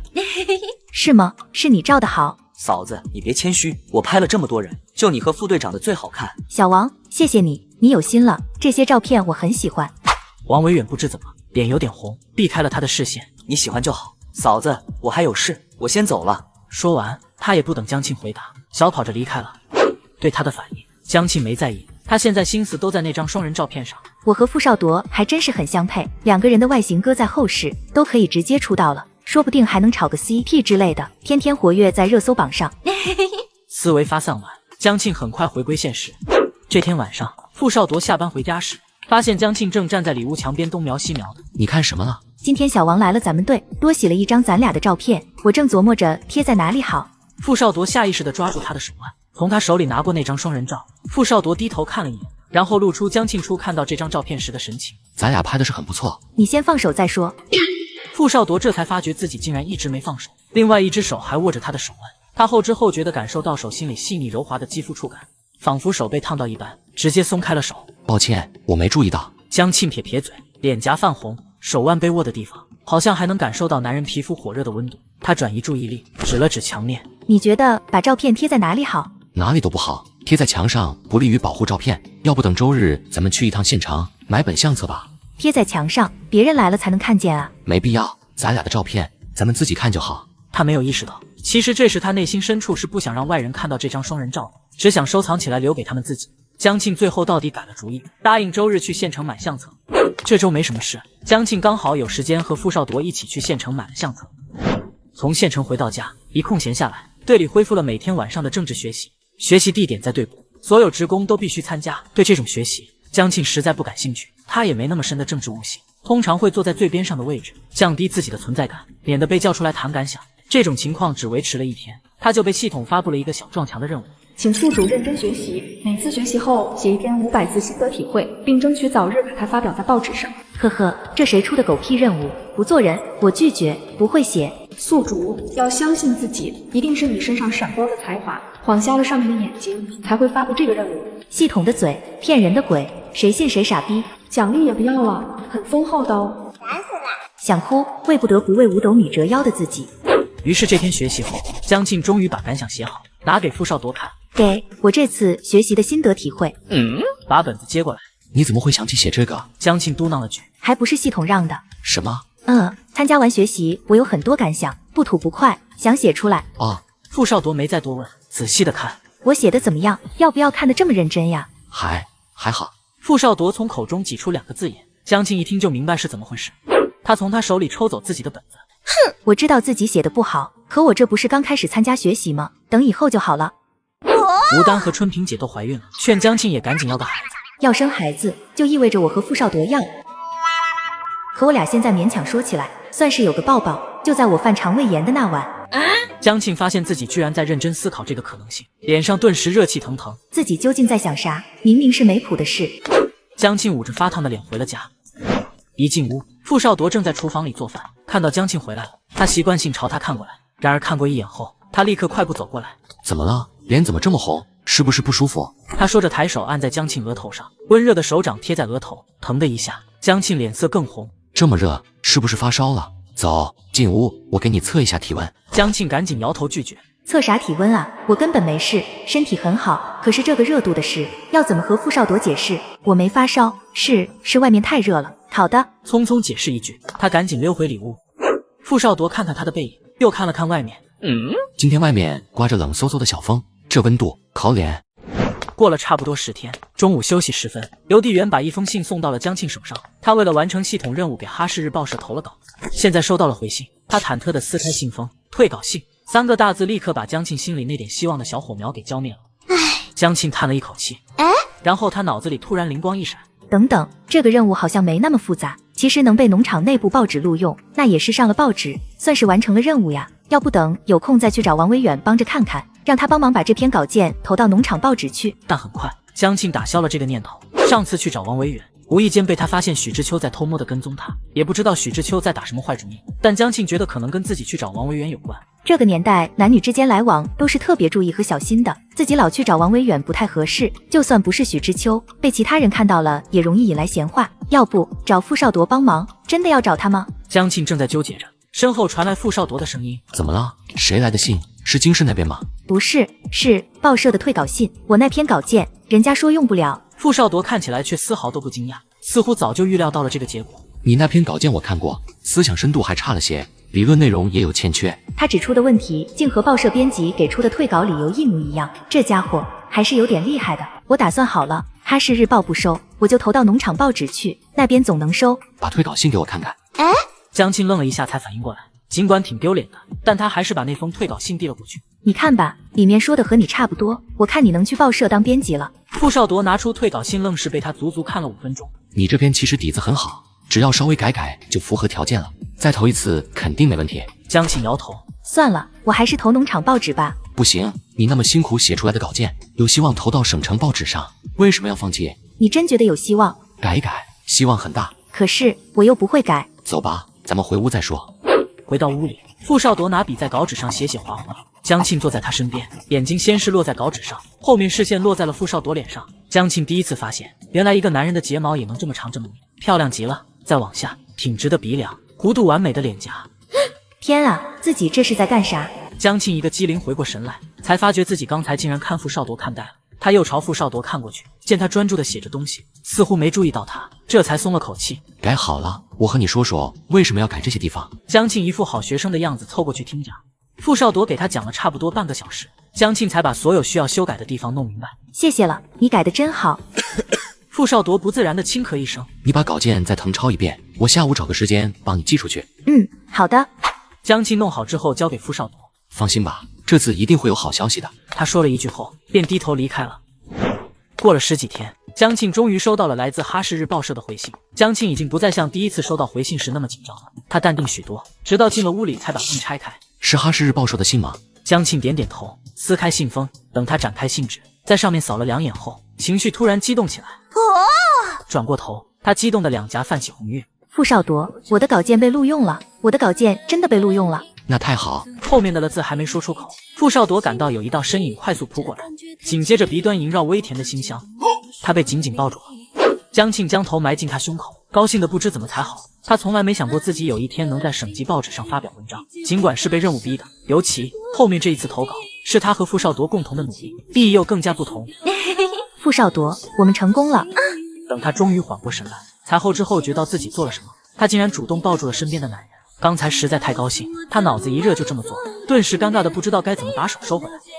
我就是太高兴。江庆边说话边不着痕迹的想要撒手，这时却被一股力道猛地撞回来。傅少铎回抱住他，胳膊牢牢箍在他的腰上，把他锁在自己的怀里。江庆感到鼻端全是他身上好闻的味道，身体热得不像话，快要喘不上气来。等春节回家，我们把婚礼办完吧。湿热的气息在耳垂，江庆晕晕乎乎的想，好像我们确实只领了证，还没来得及办婚礼。见他不说话，傅少铎手臂收紧了几分。可以吗？可以。江庆要迷醉在这股好闻的气息里。等到终于被傅少铎放开时，他捂着脸跑了出去。我们居然又抱上了，这次还是自己先动的手。江庆都不用看，就知道自己的脸上红成了什么样子。还以为傅少铎多纯情一男的，结果这男人也太撩了吧，我差点要顶不住了。又过了差不多半个月，江庆的稿子登上了哈市日报，在东安农场引起了极大的轰动。同时，江庆收到哈市日报社寄来的报纸和稿费，稿费不多，只有2块钱，但江庆已经非常开心了。当然，能拿到这笔稿费少不了傅少铎的帮助。把稿费拿回家，江庆想找傅少铎商量一下，周日去县城饭店吃一顿当庆祝了。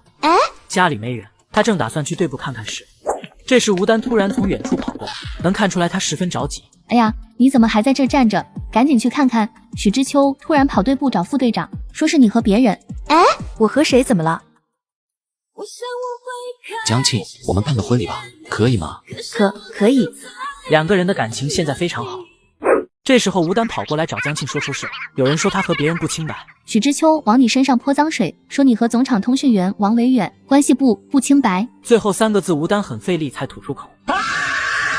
江庆顿时就炸了。他说啥？说我和王维远不清白？他放屁！我和许知秋没完。撂下这句话，江庆撒腿就往队部跑，吴丹紧跟在他后面，担心他气头上来出啥事。江庆发觉他在身后，停住脚步。你还有身孕呢，别跑急了，我先过去，不用担心，我没事。我皮实着呢，不用管我，咱们赶紧过去，别让许知秋闹开。见吴丹不肯，江庆也只好同意。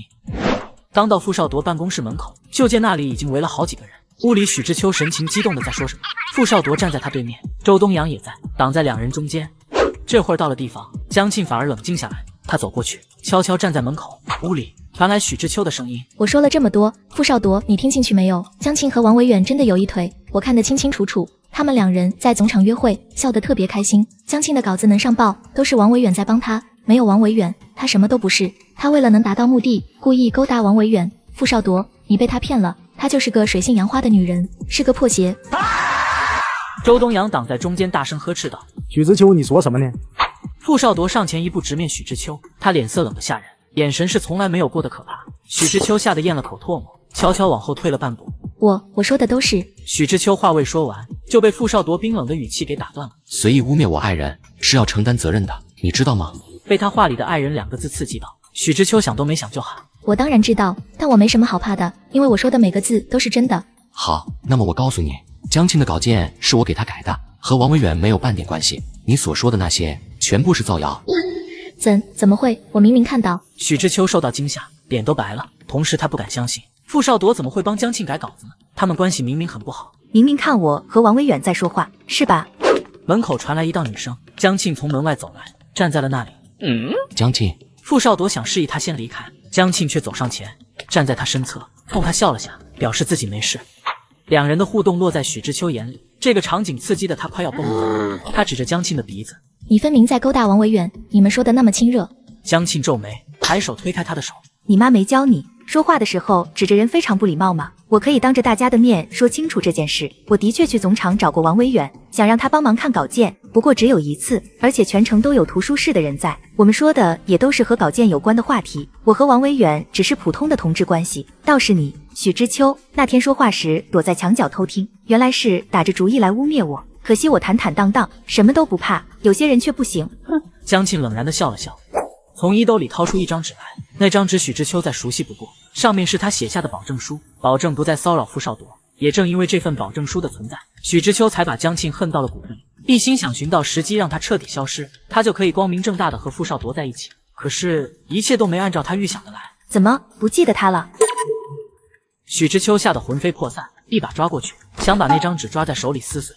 可江庆怎么会给他这种机会？我向江庆同志郑重保证，不再纠缠傅少铎同志。江庆读着纸上的内容。江庆。许知秋又惊又惧，身体抖得像筛糠。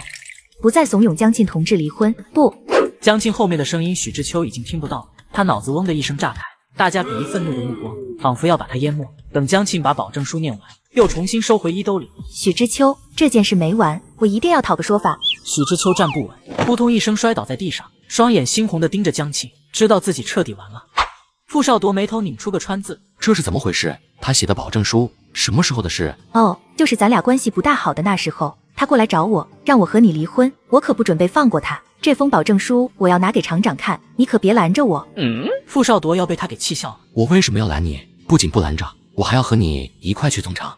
他抬手握住江庆的手腕，将他拽出了门。在他们身后，许知秋脸上血色全无，听到他们要去总厂，顿时瘫软下去。旁边没有一个人同情他，全都恨不得朝他吐唾沫。许知秋对副队长有意思，这些人都略有耳闻，但谁都没想到他竟然胆子这么大，竟然私下里来找副队长媳妇，让人家离婚给他让地方。呸！挺好一个姑娘，看不出来这么坏。傅少铎回家推了自行车，带着江庆往总厂去。他脸色很难看，一路上都没说话。江庆犹豫了半天才说话：你生气了？等了好一会儿，傅少铎依然沉默。还真生气了？你别听许知秋乱说，没有那些事。我去找王维远，还不是因为你说我的稿件不行，我就想让他帮我改改，就找过他那么1次，而且全程在图书室。后来稿件被退回来，我也没再找过他，是你帮我改的。在图书室那次，我看见许知秋了，他一直偷听我俩说话来着。当时我就想他肯定没憋啥好主意，还真被我猜中了。江庆心里暗自庆幸，还好后来自己为了避嫌，没再去找过王维远，不然可没法说清楚了。以后再和男同志打交道，得掌握好个度。还有一个原因是江庆不想让傅少铎误会自己。我生气不是因为这件事。那是因为什么？许知秋来找过你，还说离婚那些话，你从来没和我说过。江庆没想到他是因为这个生气，他忍不住笑了。我都解决好了，没必要再告诉你，让你跟着闹心。江庆，我们现在已经是夫妻了，以后还会一起度过漫长的后半生。我希望你能够信任我。一起度过后半生，希望你能够信任我。原来在傅少铎心里，我们的关系已经到了这种程度，所以不需要他解释，他就相信了江庆的清白。江庆心情现在好的不行，他需要给这种好心情一个宣泄口，有一种又想抱住他的冲动。有人污蔑他，说他和王维远不清白，她的老公坚信他是清白的，还说要和他共度余生，一起度过后半生，希望你能够信任我。原来在傅少铎心里，我们的关系已经到了这种程度。江庆心情忽地有点飞扬，猛地抱住了他，脸也贴了上去。江庆感受到宽阔的背部，觉得脸颊火辣辣的烫，可他一点都不想松手。傅少铎感觉后腰和背部都火烧火燎起来，身体僵硬的不像话。原本该让江庆拿开手，可他看看四周，附近全是农田，看不到这边。他愿意搂，那就搂一会儿吧。江庆搂着他的腰搂了一路，两个人的脸都红得不像样，只是一个前一个后。互相看不到对方。傅少铎陪着江庆把那封保证书交到厂长手里。事情办完要离开时，傅少铎被刘厂长留在办公室，江庆在外面等。过了不大一会儿，傅少铎从厂长办公室里出来。厂长把你留下干啥呀？他问这件事，咱们想小范围解决，还是在全厂通报？毕竟涉及到生活作风问题，看咱们的意见。那你怎么回答的？许知秋那样张扬，说话极其难听。要是只在小范围解决，我心头这口气可咽不下去。我说必须全厂通报。江庆怔了下，然后舒坦了，但他还是多问了一句：这种事拿到台面上说，你能接受吗？如果小范围解决，你不会承受任何舆论；可如果全厂通报，你就没办法置身事外了。没什么不能接受的，唯一接受不了的是我媳妇居然受了这么大委屈。他一双漆黑的眼睛专注地看着江庆，江庆觉得自己好像从中看到了心疼之色。心疼？他对我？江庆心脏猛地漏跳一拍，瞬间低下头，避开他的视线。走吧，回去还得上班呢。他快速转移话题，没敢看傅少铎，率先走了出去。到了家，江庆着急想回去查看一下这次完成任务的奖励。在他拿到稿费的那一刻，系统就已经提示任务完成，并发放了一堆奖励。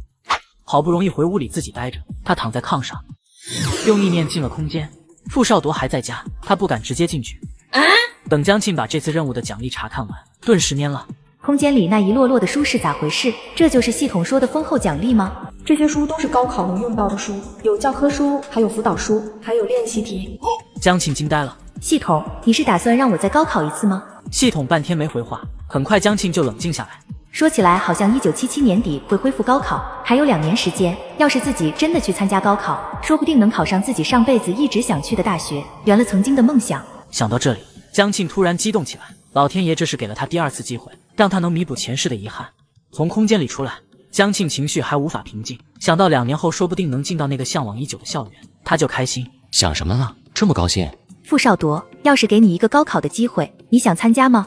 他视线飘移，不知在想些什么，但很快回过神，点了点头。如果有这种机会，当然想。怎么突然问起这个？哦，刚刚不知怎么想到这儿，就问问你。江庆装作很随意的样子，傅少铎看来是相信了，没再多问什么。过了没几天，东安农场给全厂发布了通报，通报内容是对总场小学老师许知秋的处理结果。许知秋问题严重，被东安农场开除，直接打包回家。许知秋一时间成了过街老鼠，人人喊打。得知他离开，江庆总算出了一口恶气。这时系统影响了起来，江庆用意识去查看，见空间地上堆满了鸡蛋，几千个都有了。这是啥情况？系统，这些鸡蛋不会是我的任务奖励吧？恭喜宿主答对，喂养鸡仔长大，并下满100个鸡蛋的任务在刚刚已经完成，任务奖励已发放，请查收。江庆立马乐开了花，这么多鸡蛋，够我和傅少铎吃好几年了。这份奖励我喜欢。等他回到家，看到院子里站着一位年轻姑娘。你是？江庆刚说出这2个字，就把她认了出来。这个女孩他见过，那次和傅少铎一起去图书室，陪在许知秋身边的女孩，听说是总场小学的老师周东阳的对象，叫几静。他听傅少铎说过，几静在许知秋被通报后，很快和他划清界限。可为什么几静会突然上门？对于这个许知秋曾经的朋友，江庆不得不抱着戒备心理。谁也不知道他划清界限究竟是出于本心，还是为了自保不得不做。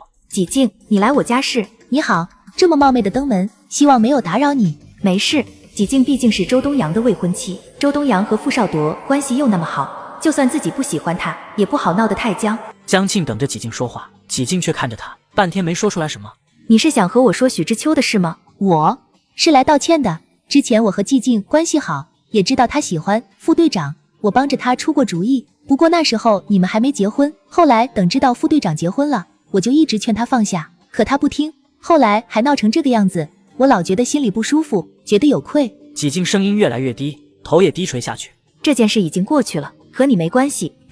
几静猛地抬头看着他，你的意思是原谅我了？无所谓原谅不原谅，许知秋的事本来和你也没关系，你没必要来道歉。可我过去毕竟是许知秋最好的朋友，谢谢你了，你能这么说，我就安心了。许知秋的事江庆不想多提，他很快换了一个话题。听说你和周东阳春节要结婚，提前祝贺你们。提到结婚的事，几静脸颊红了红。谢谢，我们打算春节回老家办，等回来再在农场办一次。挺好啊，这是好事，等到回农场给你们热热闹闹的办。说完他忽地想起来一件事，好像傅少铎也说过要在春节回京市补办婚礼，算一算离春节也没多长时间了，马上要回去办婚礼了。要真是下个月办婚礼，那怎么也该准备准备了，不然也太仓促。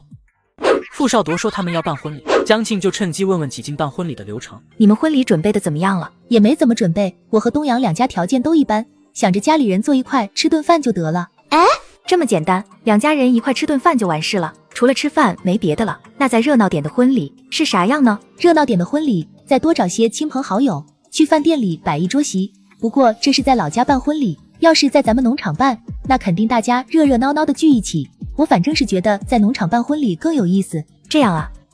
几静突然反应过来，不对呀，你不是已经结婚了，怎么还对婚礼这么好奇，仿佛没经历过的样子？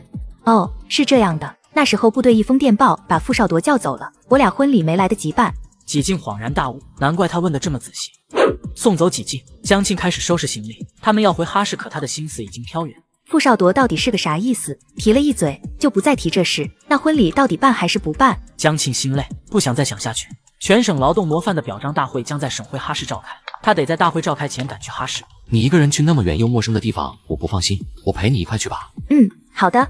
很快到了江庆要出发去哈市的日子，坐火车到哈市出了出站口，外面早就有人等着了，是省总工会的同志。这次全省劳动模范由省总工会评选并筹备表彰大会。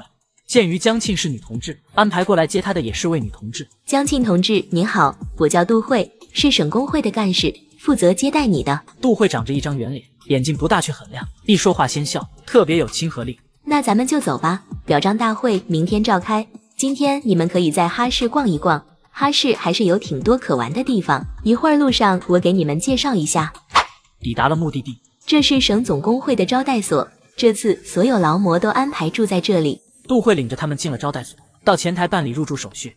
这间招待所这2天只接待参加表彰大会的人员，江庆算是来的比较早的，因此前台除了女服务员，没有其他人在。麻烦把介绍信和结婚证拿给我。这个年代住宿需要介绍信，我是知道的，这是身份证明，必须要有。可为啥还要看结婚证？再说我们也没带结婚证呀，谁出门还带那个？等等，傅少铎怎么一点都不惊讶，还从衣兜里掏出来一张介绍信和结婚证书。江庆惊讶的话都说不出来。1分钟后，他把一串钥匙递给他们。302号房间，午饭和晚饭都在招待所的食堂吃，你们好好休息，我就不打扰了。明天早上7点过来接你们。傅少铎接过钥匙，在江庆还没缓过神时，杜慧冲他一笑走了。咱们上去吧，时间差不多，吃过午饭，我们还有一下午时间出去逛一逛。傅少铎拎起行李带要上楼。不是，你怎么会带着结婚证？还有，咱俩住一间房不合适吧？咱俩是夫妻，出门住宿肯定要带结婚证的。你要是不想住一间房，我们去前台问问，能不能再开一间。江庆麻溜去前台问了，但前台女服务员很抱歉地告诉他，这次参会人员很多，他这边当初报的就是一间房，实在腾不出其他房间了。江同志，那不是您爱人吗？他没法解释，解释了也没人信。最后江庆还是跟在傅少铎身后去了房间，好在他们住的是个标准间，里面有2张床，间隔还算远，这样就和在家里睡炕没啥区别。江庆长出一口气，放松下来，却又觉得内心深处似乎有点淡淡的失落。什么鬼？自己在想啥？好在傅少铎很快收拾完行李，招呼他去吃饭。江庆没有时间去深究太多。吃完饭，2人出了门，照着杜慧给的路线，准备去百货大楼转转。下了车，他用余光瞥了傅少铎一眼，然后低下头，不敢朝他那边看过去。倒是傅少铎先说话了：“脸怎么这么红？是不是不舒服？”江庆不用看就知道自己什么脸色，一小半是在公交车上闷的，还有一大半可能是刚才公交车上人太多太热，一会儿就好了。说完，他赶紧转移注意力：“咱们快进去吧。”这时冷不丁听到旁边一对小夫妻的谈话：“你瞧人家男人把钱都交给媳妇管，买个衣服都得和媳妇拿钱，你可好，每个月工资就交上来10块钱，剩下的都拿去贴补你家。哪有男人做那么窝囊的，身上连点钱都没有，买个东西都得和媳妇拿钱，太没面子了。”你就是找借口，什么没面子啊？就是怕我不让你补贴家里呗。这2人的话倒是提醒了江庆，自己是不是得给傅少铎些钱，也不能把他的工资都攥在手里，一点都不给他，实在说不过去。说不定傅少铎想给家里买点东西啥的。书里对傅少铎家庭情况描写的少，江庆还真不知道他家里都有什么人。系统，傅少铎家里有几口人？江庆在脑子里问。很快，系统有了回复。傅少铎家里有母亲及一个妹妹。傅少铎的父亲在他10岁时因工伤去世。江庆没想到傅少铎竟然没有父亲。给我介绍一下他家的家庭情况。傅少铎母亲病退在家，妹妹在纺织厂上班，今年22岁，单身无对象，住在家里。他他父亲因工伤意外去世，父母顶替了他父亲的岗位，进了京市第3纺织厂，一边工作一边带孩子。为了减轻母亲的重担，傅少铎从10岁开始就做饭干家务，照顾妹妹，帮着父母把家里撑起来。后来他高中毕业，父母打算提前并退，让傅少铎顶班。傅少铎不肯，报名参了军，把纺织厂的岗位让给了妹妹。听完系统介绍，江庆陷入沉默中，半晌没说话。宿主，你没事吧？我没事，我就是在想，傅少铎小时候太不容易了，才10岁就要帮着妈妈照顾家里。他想起自己小时候，10岁还是疯玩的年纪，就算他20岁，家里也不让干一点活。同样都是童年，差距太大了。她和老公来到哈市参加表彰大会，谁知招待所只剩下一个房间，她庆幸是个标准间，有2张床，又莫名的有点失落。收拾好，他们准备去百货大楼逛逛。要不你找个地方等着我，我自己上楼去逛一逛。还是我陪着你吧。我一个人没问题，百货里这么多人，我又不能被拐走。再说咱俩一起我也逛不好，还是自己逛自在些。只要你老老实实坐在这儿，别让我找不到就好。江庆赶紧找理由，这次傅少铎终于松了口，放他一个人去逛。他算了算，给何春平和吴丹2家人的，还有他家里8口人的，另外包括父母和傅山的，把所有要带的东西想好。江庆就钻进女厕所的隔间，从空间里把需要的东西拿出来，全都拎在手上。从隔间里出来，江庆2只手腕坠得都快要断掉了。他拎着大包小包往傅少铎那边走，还没等江庆走到，傅少铎已经先看到了他，大步迎了上来。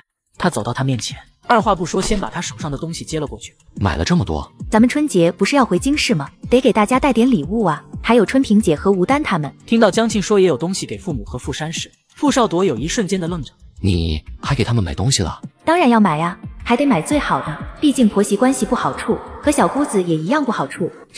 谢谢。这有啥可谢的？是我应该买的。再说你家里人少，我家人多，算来算去还是你吃亏了。直白的话语令傅少铎忍不住笑了出来。礼物的多少以及贵重他压根不会在意，他在意的只有他的这份心意。2人满载而归，回到省总工会的招待所。吃完晚饭，回到房间，江庆拿了洗脸架上的脸盆，打算去浴室洗个澡。40分钟后，江庆从浴室回来，进了屋。洗过澡的江庆，白皙的脸蛋被潮湿水汽熏得红扑扑。从傅少铎身边走过时，一阵女孩身上特有的淡淡腥甜的香气飘散开。傅少铎只看了他一眼，就立刻移开视线，快步离开了。等他走后，江庆钻进被窝，舒舒服服地躺下。招待所的床铺好软啊，比炕要软和得多。要是能一直睡在这样的床上，该多好！省总工会招待所的条件真不赖。思绪飘散开，江庆又想起傅少铎家里的情况。按理说这些都是很重要的事，应该在原身的信息里能找到，可是偏偏没有。这说明了什么？说明原身一心想嫁傅少铎，却对他的家庭毫不关心，多么自私的一个人。江庆有点心疼傅少铎，为了报恩娶了这样一个女人。还好我穿过来了。这么想着，江庆打了个哈欠，把被子拉过头顶遮住光亮，没多大会儿就睡着了。等傅少铎洗完澡回来时，屋里一片寂静，只有从江庆床上传来略重的呼吸声。傅少铎走到自己床边时，看到对面床上江庆整张脸都蒙在被子里，他皱了皱眉，走了过去，把被头轻轻掀开。由于在被子下闷了好一会儿，江庆的脸颊晕开2团红晕，一股莫名的热度滚上傅少铎的身体。傅少铎凝目注视着他，许久后缓缓抬手欲触上他光洁的脸颊。就在手指要落上的时候，他仿佛触电般猛地倾斜，倏然间收回手。又过了一会儿，他站直身体，转身关灯回到自己的床上。第2天，全省劳动模范表彰大会正式召开。去台上领完奖状后，江庆从台上下来，走出人群，远远的看到傅少铎还有一个年轻姑娘正在和他说话。傅少铎只是在听，那个姑娘不停地说，脸上还带着笑。看到这一幕，江庆刚刚的好心情瞬间消失，心里有些不舒服。他快步走上前，一把挽住傅少铎的胳膊，冲着那年轻姑娘笑了笑。少铎，这位是谁？给我介绍介绍。他故意语气亲密，对面的姑娘笑容沉下去，脸色黯然。傅少铎看了江庆一眼，任他挽着胳膊。这是周东阳的老乡，在公社下乡，我们曾见过一面。这是我爱人江庆。对面的姑娘脸色更难看了，她尴尬的点头。谁能不知道今天的劳模吗？我还有事，就不打扰了。说完没等回应，他就落荒而逃。江庆立马松开傅少铎，没好气的翻个白眼。出门在外的真不省心。你在说我吗？哼，说谁谁知道。走吧。这天下午还有一下午的空闲时间，想不想去看看哈市非常有异域风情的中央大街？闲着也是闲着，江庆答应下来。将近2000米的街道，2人逛了一下午。到了晚饭时间，傅少铎问他，今晚别回去吃了，好不容易来一趟哈市，我带你去国营饭店尝尝这里的特色。两人在中央大街附近找了一家国营老字号饭店，江庆把钱和票给了傅少铎，让他去点菜。过了好一会儿，傅少铎才回来。我点了1盘锅包肉，1盘酱骨头，2碗米饭。哇塞，都是荤菜，我喜欢。视线扫过对面，他看到傅少铎手里攥着找回来的零钱，没等他给他，江庆先开口：“我有个事想和你说，以后你的工资不用都给我，你自己拿1半吧。”傅少铎向他看过来，江庆看懂了他在问为什么。那是你的工资，不能都给我，你也有花钱的地方，比方你想给自己买点东西，给家里人寄点钱什么的。江庆也是受昨天遇到的那对小情侣的启发，才想到万一傅少铎需要给家里寄钱呢。我不需要给家里寄钱，妈有退休金，小山有工资，家里钱够花，我自己也没什么可买的，你都帮我准备好了。那要不以后每个月给你10块钱零花，就这么说定了，你不能不要。江庆做了个自认为有点凶的表情，殊不知他瞪眼进鼻子的模样，非但不凶，反而带了点憨憨的可爱。傅少铎专注地看了他几秒，之后忍不住笑了。好，你说怎样就怎样吧。就这么说定了，每个月给你10块，剩下的除了生活必须外，我都攒起来，以后有用。有什么用？家里头用钱的地方多着呢，当然有用。再过6、7年，形势变好，可以用这笔钱做买卖。现在没法告诉傅少铎，先把钱存好，等以后他自然就知道了。她和老公之前感情不好，只因原主天天撒泼打骂，闹着要离婚。后来打工女穿过来，对老公温柔体贴，两人感情升温。老公提出来要补办一场婚礼。对了，我托人帮忙看了黄历，正月初8那天是个好日子，婚礼在那天办怎么样？你有其他想法吗？前段时间他还在想，傅少铎说办婚礼是不是随口一说，没想到他是认真的，还找人看了日子。好啊，就那天吧。行，那我写信回去，告诉妈那天办婚礼，你也给家里写封信吧，告诉岳父岳母。等等，咱们现在才写信，回去能来得及吗？离春节没有几天了。我之前已经写过信了。啊？我把办婚礼的事和妈说了，让她提前准备，还有结婚需要买的东西，我让京师的同学帮着借些票，等咱们回去买。江庆忽地站住了，他看着傅少铎，我真没想到在纠结是否真的办婚礼时，傅少铎已经在背后默默做了这么多事。这天晚上两人早早就睡了，因为明天要早起赶火车，行李袋比来时塞的还要满。要是能放回空间，等到家再拿出来多好，可惜不行。又是1天1夜火车的颠簸，他们终于抵达县城火车站。队里知道他们今天的火车，派了拖拉机过来接。队长，嫂子。坐在拖拉机车厢里，江庆感慨，终于回来了，这几天好漫长啊。这趟出门坐火车觉得累吗？江庆先是点了下头，很快又摇头，不累，能坚持。中午时分，他们到了东安7顿，回到了家里，把要送给吴丹和春婷姐的东西收拾出来。江庆招呼傅少铎让他给送过去，这会儿他累得一根手指头都不想动，能使唤他干的，他就不想干了。傅少铎没说什么，拎着他分出来的2兜东西走了。江庆全身乏力，等他一离开就躺在了炕上。等了一小会儿，他听到外面开门的声音，傅少铎送完东西回来了。进了屋，看到江庆已经躺在炕上。我去队部看看，你睡一觉吧，晚饭也别做了，剩下的菜够吃。你不休息一会儿，刚回来就要去队部。躲我走了这么多天，肯定一堆事，得赶紧去一趟。你睡吧。说完，他转身走了。江庆盯着他离开的方向看了片刻，又重新闭上了眼睛。这回他很快睡着了。等江庆再醒过来时，屋里已经点亮了煤油灯。傅少铎正挨在灯下看书。醒了，饿吧？起来吃饭，我把饭菜都放在锅里温着，马上就能吃。他说着起身去了厨房。这天晚上吃完饭，江庆拿出一个笔记本，坐到了桌子边。傅少铎坐在对面，还在看着先前那本书。你在写什么？我在算咱们办婚礼需要做什么菜，到时候食材我来买，我下厨可以不？婚礼酒席上的菜肯定要比平时家里吃的好许多，到时候自己可以打着买材料的名义，从空间里多拿些好食材出来，照着烹饪大全来做。婚礼酒席至少10道菜，你一个人能做得过来吗？能做得过来，你相信我。再说很多准备工作我可以提前做，不会耽误正事的。那样你太累了。不会的，我就想自己做，想给家里人好好露一手，让大家尝尝我的手艺。江庆满脸期待地看着他，傅少铎最后点了点头。好吧，不过到时忙不过来一定要告诉我，我帮你。事情确定下来，江庆动力更足，准备菜品他用了2天的时间，好不容易才把名单定下来。离春节越来越近，傅少铎买好了票，他们准备小年那天出发。从东安农场到京市需要坐3天火车，江庆想想就觉得累，可惜这会儿坐不上飞机，不然2、3个小时就到了。到了小年那天，江庆和傅少铎坐上了前往京市的火车。江庆还是坐在靠窗的位置，心情极度不美丽。坐3天火车，身上一把骨头都要晃碎了。怎么了？要回家了？不高兴吗？没不高兴，我开心得很。傅少铎不再说话，他知道继续问江庆也不会说实话，他的心思很好猜，因为都在脸上。看一眼就知道。看着窗外的景象，江庆不仅开心不起来，还有些紧张。回到京市，意味着她必须要面对婆婆和小姑子，还有原生的爸妈和3个哥哥3个嫂子。只要想一想，她就觉得头要炸开了。系统，给我说说我家里人吧。江庆看似在看窗外景色，实际上在脑子里问系统。系统直接在他脑子里弹出窗口，上面有江家家庭成员的介绍。江父名叫江丽，是京市红星机械厂的高级工程师，为人平和，在家里不管事都听詹玉敏的。江母詹玉敏，京市人民医院心内科主任，精明要强，独宠小女儿。大哥江德伟和大嫂于敏佳是大学同学，毕业后分配到教育部上班。二哥江德恒是农科院的研究员，二嫂葛明丽在新华书店当经理。三哥江德亮学习不大好，没考上大学，江丽托人把大儿子弄进了红星机械厂，是车间的钳工。三嫂魏彤是京市第2纺织厂的车间工。由于詹玉敏常年且过于明显的偏心小女儿，3个哥哥也受她影响，格外宠小妹。3对媳对江庆意见很大，极其不待见。原生命真的挺好，家人都宠着她，没让她吃过一点苦。也正是因为这样，养成她骄纵任性的性格，才会把自己给作死。要是她不是那样的性格，能跟傅少铎好好生活，后半辈子一定会顺风顺水过得很好。想到这里，江庆不愿再想下去，他有点排斥去想象若是原生还活着，和傅少铎一起生活的情景。江庆下意识朝旁边的傅少铎看过去，感受到他的视线。傅少铎转过头来，也看向了他。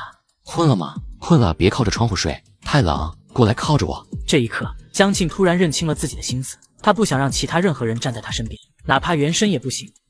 困了。江庆轻声说了一句，轻身靠在了傅少铎的肩头，内心从未像现在这样清明。他闭上眼睛，抬手揽住了他的胳膊。傅少铎瞬间僵硬住。江庆轻轻笑了下，闭上眼睛睡了过去。江庆睡了差不多1个小时，醒过来后他去了厕所。等他从厕所出来，对面过来一个年轻男人，两人正好迎面遇到。警告！警告！前方男主出现！前方男主出现！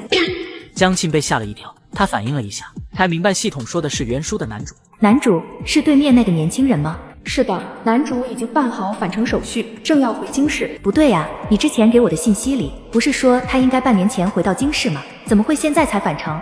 本系统刚刚查了数据，可能由于你的侵入导致部分主线剧情扭曲，造成男主回程情节滞后。那女主呢？有没有和他一块回来？女主也在这节车厢，跟着男主一起返程。也就是说男女主的返程时间都推后了。她和老公准备回家过年，感觉有老公的陪伴非常的安心，靠在他的肩膀睡了过去。等他醒来，竟然碰到了原书的男主。男主女主都在这节车厢，他们一起返程。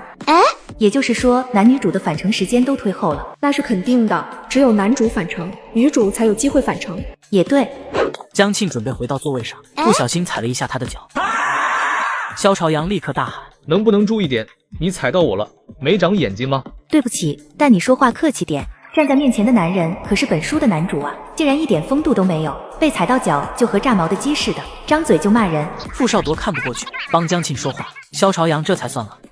系统，这个就是男主，毋庸置疑。江庆翻白眼，这个德性还能当男主，真不知道女主看上他什么。系统，把原书男女主的剧情给我说一遍。原书男主萧朝阳，女主魏晶晶。上辈子魏晶晶忍受不了乡下艰苦的生活，嫁给了当地农民张富贵，以为自己可以过上轻松的日子。不想没过几年知青大返程，魏晶晶因为结了婚没法返程，要一辈子留在农村，不到40岁就抑郁而死。所以女主是重生的。对，所以你穿过来的这本书叫做《重生70知青媳妇逆袭记》，明明白白写着女主是重生的。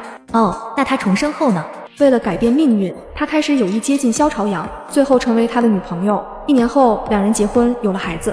改革开放后，魏晶晶靠着前世的记忆做起买卖，生意做得很大。她这辈子终于实现了上辈子临死前的愿望，拥有了成功的人生。但是刚才那些是原始剧情，现在因为你的侵入，导致很多剧情发生了变化。所以魏晶晶这次重生的时间点不再是刚下乡时，而是跟张富贵已经私下里确定关系之后。魏晶晶重生后，急于摆脱张富贵，很快和萧朝阳走在一起。原来如此，上辈子原身夹在2个人中间搞破坏，这辈子我来了，以后和他俩不会再有任何交集，各自安好吧。他稍微侧过头，看着傅少铎，这辈子我们好好过。这时魏晶晶走过来，坐在他们对面。魏晶晶看到傅少铎犯了花痴，一直盯着傅少铎看。系统，女主在犯什么花痴？魏晶晶估计也就是看2眼，毕竟男配傅少铎长得比男主帅那么多。不光长得比他帅，人也比他优秀好吗？这护犊子的语气，系统不敢吱声。在路上颠簸了3天，火车终于抵达终点站。他们一走出火车站，就看到来接站的大哥江德伟和大嫂于凤佳。小妹，一眼看到江庆，江德伟跑了过来，脸上是抑制不住的激动。江庆没法像他那么激动，毕竟在他眼里，眼前这个中年男人完全是个陌生人。大哥，怎么半年不见，和大哥都不亲了？大哥，我怎么可能和你不亲？我就是坐了太久火车，坐得头晕脑胀的，不舒服，咱们赶紧走，你回家去歇着。江庆很清楚地看到站在不远处的大嫂于凤佳翻了个白眼。走吧，他完全没有要和傅少铎打招呼的意思，就像是故意冷落他。江庆不乐意了。大哥，这是你妹夫傅少铎，打个招呼吧。大哥，江德伟这次没法再无视他，只能对他点点头，算是打过了招呼。江庆问系统，我怎么觉得江德伟不喜欢傅少铎呢？不要觉得，就是这样。当初原生吵着要嫁傅少铎的时候，反对最厉害的就是江德伟。他觉得傅少铎配不上他小妹，直到原生和傅少铎登了记，他也不肯承认。咦，怎么觉得这个当大哥的有着一颗老父亲的心，觉得自家这颗大白菜被猪给拱了？3个哥哥里，江德伟作为大哥是最宠你的，呵呵，所以大嫂看不惯。小妹，本来今天你2哥3哥也要来接你的，但他们都有事走不开。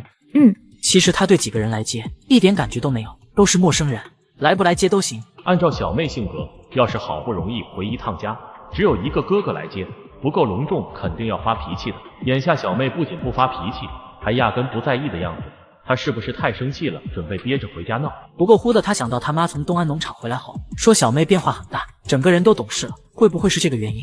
大哥，我还是先跟少铎回他家吧，等安顿好了再回去看你们。你为啥不回家？同时他带着敌意看了傅少铎一眼。我现在结婚了，先去婆家有啥问题吗？我和你大嫂特意过来接你，你就这个样子。江庆，咱们先跟大哥回去，等晚点再去我家。傅少铎出来打圆场，江庆寻思来寻思去，还是别一开始就和娘家人闹僵，即便不想去，也得硬着头皮去。那好吧，咱们回去吧。这会儿江德伟的心情并没有因为小妹同意回家而高兴，他看得清清楚楚，小妹是因为傅少铎那句话才同意回家的。现在他竟然只听那个男人的话，自家大哥说话都不好使。江德伟接过江庆手里的行李袋，拿在手里后，他板着脸指责傅少铎：这么沉的东西怎么能让小庆拿？把他累着怎么办？大哥，少铎手里好几个行李袋，他还怎么拿？这些行李里都是给你们带的东西，要不也不能这么沉。小妹居然知道给我们带东西，这孩子真是长大了，懂事了，知道关心我们了。一旁的于凤佳听说江庆给带了东西，明显吃了一惊。在农场待了半年，竟然转性了，还知道惦记着家里人了。小姑子那么抠的人，不会是带了几根苞米打发我们吧？为了今天接江庆回家，江德伟特意让部里的司机给出了一次车。看到停在前面的黑色轿车，江庆惊讶的不行。于凤佳忽的叹口气：你大哥平时基本不麻烦部里的，能不用就不用。上次你侄子生病，都是骑自行车送去的，这回为了接你，破例了，不容易啊。酸溜溜的语气，江庆一听就明白是怎么回事。不管于凤佳乐不乐意，反正车是借来了，那就坐呗。傅少铎转头朝他看过来，轻柔的笑了下。江庆也笑了笑。极其陌生的环境里，因为有傅少铎在身边，他的一颗心才逐渐安定下来。她带老公回家过年，3个哥哥一直给她老公灌酒，她老公喝醉后把她推到墙上，她闭上了眼睛。我想我会开始想念你，可是我刚刚才……走吧，上楼。妈今天请了假在家，一早就开始做饭了。家里还有谁啊？爸中午回来，不知道到家了没？那没事，大家有事就去忙，不用为了我特意跑一趟。江庆巴不得家里人越少越好。怎么能这么说？一走就是大半年，大家都盼着你能早点回来。你回来了，当然要第一时间过来看你。江庆没说话，余光瞥向于凤家。3个嫂子估计没人盼着我回来，屌家金当然是离得越远越好。进了家门，一个约莫20出头的女人迎了上来，这应该就是二嫂吧？哎呀，小妹和妹夫回来了，快进来！葛明丽招呼着大家赶紧进去，态度比于凤家热情多了。小庆见到小女儿，詹玉敏激动地跑了过来，拉住江庆的手，她上下打量一番，还好没见瘦，要不妈真是担心。你们总给我邮东西，吃得好当然不会瘦，那点东西哪够？哥以前都是给你打牙祭的。詹玉敏看向傅少铎，上次在东安农场相处几天后，詹玉敏已经完全认可了这个女婿。赶紧的，凤家和明丽帮着收拾下行李，让你小妹和妹夫去洗手，等着马上开饭。詹玉敏使唤着2个儿媳妇，大嫂于凤家不情不愿地答应一声。江庆简单参观了家里，发现自己的房间比3哥2口子的大出那么多，不由对父母偏心的程度有了更深刻的认识，偏心偏到嘎吱窝了。客厅的饭桌上，饭菜已经上齐，可以开饭了。二哥江德恒和三哥江德亮两口子也一起回来了。妹夫一表人才，和小妹坐在一起真是男才女貌，谁看了都得说一声般配。他夸得过于刻意，江庆身上起了一层鸡皮疙瘩。那是你小妹眼光好，小父可真是个好孩子。詹玉敏夸完，桌上三个儿媳妇表情各异，大嫂撇嘴，二嫂就像没听到，三嫂笑了笑。江庆悄悄把三个嫂子的表情都观察了一遍，心里对这三个人大致有了数。爸怎么还不回来？不知道咋回事，德亮你咋没和你爸一起回来？车间有台设备坏了，爸正在抢修，得晚点回来。他说让咱们先吃。你这孩子，你爸说了让咱们先吃，你咋不早说？一家人在这儿等着。江庆看着这一幕，感觉他这个三哥好像很怕詹玉敏，可能是因为詹玉敏对他太严厉了。很快詹玉敏宣布开饭，大哥拿起一瓶啤酒放在傅少铎面前。江德伟的意图太明显了，明摆着想灌醉傅少铎。兄弟三个轮番举杯，挨个给傅少铎敬酒。江庆坐在旁边越看越不对劲，要不咱们喝白酒吧？大哥，我们今天才刚回来，太累了，你们少喝点，一会儿吃完饭我们要去休息了。难得今天高兴，当然要喝。小庆，你累了就回屋睡去，我们接着喝，是吧？小付，大哥高兴，我多陪着喝几杯。江庆也没办法，便随他去了。你来我往，很快四个人喝完2斤白酒，江德伟却第一个喝趴下，去老两口的屋子里躺着。行了，都别喝了，瞧你们大哥都喝成啥样了。小庆和小付今天刚回来，让他们回屋好好歇一歇，你们也回去吧。听詹玉敏说结束，二哥三哥带跑到卫生间吐去了。其实他们早就醉了，完全是在硬挺着。江庆想去扶傅少铎，傅少铎却对着他笑了笑，表示自己没喝醉，一个人走没问题。结果他还真就一个人走回了屋子。难道真的没喝醉？可是啤酒加白酒，江家三兄弟都喝倒了，他竟然没事，这得是啥酒量呀？我去给你冲杯蜂蜜水，解解酒。说完他刚要走，却见傅少铎身子一晃，险些摔倒。江庆吓了一跳，冲过去伸手想要扶住他。傅少铎，你后面的怎么了？还没来得及出口，傅少铎一把将他按在墙上。起来！江庆去推傅少铎时，才发现他刚刚还正常的脸色，现在已经酡红一片。这会儿的他明显醉得不轻，眼神迷离。江庆，他唤他，声音从未有过的温柔。这一刻，江庆感到心脏如擂鼓般狂跳，身体瞬间酥软下去。傅少铎突然撑起身体，低头看着江庆，视线如同呼吸一般灼热。我媳妇真好看，他如呢喃般的说，然后慢慢低下头。江庆看着视野里俊朗的面孔不断放大，一颗心既羞怯又雀跃。他闭上眼，等待着预想中的那一刻。我想我会开始想念你。江庆只觉得肩头一沉，他睁开眼朝一侧看去，只见傅少铎倒在他身上，双眼紧闭，他竟然睡着了。江庆此刻心情无比复杂，呵呵，白激动了。就这，江庆把他扶到床上，离开了房间。客厅里，饭桌上的剩菜都撤了下去。二嫂葛明丽看见江庆出来，小付怎么样？没事吧？我看他还行，应该没问题。那就好。葛明丽说完，进了厨房。江庆偏头往厨房看一眼，发现厨房里三个嫂子都在，便回屋里去拿给他们带的礼物。我看小妹这次回来比以前好多了，没发脾气，也没嚷嚷农场日子苦，真是让人没想到。我本来还以为她回来要大闹一场呢。这才刚回来，能看出来啥呀？你们不知道，我和他大哥特意去火车站接人，结果人家还不想回来，要直接去婆婆家。还有这回事？不能吧？我记得当初认亲的时候，小妹压根没看上傅家人，怎么可能要去那边？是真的，我是没想到他能跟幸福的过这么久。之前不还说要离婚吗？妈还特意跑过去一趟，后来怎么不离了？不是说他又不想离了？再说妈过去就是劝他的，或许是妈给劝好了。不知道，反正他想一出是一出，以前就这样，现在还这样。爸妈就是太宠他了，事事都让着他。好像大哥不让着似的。你有病，我招你惹你了？有能耐你去对付那个脚家精呀。于凤家是没惹他，可他就是想对他。每次看到他，魏彤心里都不舒服。她丈夫江德亮是老江家3个儿子中最没出息的一个，她老觉得全家人都看不上他们两口子，觉得他和江德亮没本事。每次家庭聚会都是魏彤最难受的时候。傅少铎，你……江庆，他唤他，声音从未有过的温柔。我媳妇真好看。他闭上眼，等待着预想中的那一刻。我想我会开始想念你。江庆只觉得肩头一沉，他睁开眼朝一侧看去，只见傅少铎倒在他身上，双眼紧闭，他竟然睡着了。江庆此刻心情无比复杂，呵呵，白激动了。就这，江庆把她扶到床上，离开了房间。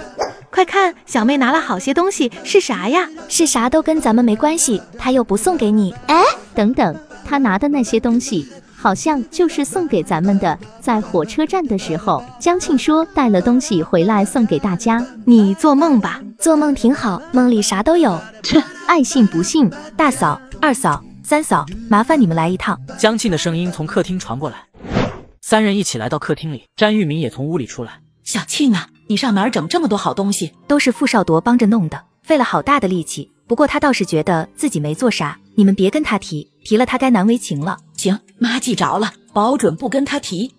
詹玉明转头看向三个儿媳妇，你们听见了吗？他们三个实在是不敢相信，小妹居然从偏僻的东安农场带回这么多好东西，还都是要给他们的。小妹，你这些事都是给咱家人的。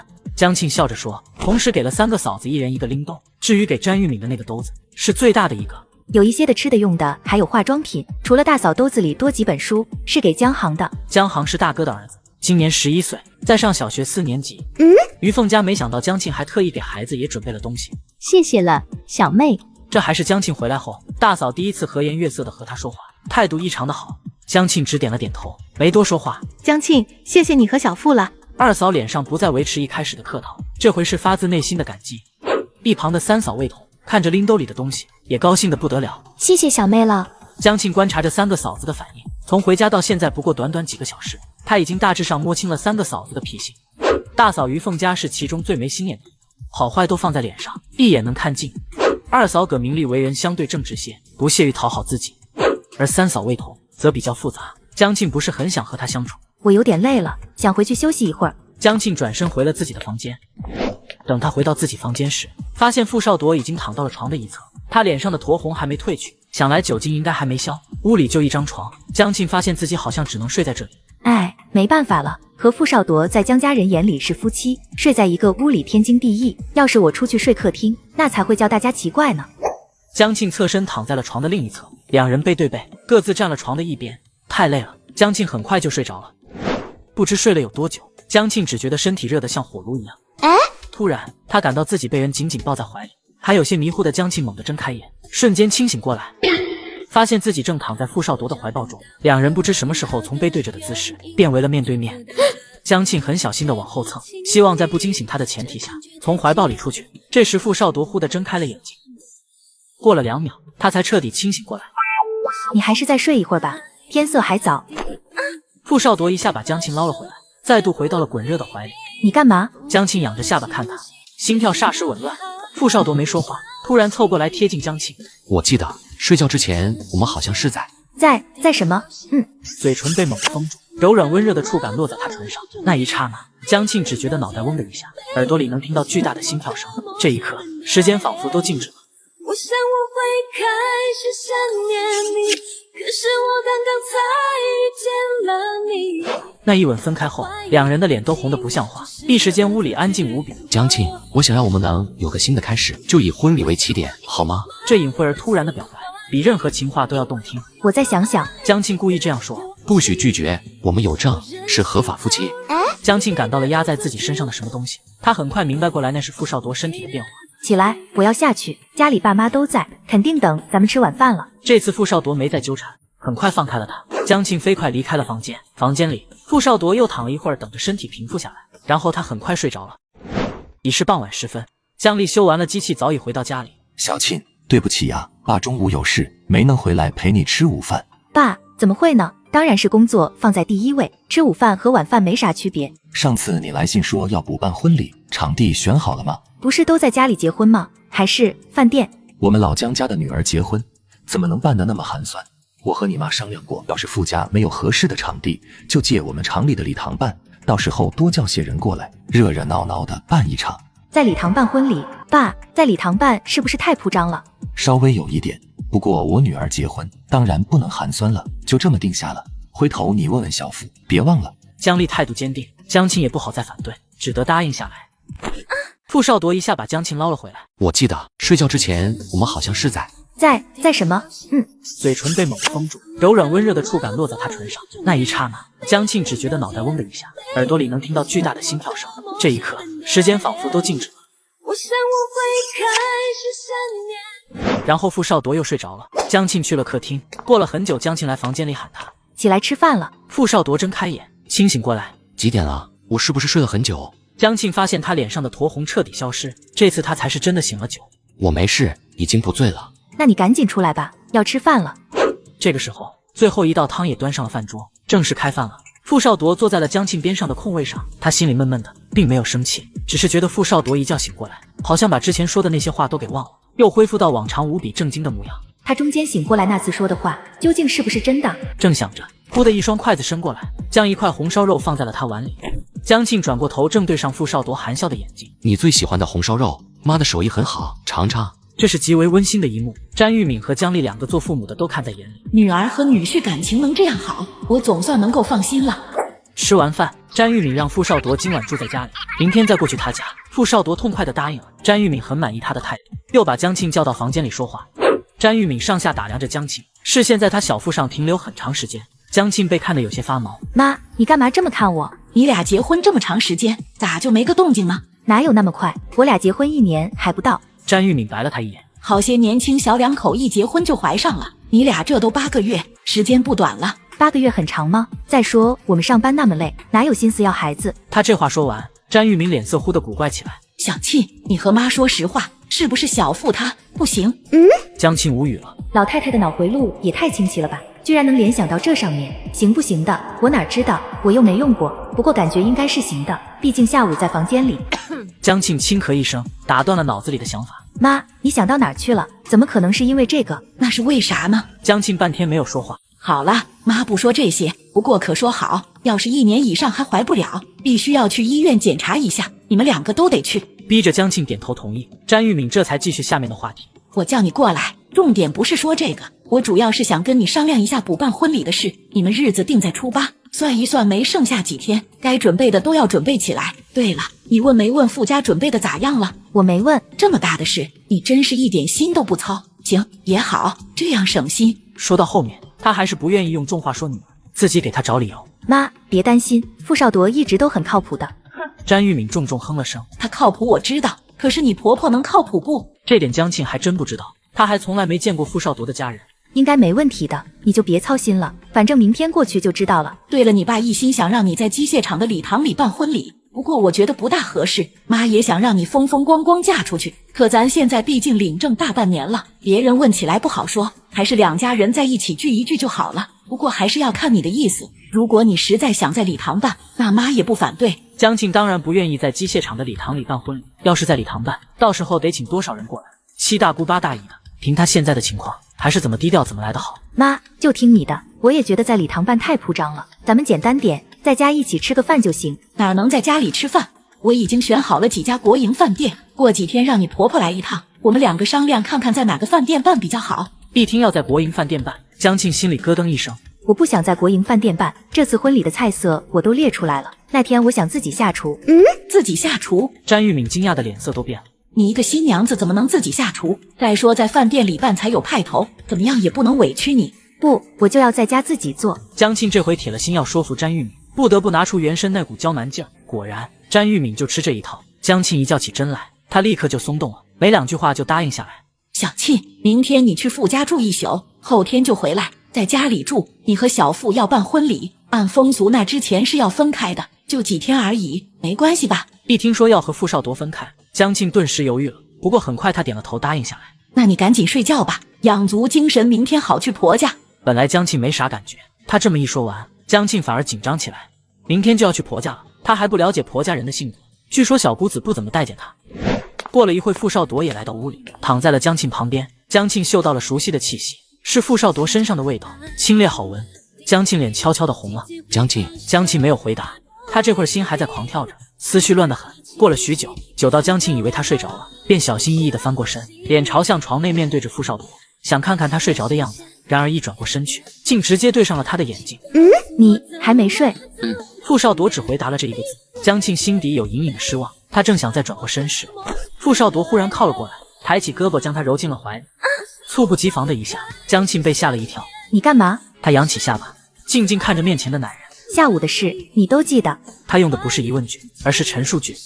傅少铎重重嗯了一声。所以我说的都是我心里想了很久的话，本来想晚点告诉你，没想到会在那种情况下说出来。江庆心跳紊乱了下，而嘴上仍说所以我想说的是，登记不作数，婚礼才是我们真正的开始，你愿意吗？我答应补办婚礼就已经是答应你了。傅少铎听完没有说话，只是把江庆抱得更紧。睡觉吧。江庆发现自己竟然开始贪恋那宽阔的怀抱，不过他也知道不能继续抱下去，否则两人就要失控了。起床了，不要晃了，这就起来。快点，今天要去你家，不能去得太晚，不然婆子要不高兴了。到了傅少铎家，他家条件没有江家那么好，住的不是楼房，是大杂院，没有独立的厕所，上厕所都要去胡同里面的公共厕所。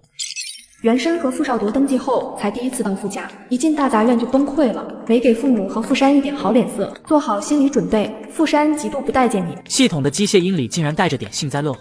是不待见袁生，不是我，也差不多，差很多，好吗？系统不吱声了。江庆跟在傅少铎身后进了大杂院，傅少铎走在前面带路。院子里有些乱，大家地方都不够用，只能把一些杂物堆在外面，只能将就一下。傅少铎带着歉意的解释，他领着江庆东一脚西一脚的走到了自家门前。父母站在门前，一脸喜气洋洋的望着他们。我一听声音就估计是你们，果然。他赶忙把两人让进去。婆婆好。父母整个人都愣怔住，不可思议的看着江庆。上一次见面给他留下了非常痛苦的记忆，分明儿媳在求他要嫁给傅少铎时表现得异常乖巧，把父母给蒙蔽了。万没想到的是，儿媳竟然在刚登记后就暴露了本来面目。后来傅少铎来信说江庆变化很大，他想要补办两人的婚礼，父母还不大敢相信，以为儿子是在安慰自己，故意这么说。妈，这是给你和小山买的衣服，都是哈市百货的新款式，还有这些吃的，留着你和小山一起吃。还有，我听少铎说你天一冷就腿疼，这是给你买的羊绒保暖裤，值得特别觅食，穿着可暖和了。这些得多少钱啊？你们挣工资不容易，留着多给自己花，我和小山吃的用的都有。妈，你放心吧，现在我和傅少铎一起挣工资，两个人压根就花不完。你下地劳动挣工资，可是你一个城里孩子哪会干农活？这钱挣得太不容易了。妈，江庆在农场表现非常好，年底还被评上厂里的先进工作者，还当选了黑省的劳模。这下父母眼睛瞪得和铜铃那么大，惊讶的说不出话来。黑省的劳模？是啊，黑省的劳模，我还陪他去哈市参加表彰大会，领了奖状。这次回来太匆忙，没把奖状带回来，要不你一看就清楚了。傅少铎语气里颇为自豪。天啊，小庆真是太优秀了，咱们全家脸上都有光。省劳模，实在想不到。妈，小山什么时候回来？既然系统特意指出来傅山不待见他，那就说明是极度的不待见，这倒勾起了江庆的好奇心，想早点会这个小姑子。小山要中午能回来，吃完午饭下午再去上班。江庆点点头。你先坐一会儿，我去做午饭。父母高高兴兴的要去做饭。妈，我来帮你。你会做饭？他很惊讶，因为两家认亲那时候，亲家母说过江庆是不会做饭的，从小到大没进过厨房，家务也没做过。我做的好着呢，不信你问少铎，我手艺不错。等江庆炒好菜摆上桌，让父母先尝一口时，父母才知道自己这个儿媳的手艺到底有多好。父母看着江庆，忽的眼睛红了，他不敢想象，一个十指不沾阳春水的娇娇女，去了农场后是经历过什么，才学会这么多的。这孩子实在让人心疼。你快好好歇着，剩下2个菜我来炒，也让你尝尝妈的手艺。江庆见他很坚决，也就不再坚持去做饭。他才刚进去没多大会儿，屋门被推开，一个个子高挑、身材苗条的姑娘走了进来。江庆正好站在门口，那姑娘一进来就和他打了个照面。你是小山吧？傅山抬起头直视着他，面无表情，一丝笑容也没有。哎，你怎么会来我家？果然小姑子极度不待见他这个嫂子，原身打下的基础太差了。傅山问的直白，江庆一时没想好该怎么回答。这时候傅少铎从里面走出来，把他从尴尬的境地里解救出来。小山，你跟我过来一下。干嘛？有话和你说。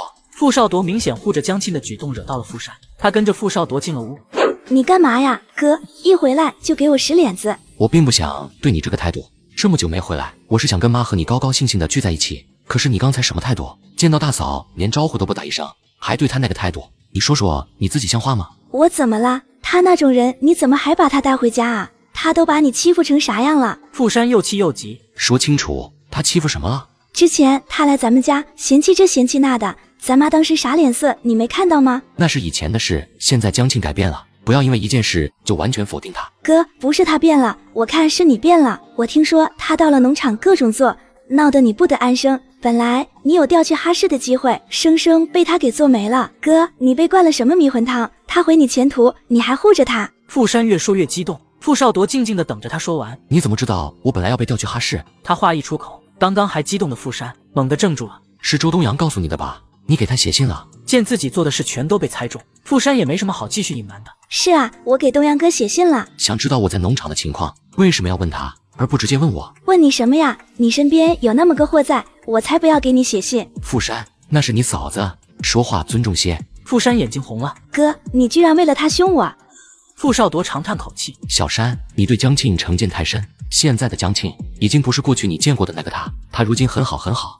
我希望你能重新认识他。我偏不，我就是讨厌他。傅山大声嚷了一句后跑了出去。小山，傅少铎在后面喊了句，然而他就当没听到，旋风般的跑走了。外屋里，傅山冲出来，径直奔到他面前。我讨厌你，你滚出我家！傅山指着江庆的鼻子大吼。都说婆子难搞，不好相处，其实最难搞的还是小姑子。他的小姑子非常的讨厌他。我讨厌你，你滚出我家！你凭什么让我走？我是你大嫂，是傅少铎明媒正娶的妻子，这里就是我的家。这里才不是你家，你是个什么东西？你滚！傅少铎快步走过来，站在了江庆身边。小山，谁准你和大嫂这么说话的？和你大嫂道歉。傅山低下头，谁也不看，做出不肯道歉的模样。小山，道歉。傅少铎的声音强硬起来，带了丝怒意。傅山再抬起头，满脸泪水。我就不道歉，我就是讨厌他。孟非姐才应该是我大嫂，你不配。哎，孟非姐。江庆全部注意力都放在这3个字上。系统，傅山口中的孟非姐是谁？原书剧情中并无孟非姐这个人，这个人物是在你改变原有剧情下产生的新角色。丁孟非和傅家是邻居，跟傅少铎青梅竹马长大。青梅竹马？是的呢，从小学到初中到高中都在一个学校，2个人一起长大，多么美好的感情。丁孟非对傅少铎什么心思我不清楚，但我敢肯定傅少铎对他没意思。你怎么知道？你交代过我的剧情，自己忘了？前世傅少铎和原生离婚后，可是再没有结过婚的。他要是对丁孟非有好感，不应该是这样的结果。系统，你多大岁数了？感觉那么健忘呢？好吧，事实是丁孟非喜欢傅少铎，傅少铎不怎么理会他，2人是邻居，走得也不近。还好是自己想的那样。唉。江庆缓缓吐出一口气，紧张的情绪松弛下来。在他从系统那里打探情报的时候，傅家3个人在门外说话。江庆朝外看了看，就坐在了饭桌旁。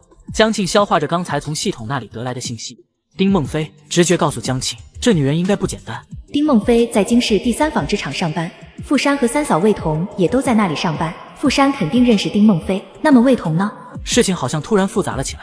江庆想得很投入，都没察觉傅少铎什么时候在他身边坐了下来。想什么？没想什么，在想情敌呢。傅山呢？江庆，对不起，让你受委屈了。我替小山说过的那些话道歉，他今天确实太过分了。没事，小山毕竟是妹妹，我不生气。其实心里挺生气的，不过他不想傅少铎有负担，看着他难受，他心里也不好受。行了，开心点。傅少铎转头看着他，笑了笑，手指捏了捏江庆的脸颊。刚好父母从屋外进来，2人匆忙分开。赶紧开始吃饭吧。小山呢？小山那孩子被我惯得太任性了，不用管他，咱们自己吃。对了，江庆，刚才小山说了什么？我替他道歉，你别放在心上。他心直口快，脾气有点暴躁，其实人不坏。他没想到父母也会来替傅山道歉，自己这个婆婆看起来是很通情达理的人。妈，我没放在心上。小山他对我有误会，来日方长，以后他会接受我的。来日方长，有的是机会把小姑子调教乖顺。见他这么说话，父母心里很是安慰。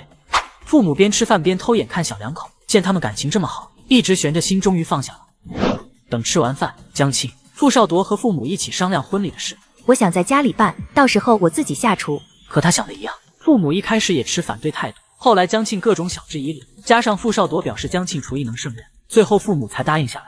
春节前买啥都很紧张，春节后又啥都买不到，我看还是应该节前去买，能买到啥算啥。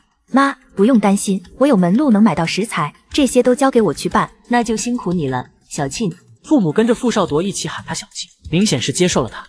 后面父母又拿出钱和工业券，让傅少铎带着你去买快表吧。江庆空间里还真没手表，有手表看时间方便多了，于是他笑着接过工业券。谢谢妈，原来买手表还要用这种券，等回家跟詹玉敏要一些，我也想给傅少铎买快表，这样我们就能戴情侣表了。江庆想想就美。父母握着江庆的手，视线从江庆移到傅少铎，又移了回来。对了，你们也做好打算，早点要孩子，趁我现在身子骨还可以，能帮着你们带。没想到他要说的是这个，江庆一下子不好意思的低下头。妈，农活那边工作特别累，我们打算再等等。你们岁数也不小了，还是早点考虑好。你们只管生下来妈给带。父母把话说到这份上，可见他的确是惦记着早点抱孙子。妈，再说吧，我们还是以工作为重。江庆今年当选了农场的先进工作者，又被评为省劳模，现在正是他发展事业的时候，生孩子的事等等再说。啥？省劳模？父母一脸震惊。是啊，黑省劳模，我们农场唯一的一个。江庆现在特别优秀，各方面的优秀。见傅少铎还要继续往下说，江庆用胳膊肘撞了他一下，示意他可以了，说的他鸡皮疙瘩都要起来了。父母视线移到江庆身上，左看右看，乐呵的不行。真没想到当初的娇娇女，如今成了省劳模。虽然觉得很不可思议，但儿子是个稳重的人，不会在这种事情上随便乱说，肯定是真的。父母激动极了，本来觉得他们过不了多久就得离婚，哪想到现在小两口看着蜜里调油似的，这一切好像做梦一样。吃完晚饭，父母把傅少铎的房间给收拾了出来，让小两口住。傅少铎那屋的床并不宽，两人躺下后身体几乎挨在一起。江庆能感觉到从傅少铎那边传过来的热度。明天咱们去百货买手表吧。他必须要找个话题转移注意力，免得自己心思不定。好，咱们明天去，还要去买其他结婚用的东西。明天一早我先去找个朋友，之前写信让他帮我借30试尺的布票。那么多布票，咱们用得完吗？用得完，咱们两个需要买结婚穿的衣服，还要买新被罩、新床单，等回农场时带回去，把家里布置一下。好，他没想到傅少铎考虑的这么周到，连农场那边的房子都想到了。穿到这个年代来之前，他从来没想过自己有一天会拥有一个这么好的老公，简直符合他曾经所有的幻想。江庆看了他一会儿，直接凑了上去吻住了他的嘴唇。穿到这个年代来之前，他从来没想过自己有一天会拥有一个这么好的老公，简直符合他曾经所有的幻想。江庆深情地望着他，直接凑了上去吻住了他的嘴唇。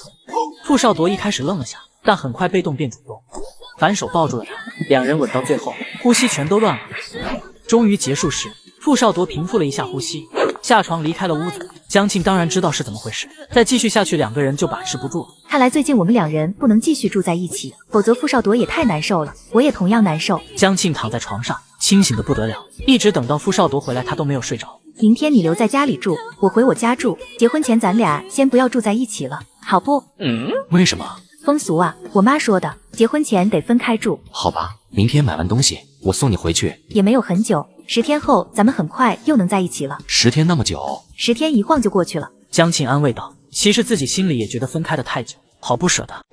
第二天他们起来时，两人困得不行，主要是前一天晚上两人都睡不着，江庆都不知道自己是啥时候迷糊着的。他们来到客厅，要是中午傅山还不回来，要去厂里问问。还是我抽空去一趟吧。别了，你带着小庆去买东西，我反正也没啥事。小姑子可真不省心，一个姑娘家大晚上的不回来，多让家里人担心。吃过早饭，傅少铎找朋友拿到布票后，和江庆坐上公交去了百货大楼，把一切该买的买好。傅少铎送江庆回江家。等傅少铎离开后，江庆找到詹玉敏，想要些工业券。妈，就算你借我的，等以后我再还你。说的叫什么话？跟自己妈还这么客气？你的嫁妆我早就准备好了，本来以为领了证就能办婚礼，谁成想小傅直接去了东北，你也跟着过去，婚礼都来不及办。说完，他领着江庆去看准备的嫁妆。这么多东西，我也带不走啊。傻孩子，谁让你带到东北去？这些回头都要拿到傅家的。你们的家在京市，以后早晚要回来的，到时候就能用上了。能不能回京市，江庆不知道，不过这些东西倒是可以放在傅家，不用累死累活的带回东北，那就还好。詹玉敏拿出1沓工业券，这些你看够不够？不够妈再找你哥他们要。这些足够了，妈，你可别再找我哥他们。找他们怎么了？就你这么一个妹妹，结婚还不出点力？妈，我哥他们都结婚了，你也得照顾到嫂子们的情绪。你嫂子们也是咱们老江家人，当然听我这个婆婆的。江庆无语了，詹玉敏如果不是他妈，从旁观者的角度来说，这就是个恶婆婆。反正不想麻烦他们，妈，你答应就行了。这孩子胳膊肘往外拐。江庆没理他，出了门，直奔百货大楼，把先前看中的那块男士手表买了下来，放进空间里，打算到时候给傅少铎一个惊喜。这天晚上，等晚饭准备好，一家3口坐下来准备吃饭。老三2口子怎么还不回来？下班前老三过来给我说，要带魏彤去看电影，晚上不回来吃饭了。看电影？这2人过得可真潇洒。说什么老三带魏彤去，我看是魏彤想看，挑唆着老三去的。人家小两口看场电影怎么了？还不能让他们下班有点休息时间。哼，就是魏彤不想回家，不想回来，倒是自己有本事出去住啊，又不是我们求着他们住一起的。江丽摇摇头，没再说话。江庆默默地听着詹玉敏抱怨，一番话听下来，江庆感觉詹玉敏对三哥两口子意见不小，尤其是三嫂魏彤。晚上过了8点，江德亮和魏彤才回家。江庆从卫生间洗漱出来时，看到的就是三哥三嫂挨批的场景。小庆好不容易从东北回来，在家里待不了几天，你们不多陪陪他，天天往外面跑，有你们这么做哥嫂的吗？小庆，过来。詹玉敏一声令下，江庆满心不情愿地挪过去。啥事啊？我困了，想回去睡觉。困了呀？那快回去睡吧，要不明天没精神。江庆正准备溜走，小庆，你再等几分钟。江庆心头顿时有了不好的预感。小庆初8的婚礼，你们做哥嫂的，是不是该表现表现？也不用多，你们两口子出100块钱，5张工业券，给小庆当嫁妆。没问。江德亮刚要应下来，就被魏彤狠狠地撞了一下。妈，我和德亮1个月就那点工资，自己花都勉强，实在没有余钱。没有余钱？詹玉敏顿时来气了。有钱去看电影，没钱给你们小妹出嫁妆。你们晚上没在家吃饭，吃哪吃的？下馆子了吧？有钱下馆子，没钱给小妹，真有脸说。被婆婆一顿数落，魏彤一句话都不敢再说。你们两个太不像话了，吃住在家里，我和你爸都不要你们出生活费，谁想你们只顾着自己潇洒，不管家里人死活。我不管你们有没有钱，有多少钱，反正刚才说的这个数必须拿出来，还有工业券1张都不能少，否则赶紧给我滚出去，一天都不想看到你们。江德亮大气不敢喘，低着头不吭声。魏彤比他好不到哪去，脸色难看极了。行了，少说2句，他们小两口有自己的难处。江丽看着江德亮和魏彤，再有难处，给妹妹的1分不能少，听见了吗？江德亮重重点了头。知道了，我会把钱和工业券都准备好。小妹结婚是大事，我们做哥嫂的必定要出点力。这就对了，别以为我只要你们出钱合票，你大哥二哥一样要拿这么多，我可是一碗水端平，不偏不倚。明天把钱和票都拿来，我还要给小庆添置点东西。魏彤实在忍不住，小声嘀咕：小妹给家里做啥了？光让我们给她付出。别说了，江德亮那么老实的性子，这会儿都忍不住训了媳妇一句。他妈妈有3个儿子，只有他一个女儿，妈妈却独宠他一人，让3个哥哥砸锅卖铁给妹妹凑嫁妆。他嫂子看不下去了。小妹给家里做啥了？光让我们给她付出。别说了，江德亮那么老实的性子，这会儿都忍不住训了媳妇一句。三嫂，我前天才带回来的东西也给了你1份，你是不是太健忘？那份东西多少钱？我本来是不想说的，因为觉得都是一家人，没必要算得这么清楚。我就是看到好东西，想给哥嫂们分享，才带回来那么多，而且样样都是好东西，好些拿票都买不到，给你的那一兜子100块都不止了，你好意思说我啥也不付出？魏彤被他说得异常难堪。谁出门不给家里人带点东西，你这也能算？江庆这会儿一句话都不想说了。魏彤听明白了他的话，也明白刚才自己那句话说错，却死不悔改。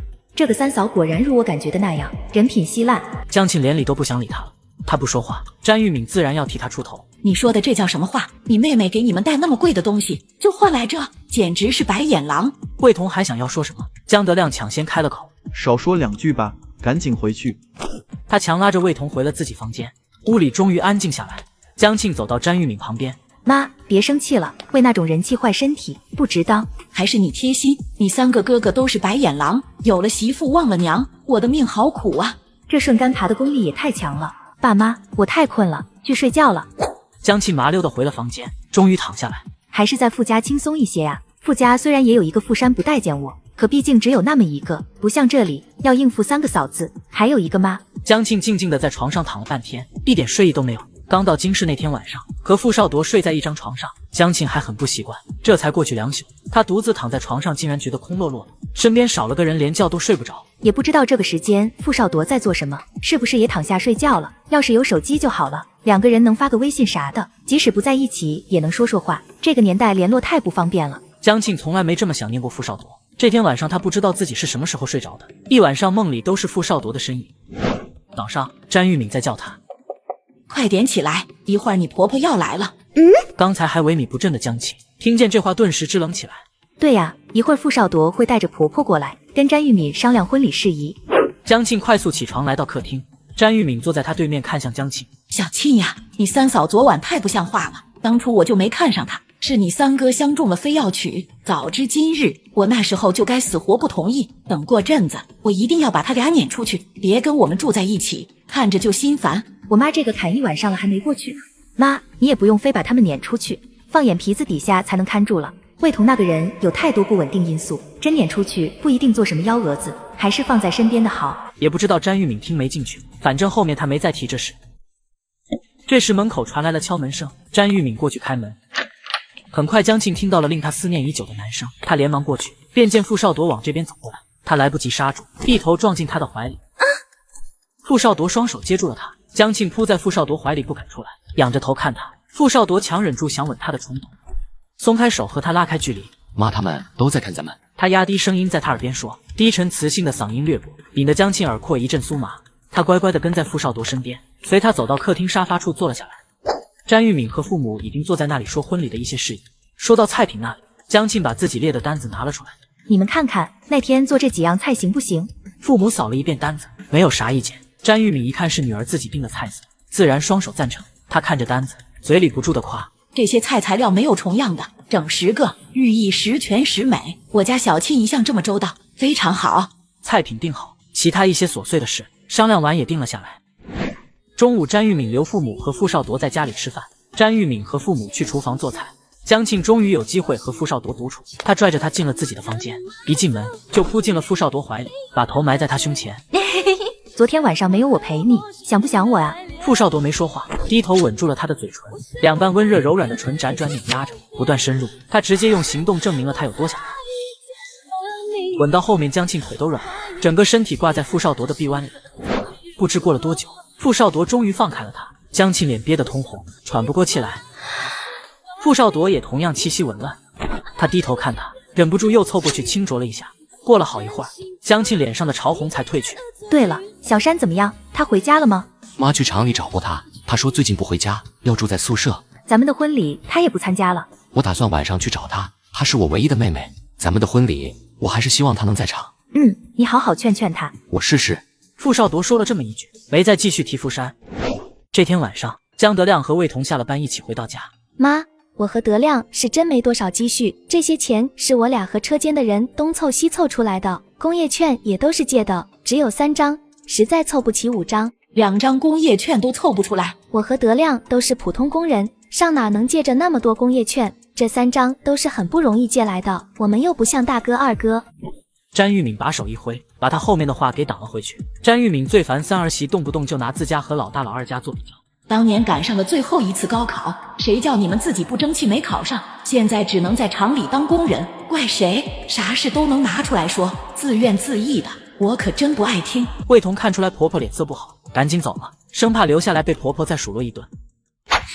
想没想我？这2个人才一回没见就开始腻歪。江庆感觉自己跟热恋中的女孩一样，她老公也开始宠着她，但她的嫂嫂都不喜欢她，尤其是三嫂，老是在中间挑拨离间。小妹怎么不在家？去农贸市场了，说是要买婚宴上用的食材。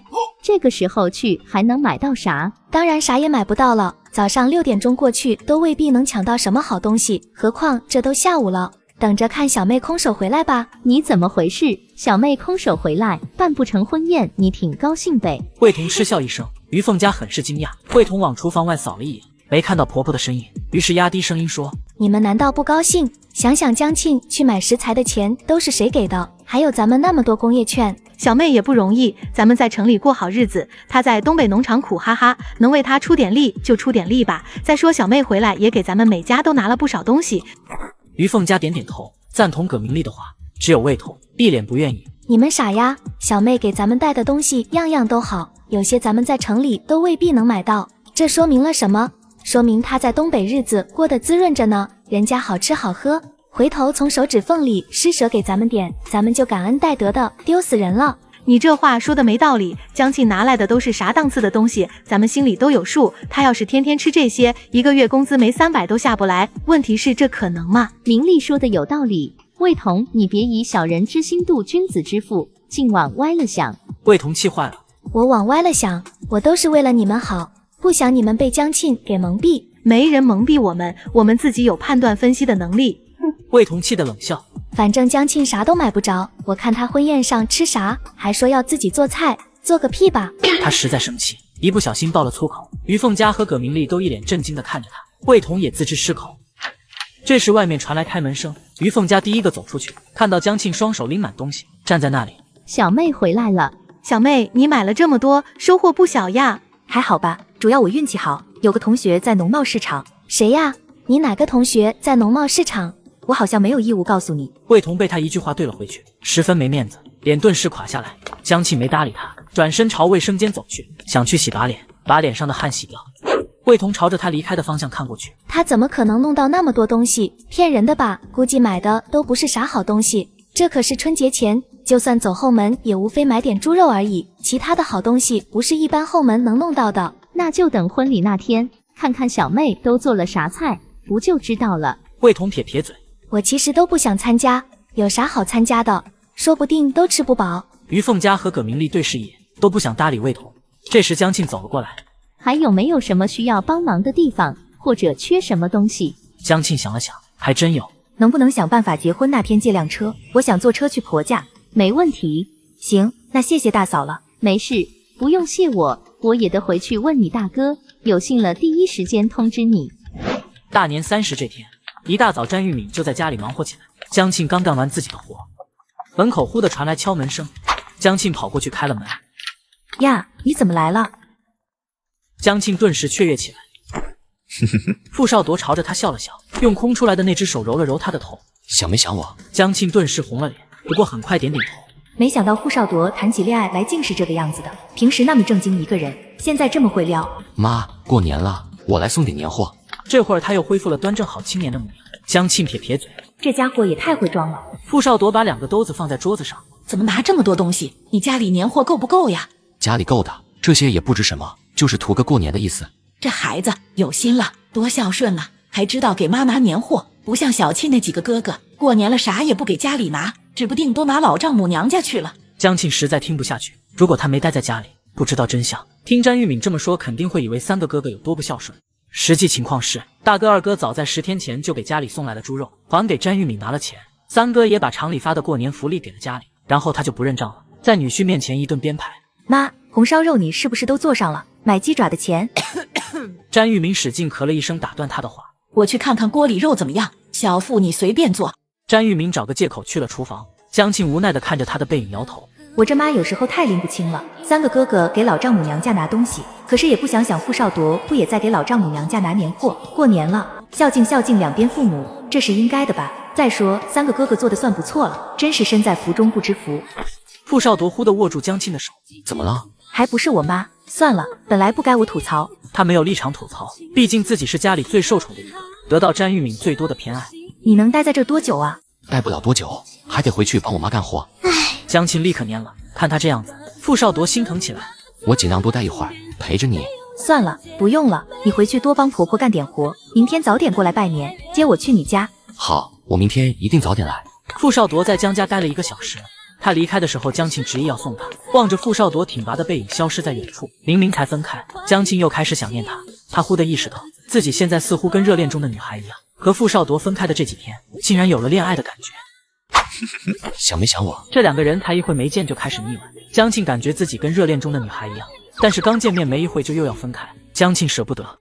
除夕这天，江丽和江德亮回了家，却不见魏彤回来，詹玉敏不乐意了。你媳妇呢？魏彤回了娘家，要晚上才能回来。詹玉敏顿时火就上来了。婆家一大堆是没人干，她倒好跑去娘家不回来，娘家那么好就别回来了，我这里不欢迎。妈，家里有啥活我来干。你来干，你会吗？都是厨房的活，你一个老爷们哪能下厨房？江庆听得直翻白眼，这是啥理论啊？凭啥男的不能下厨房，都交给媳妇来做？媳妇嫁过来不是当牛做马的。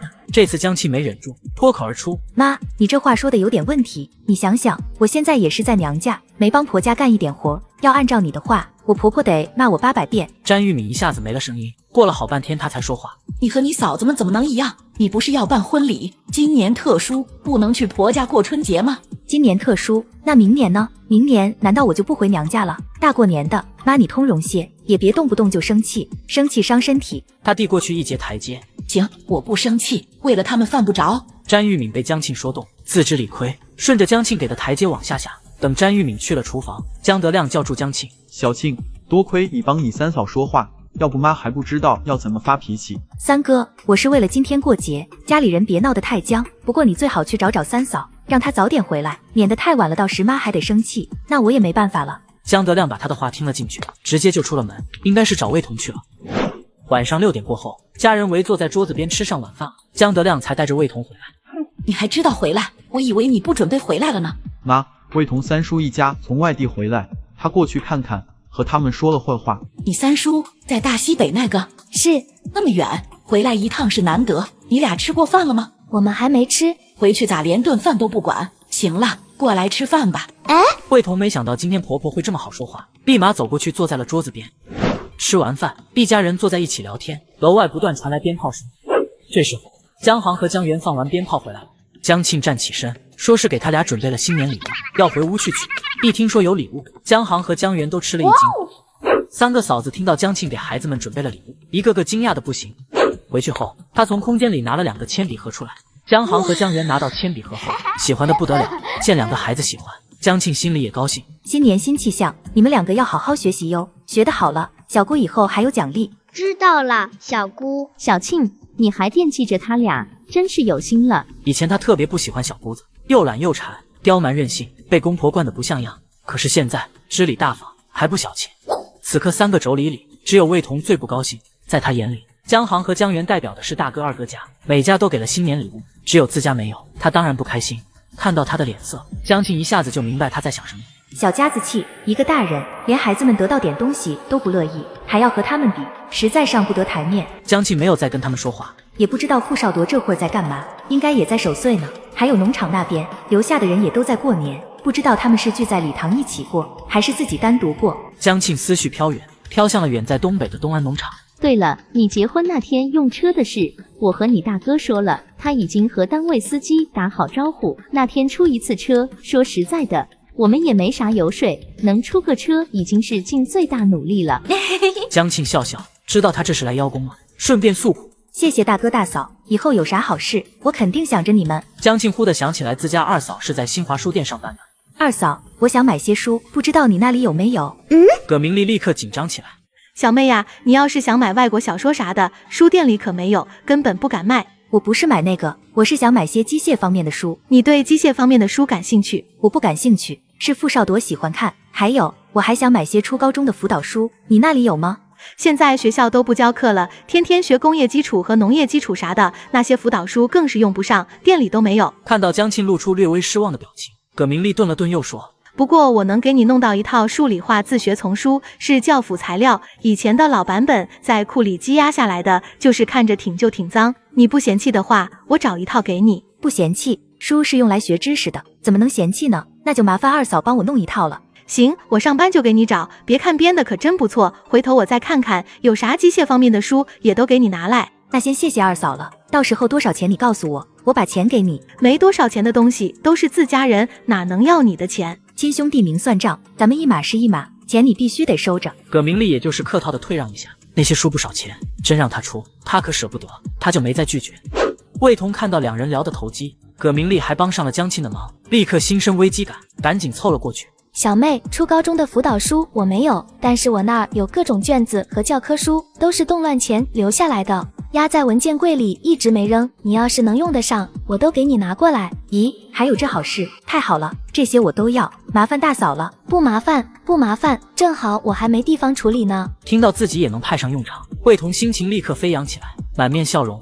不过小妹，你要这么多学习资料干啥呀？就知道会有人这么问，江庆早就想好了理由。农场那边生活太枯燥了，晚上没事，我想多看看书。我没赶上好时候，初高中都没怎么学过文化课，趁着现在有精力，我想补一补。于凤佳和葛明丽都惊呆了，2人太清楚江庆上学时是个什么样，他根本不爱学习，就知道玩。这咋突然转了性，要开始奋发向上，想要学习了？不会是被小父嫌弃没文化吧？他睡觉的时候已经是后半夜1点，一直睡到早上8点才被窗外的鞭炮声。江庆从床上坐起来，就听到葛明丽敲他房门。小妹，快起来吧，小父来了。听到傅少铎来了，江庆腾的一下从床上下来。他穿越过来就有个帅气老公，还要补办一场婚礼，这是他们办婚礼前最后一次在家过春节了。大年初一一大早，她老公就过来拜年了。詹玉敏掏出一个红包来，硬塞给少铎。今年你第一次上门，爸妈给你包个大红包。妈，这我不能收。傅少铎还想往回推，被詹玉敏强势的拦住了。这是今年的福利，从明年开始就没有了，赶紧拿着。傅少铎见他坚持，只得将红包收了下来。江庆这会儿一颗心全挂在傅少铎身上，他悄悄地握住了傅少铎的手，靠在了他旁边。明明昨天才见过，两人却腻歪的好像多日不见一样。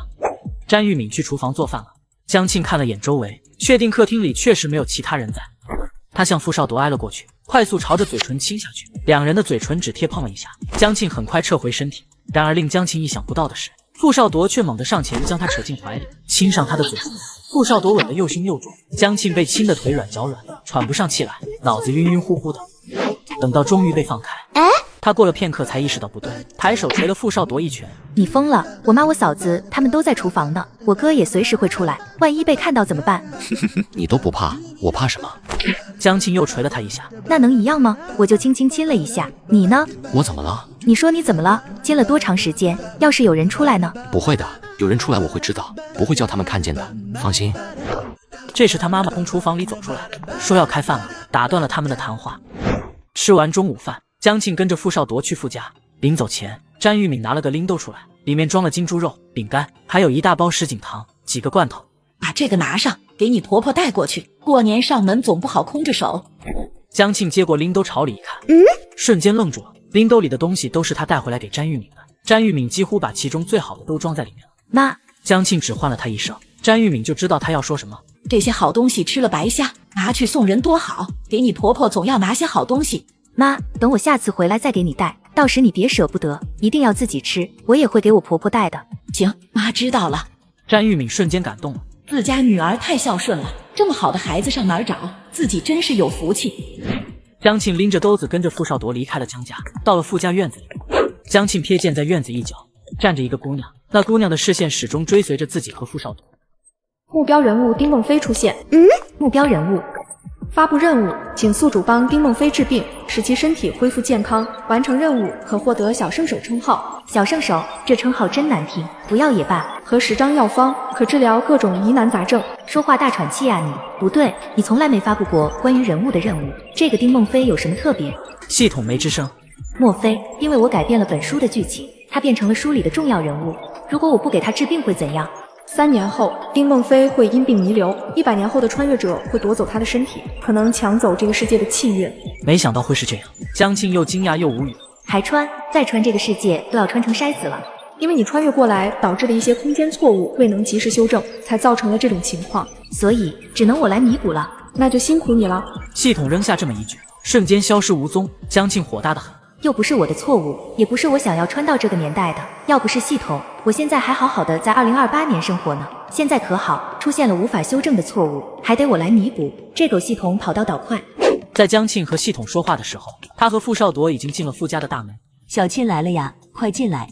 妈，这是小庆给您带的东西。小庆，不用拿这么多，你自己留着吃吧。妈，我那还有，这些是孝敬您的，您一定收下。妈，这些东西都是丈母娘帮着准备的，你就收下吧。父母一听，不再拒绝，乐呵呵地收下了东西。妈，小山呢？他去找同学玩了，说晚上回来。这孩子大年初一的就跑没影，我说不让他去，根本拦不住。当着江庆的面，父母没法说傅山的原话。傅山离开家时撂下狠话，绝对不想看到江庆。他担心地看了江庆一眼，怕他会有想法。然而江庆丝毫没放在心上。其实傅山不在，他反而觉得舒服，没有人跟他对着干了。你们在屋里坐着，我去准备晚饭。父母去了厨房，把空间留给小两口。江庆见父母去了厨房，一时半会出不来，便往傅少铎身边凑了凑，侧头靠在了他肩膀上。傅少铎顿了下，下一秒抬胳膊将他揽在怀里。我弄到2张电影票，是后天下午2点的，在工人文化剧院，到时咱们一块去吧。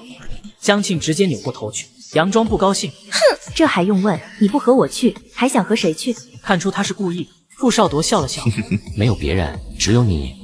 1秒后，两人吻在了一起。这次没有被人发现的顾虑，他们吻得很投入。过了许久，两人才分开。傅少铎望着江庆的嘴唇，下腹一热，他强迫自己移开视线，背过身走到一边去。两人胡闹完，江庆才想起他还有个任务要做。我出去溜达溜达，屋里有点闷。我陪你吧。不用，我自己去走走，一会儿就回来。说完，他赶紧溜之大吉，生怕傅少铎坚持要陪他，因为他听说过来。原来的剧情都错乱了，让这个美女生了病。等她打了之后，就会有别人再穿过。为了阻止别人再穿过来，他下决心要治好这个美女。江庆溜达到院子里，看见丁梦飞还站在原来的位置上。江庆状似无意地走到丁梦飞身边，一抬头，装作刚看到她的样子。同志，你好。这回面对面，江庆终于看清了丁梦飞的长相，很漂亮且有特点，令人看过一眼就能记住。幸好他不是我的情敌，只是任务对象，要不然我都怕小腹顶不住。你好。丁梦飞很轻地说了一句，能看出他有点无措，应该是没想到江庆会突然过来搭讪。听说你是富山的朋友，我是他的嫂子，我叫江庆。我叫丁梦飞。我知道，听富山提起过。小山跟你说起过我，他是怎么说的？说你们是很好的朋友。听到江庆的回答，丁梦飞似乎松了口气。他能看出丁梦飞性格非常腼腆。这会儿江庆也明白了为什么丁梦飞暗恋傅少铎那么久，却从来没有对傅少铎表白过，应该和他腼腆的性格有关系。还以为丁梦飞会是个不简单的情敌，没想到自己也会有料错的一天，也不知道会不会和未修正的空间错误有关。也许原本丁梦飞不是这个性格，你看起来好像不大舒服。你是说我的脸色吗？我一直都是这样，从小身体就不太好。是怎么个不好呢？能具体说说吗？丁梦飞吃惊地看着他没想到江庆会继续问下去，大部分人也只是随口一问。丁梦飞犹豫了一下，但最后他还是开了口。我有很严重的贫血。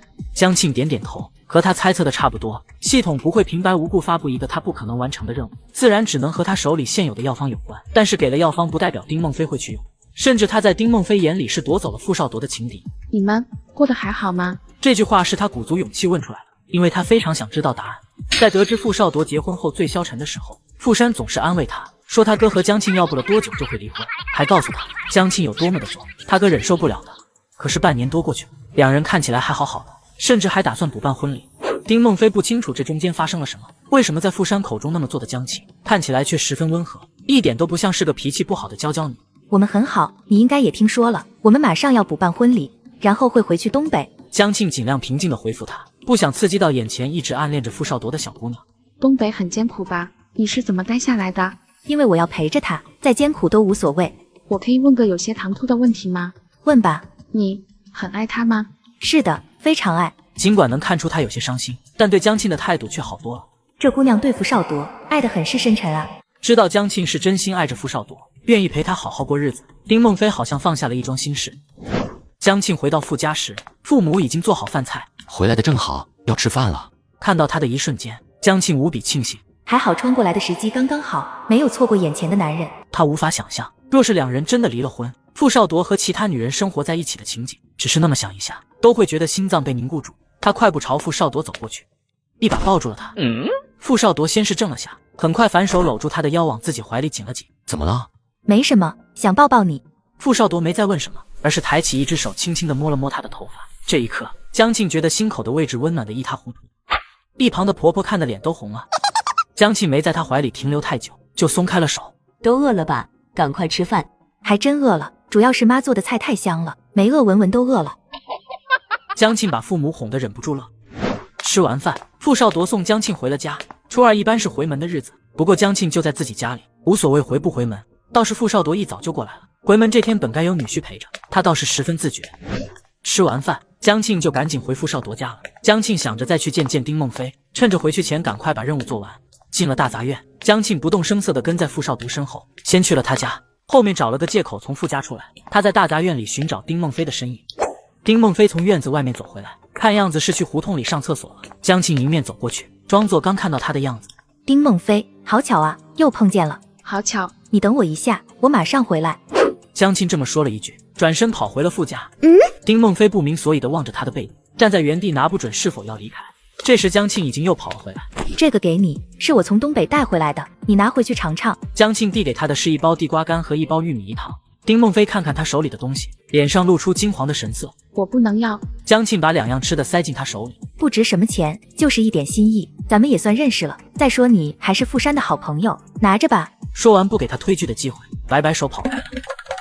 江庆刚跑进家门，迎面撞上了小姑子傅山。傅山先前一直躺在房间里，江庆和傅少铎回来都没出来看一眼，不知什么时候他从房间里出来了。你刚才干嘛去了？你不是都看到了，何必还问我？因为看到他和丁梦飞刚刚在说话。你少招惹梦飞姐，她胆子小，你要是做出什么把她给吓到，我不会放过你。既然那么担心，自己去问她不就好了？干嘛在这儿废话？江庆说完这句，没再看傅山，径直往屋里走去。傅山被气得鼓鼓的，恶狠狠地瞪了江庆一眼，随后跑了出去。江庆回头看到他消失在门口的身影，说不定任务做完，小姑子也能调教好，一举两得，不错不错。她老公妹妹的朋友居然喜欢她老公，妹妹还说想让她朋友当她嫂子。江庆只是找她朋友说了几句话，小姑子就说江庆欺负她朋友了。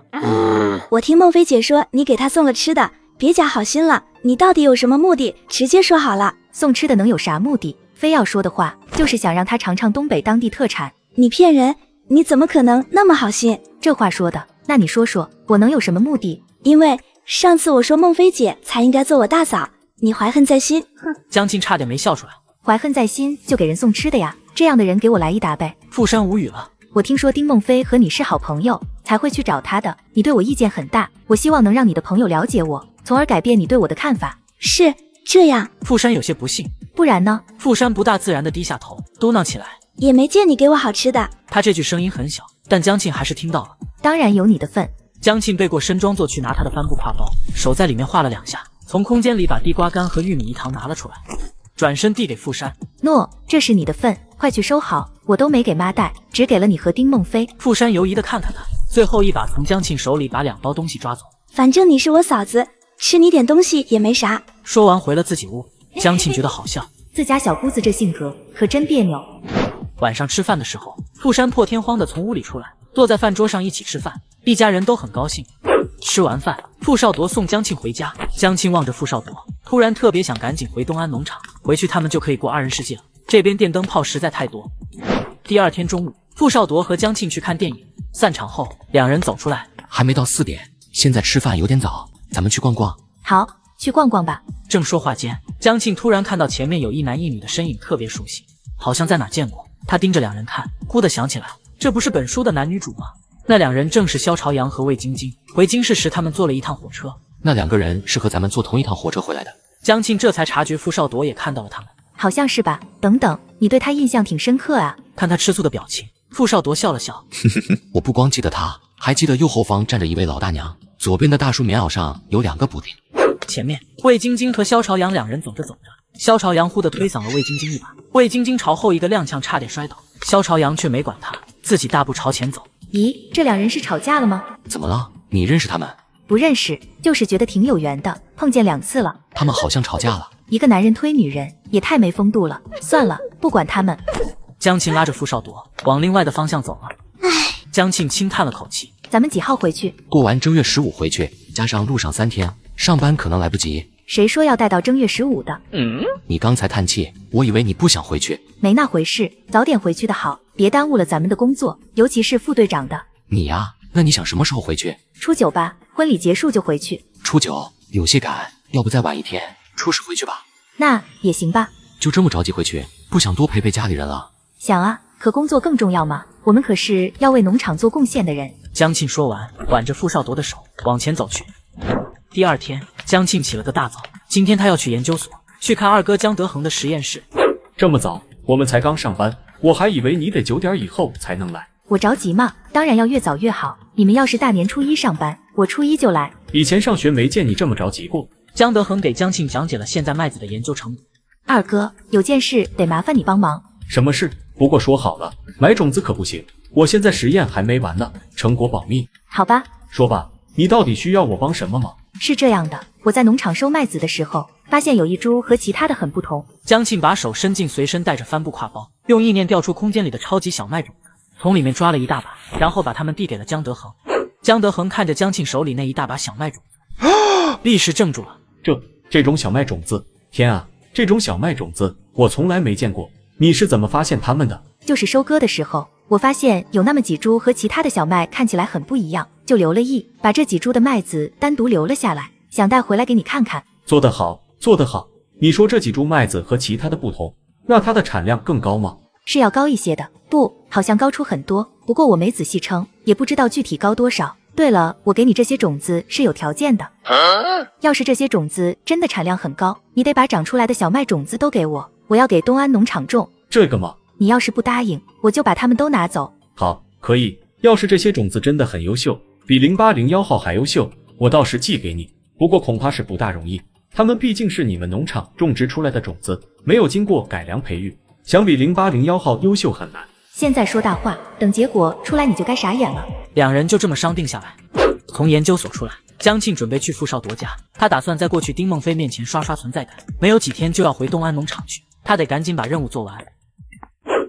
嫂子，你怎么来了？哎，小姑子，你这是要出门呀？是啊，你来的太不巧了，我哥他不在，你赶紧回去吧。昨天的地瓜干和玉米糖好吃吗？傅山一下子卡壳了，还不错。对了，丁梦飞说他身体不太好，我看他脸色也差得很。他从小就贫血严重，娘胎里带来的，脸上老是没血色。他去医院看过吗？看过的，都不知道去了多少趟，药吃过多少，没用。后来他爸妈也不肯给他治了。为啥不肯治？还不是嫌她是个女孩，花那么多钱治好了，回头也是别人家的。这也行，现在是新社会了。没办法，他家条件不好，孩子太多，他是老大，下面5个弟弟都是正能吃的年纪，就靠他和他大弟弟2个人的工资，家里开销太大了。其实我这里有一张药方，刚好针对丁梦飞的情况，不过看这样子，他家里应该是不会给他抓药的。傅山听见他这话，眼睛却刷得亮了起来。嫂子，你有能治好梦飞姐的药方？很管用的，我们农场的女同志试过了。你能不能把药方给我看看？这药方听着很金贵的样子，也不知道嫂子能不能给我看。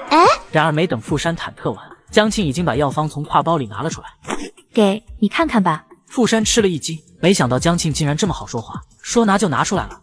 他接过药方，从上到下扫视一遍，发现药方里的几味药材都很普通，并没有名贵药材。哇哦，嫂子，这张药方能不能让我抄一份？回头我拿给他。这些药材看着不贵，我劝他喝。不用抄了，我那还有，这份你留着吧。小山啊，你好好劝劝丁梦飞吧，你们那么好的朋友，他应该能听进去你的话。身体是自己的，得重视起来，这是一辈子的事。好的，嫂子，我知道了。才一会儿功夫，傅山已经连叫了3遍嫂子，江庆心里开心的不得了。初6那天，江庆打算去剪头发，这会儿没有私人理发店，都是国营的。从理发店出来，江庆却在路边发现了站在那里似乎在等人的萧朝阳。他怎么会在这里？魏晶晶为什么没和他在一起？江庆奇怪地朝他那边看过去，萧朝阳竟然突然走过来。江庆皱起眉，扭开了头，赶紧往前走。这时一道身影突然出现在他面前，拦住了他的去路。江庆心底涌起不好的预感，抬起头，果然拦在面前的人是萧朝阳。他拧眉看向他，准备口吐芬芳。你刚才是不是在看我？江庆抿唇，不明白萧朝阳要干嘛。你看起来很面熟，我们是不是在哪见过？不好意思，我想我们不认识。你让我再想想，我真的见过你。不必了吧？火车上，我想起来了，咱们在火车上见过。江庆心里妈妈批，嘴上却说我没想起来，我赶时间，先走了。哎，你等等，你也是京市人吗？也从东北回来的，在哪下乡？返程了吗？没有，我还得回去。哦，还得回去啊？东北真不是人待的地方，可惜了，还得去那边受罪。说完这句，他颇为失望地看了江庆一眼，之后径直地走了。江庆冷笑一声，和他猜想的一样，萧朝阳是个不折不扣的势利眼。听说他还在东北，没能返程，态度立刻就变了。江庆直接回家了。不知道就在他身后，萧朝阳和魏晶晶大吵了一架。魏晶晶从厕所回来时，刚巧看到萧朝阳同江庆说完话走开的那一幕。你刚才跟谁说话呢？一个问路的，你特娘的管的不少。魏晶晶心底顿时翻腾起来。分明在火车上认识的，他却说只是问路。如果没什么，萧朝阳为什么会说谎？不见得吧？你是不是又犯了老毛病？看到漂亮姑娘就想搭讪？我跟谁说话，用得着你管？魏晶晶顿时就委屈了。回来前，萧朝阳答应的好好的，只要一回来，两人就都有工作。哪想到萧家父母只给萧朝阳找妥了工作，而他的工作说还要再等等。他想着只要再忍忍，等萧家给他找到工作，就啥都不怕了。再过上个7、8年，改革开放后国内经济就能好起来，到时候自己占得先机，可以去做个买卖啥的。魏晶晶早就想好，她一个重生回来的人，知道未来的经济走势，只要想做买卖，必定会很成功。到时候她还不是想要啥有啥，现在这么委曲求全，还不是为了熬过这最难熬的几年。结果以为可以依靠的萧朝阳，竟然这么3心2意。唉，我没有要管你的意思。算了，不说这个了，咱们赶紧走吧。以后说话过脑子，别什么都随便乱说。行，我知道了。魏晶晶尽力压着自己心中的怒火，两人远处走去。初8这天是江庆和傅少铎办婚礼的正日子。这天江庆不到6点就起来，一半是紧张的睡不着，一半是早上要忙活的事情太多，不起来早些不行。传说70年代母胎单身的她，今天终于要结婚了，新郎还是个大帅哥。少铎，我终于要嫁给你了。不许再叫少铎了，叫老公。老公，老婆。初8这天是江庆和傅少铎办婚礼的日子，江庆早早就起来化妆了。葛明丽看到老三两口子的房间，房门依然紧闭着，皱了皱眉。怎么回事？魏彤还没起来呢。可不是，都啥时候了还睡觉？这人咋这么心大？人家可不是心大，你三嫂这人没点眼力劲，我去叫他去。大嫂，别去了，他想睡就让他睡吧。干啥这么惯着他？江庆笑了笑，没吱声。魏彤，马上给我起来！这时听到外面传来詹玉敏的大嗓门，詹玉敏嗓门响的整个屋子都能听到，所有人都被震了下。于凤家这会儿才明白，为啥刚才小姑子不让自己去叫魏彤，感情是等着婆婆来的，让婆婆逮着还不骂个狗血淋头。一切收拾妥当，傅少铎也到了。等接到江庆两人下楼时，大家伙都在夸他们两个男才女貌，好般配。小轿车的速度快，先到了傅家，一群人浩浩荡荡的进了傅家，把不大的房子塞得满满当当。江庆到了傅家，没说几句话，就去外面炒菜了。大杂院里众人见到惊讶的不得了，没见过谁家结婚新娘子出来做饭的，老傅家的儿媳妇也太贤惠了吧，竟然亲自掌勺。这一看就是常在家做饭的，手法娴熟，炒出来的菜光看着就好吃。婚宴上的大部分菜江庆都提前做好了，只需要再加工一下就行，有个别的卤菜直接装盘就行。小庆，你这小姑子可挺有意思，感觉人不坏，就是性格有点腼腆。他的话差点没让江庆笑出来。傅山怎么可能腼腆？他不过是得罪完自己不好意思罢了。11点1刻，每张桌子上都摆了10道菜，鸡鸭鱼肉样样都有，味道香的，光是闻一闻就要流口水的程度。在最后一道菜做好后，江庆脑子里响起叮的一声。恭喜宿主，目前技能点数为5.2，完成终极烹饪技能任务，任务奖励。哗的一下，江庆只觉得脑子里一道白光闪过，下一刻他震惊地发现脑子里多出无数的菜谱。就在刚刚那一刻，江庆完全掌握了脑子里的所有菜谱。这任务奖励简直逆天，请宿主再接再厉，技能点数达到100，完成高级烹饪技能任务。等等，终极才5点，高级怎么要100点？这都不一个数量级好吧？呵呵，凭刚刚拿到的任务奖励，想达到100技能点不过是时间问题，请宿主努力，达到高级烹饪技能，会有更加丰厚的奖励。这次的奖励已经逆天，下次的还能更丰厚，那会是什么？酒席开始前，傅少铎和江庆一人身上带上一朵大红花，站在了台子上。大家热烈地鼓起掌来，江庆唇角飞扬，下意识朝傅少铎那边看过去。傅少铎也在看他，眼睛里满是深沉温柔的爱意。少铎，我终于要嫁给你了。不许再叫少铎了，叫老公。老公，老婆。喝交杯酒。不知谁喊了一声，接着有人把酒杯塞进他们两个人手里。在眼下的气氛烘托中，两人只能交叉着胳膊，喝下自己酒杯里的酒。很快仪式结束，江庆和傅少铎也坐到桌子边，跟大家一块吃饭。吃饭吧！大家立刻拿起筷子，向自己早就看好的菜夹过去。菜一入口，所有人都露出惊讶的神色。不大一会儿，桌子上的饭菜就被席卷一空。婚礼结束，所有人都离开了，屋里顿时只剩下傅少铎、江庆小两口，还有父母和傅山。这会儿天色已经晚了，傅少铎进了屋。嫂子，怎么？吃饭时我听我哥说起你在农场干的那些活，做的贡献，我觉得很对不起，之前对你态度那么不好，嫂子，我向你道歉。没事的，我没怪你。傅山低头从衣兜里掏出2块手绢来，塞进江庆手里。江庆看了看那2块手绢，都是大红色的。这是嫂子，这是孟非姐绣的，算是我俩送你的新婚礼物。小山，你说实话，这2块手绢都是丁孟非要送给我的吧？是不是被你截胡了一块？嫂子，等你再回来，我给你补一份结婚礼物。对了，还有件事，你留一点你三嫂。傅山后面这句话令江庆立刻警惕起来。我三嫂，你说魏彤？对，就是她，她也在纺织厂，和我不在一个车间，跟孟非姐是一个车间的。魏彤不认识我，我却听孟非姐说起过她，这个人心眼不好，在厂里风评很差，你多注意点。小山，谢谢你告诉我这些，我会留意她的。傅山没再说什么，转身跑了。江庆望着傅山的背影，笑了笑。这个小姑子消除芥蒂以后，性格变化真的好大呀，还不错的样子。至于魏彤，短短几天接触下来，江庆已经差不多摸清了他的性格。不过傅山能主动提醒他，江庆还是挺高兴的。边想着，江庆拿了毛巾回了屋。江庆走到床边，傅少铎正躺在床上，微闭着双眼，也不知睡没睡着。少铎，傅少铎躺在那里，一动都没动，好似真的睡着了般。他拿着毛巾仔仔细细擦进傅少铎的脸庞，擦完，江庆正要收回手，猛地握着毛巾的那只手被傅少铎一把拽住。你没睡？江庆一句话没说完，被傅少铎一把拽上床，翻身将他压在了下面。意识到接下来要发生什么，江庆心口砰砰乱跳。喝了那么多，傅少铎怎么都没醉？傅少铎俯视着他，眼神里忽地带上几分委屈。你今天掐我了，好疼。江庆顿时愣怔住。我啥时候掐他了？等等，好像真有这么回事。在婚车上的时候，我掐了傅少铎的手，这家伙也太记仇了，竟然一直记到现在。给我吹吹。傅少铎竟然把被掐的那只手伸在江庆面前。江庆哭笑不得。这么幼稚的一个人，真是傅少铎吗？江庆和傅少铎举办了婚礼，到了晚上，傅少铎将他压在了下面。新婚之夜，可把两人累坏了。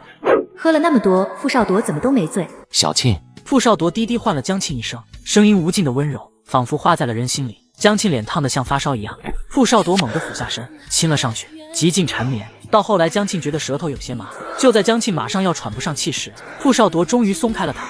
然而，这才只是一个开始。我想要，可以吗？没等江庆答复，他又吻了下来。疼痛袭来的时候，江庆咬牙忍着，仍是没忍住，小声的哼了一声。傅少铎听到他痛楚的声音，立刻慢了下来，温柔而小心的让他慢慢适应。江庆不知道什么时候结束的。我爱你。第二天早上，江庆睁开眼，感觉身体酸软的不像话。不着急，你再睡一会儿，天色还早。对了，你脖子上有一块红色，有点明显。哼，都怪你，我一会儿怎么出去？怎么见妈和小山？要不咱们就不出去了。江庆被他话里的暗示给吓着了，把被子往身上一捂。我还要去吃饭，我好饿。傅少铎忍不住笑了。走吧，吃饭去。这里怎么办？我帮你挡着。哎，这要怎么挡？这家伙才发现他还有这么不靠谱的一面。放心吧，小山上班去了，妈跟老姐妹逛街去了，都不在家。江庆这才知道他是在逗自己。江庆从床上下来，发觉腿脚酸软，一下没站稳，好在傅少铎一把扶住了他。怎么了？不舒服？江庆气得白他一眼。我这个样子还不是拜你所赐？傅少铎瞧见他的神色，明白了是怎么一回事，他一把将江庆抱起来。你干嘛？傅少铎没说话，快步抱他去了外屋，走到饭桌旁，将他放在了椅子上。有腐乳要吃吗？要。这顿早饭两人吃了很久，吃完饭两人对视着笑。江庆感觉喝的小米粥都快成甜粥了，甜得哭得慌，可他总也不腻。江庆回屋里又躺下了，迷迷糊糊间，他猛地想到一个问题。昨晚什么错事都没做，不会怀孕吧？这个想法惊得江庆直接坐了起来。不过好在大姨妈刚走没多久，现在应该是安全期吧？这么想着，江庆终于安心下来，重新躺下身。他不着急要孩子，而是还想过一段二人世界，不想那么快被孩子给打扰。江庆刚躺下，傅少铎从外面走了进来。脸色怎么不大好？很难受吗？他隐隐的担心，这方面从来没经验，并不知道究竟是什么程度的不舒服。要不去医院吧？哎，去什么医院啊？你怎么好意思？再说我脸色不好，又不是因为这个。那是为什么？没什么好瞒的。江庆打算实话实说，就是咱俩昨天那样，会怀孕的，以后还是注意点吧。你不想生孩子？没，只是不想现在生，我还想和你过一段二人世界呢。我想要咱们的孩子，只是不想那么快，给我时间准备一下好吗？好，我以后会注意的。再睡一会儿吧。他起身要走。你陪我，我一个人睡不着。好的，我陪你。傅少铎躺上来，江庆一咕噜钻进他宽阔温暖的怀里。睡觉吗？睡觉。江庆应了一声。江庆后来才发觉两人所说的睡觉压根不是一个意思。这次傅少铎果然如他答应的那样，最后时刻留在了外面。放心，不会怀孕。还算这家伙听话。他一觉睡到了下午，听到外屋传来说话的声音，是傅少铎和父母在说话。江庆顿时不好意思起来。新婚第二天，自己就这么晚才起，不知道婆婆会怎么想。要是知道她和傅少铎胡闹才起得这么晚，那也太丢人了。如果不知道，单纯以为我人懒，那也不好。江庆忐忑着从屋里走出去，傅少铎反应很快，看见是他醒了，赶忙迎过来站到他身前。醒了，睡好了吗？都几点了，还睡不好？起来了也不叫我。没事，我跟妈说你着凉了头疼，需要多睡一会儿。听他这么说，江庆才算放下心来。那妈没说什么？什么都没说，刚给你熬了姜汤，正好去喝。我没感冒，多少喝一点，反正对身体没坏处。小两口在一边嘀咕了半天，父母在不远处没听清他们说什么，想着是两人说悄悄话，见他们感情好，父母也高兴，就没打扰他们。等两人说完话，往他那边走。小庆，过来喝点姜汤，多喝点，别感冒了。知道是父母的一番心意，江庆没有推辞，接了过来。妈，你去忙你的吧。小庆这边有我。行，那我做饭去。父母乐呵呵的出了门，去外面做饭。江庆很感激父母的心意，只是这么一大碗，实在喝不下去。这时旁边伸过一只手，从他手里拿走了大海碗。江庆惊讶的扭头，便看到傅少铎一仰头，将剩下的姜汤喝光。别这么看着我，你男人定力没那么好。江庆脸疼的一下飞火，他撇开脸不去看他。我去帮妈做饭。说完就快步走了。父母那边当然没有什么要江庆做的，不仅没有，他还一直推江庆回屋。江庆现在才不会回去，他可不好意思再听傅少铎说酸话。江庆和傅少铎举办了婚礼。新婚之夜过后，江庆实在是太累了，看到老公渐渐的表情就害怕，躲到了外面。这时碰见了一直暗恋她老公的丁梦飞。丁梦飞，孟非见到江庆，脸色有些低沉，又有些为难。谢谢你送我的结婚礼物，我很喜欢。我也刚学没多久，绣的不好，你对付着用吧。怎么会，绣得非常好，我很喜欢。对了，小山说其中有一块。傅山重重咳了一声，江庆会意，笑了笑，没再继续往下说。嫂子，你咋出来了呢？走，咱俩回家吧。傅山拉过江庆，不容他拒绝，拽着他往自家的方向走。小山，你咋这么着急？我还想问问丁梦飞吃药的事呢。说完，他回头朝丁梦飞的方向看了看。傅山看到丁梦飞进了家门，像是松了一口气似的，他放开了江庆。嫂子，你这人吧，要我怎么说，神经也太大条了。哎，怎么？孟非姐可是喜欢了我哥那么多年，她看见你很好，真心祝福你和我哥。可这不代表她不会伤心难受呀。你没看她脸色多难看，要换成我可做不到她那么能忍。可是昨天我刚下车时，丁梦飞在人群里还冲着我笑。你昨天结婚大喜的日子，她不冲着你笑，还冲着你哭呀。要真那么做了，你家人还不得把她撕了。当然，孟非姐可不是因为这个原因，她纯粹是在祝福你。也就是说，昨天她是强颜欢笑，是我误会了。差不多，不过嫂子你也别担心，别看孟非姐人比较内向，看着挺柔弱，其实她心里可有主意了。她说放下，那就真的放下。对了，她还说过几天要开始相亲了。她愿意去相亲，这是好事。你问没问她，那副药方喝上了吗？喝上了，我会看着她喝的。嫂子你放心吧。喝上了就好。江庆盘算着，那药方效果很好，要不了多久，任务就能完成。姑嫂两个回到家里，父母已经做好了饭菜。吃完饭到了晚上，临睡前看到傅少铎渐渐地看着他走过来。不行，今晚不许再乱来，身上好疼，我都快散架了。傅少铎往他这边走了几步，江庆赶忙坐了起来。好了，不逗你了，你不是说身上疼，我帮你按一按。没想到他是想帮我按摩，是我误会了。你会按摩？会一些，以前在部队学的，按一按会睡得舒服些。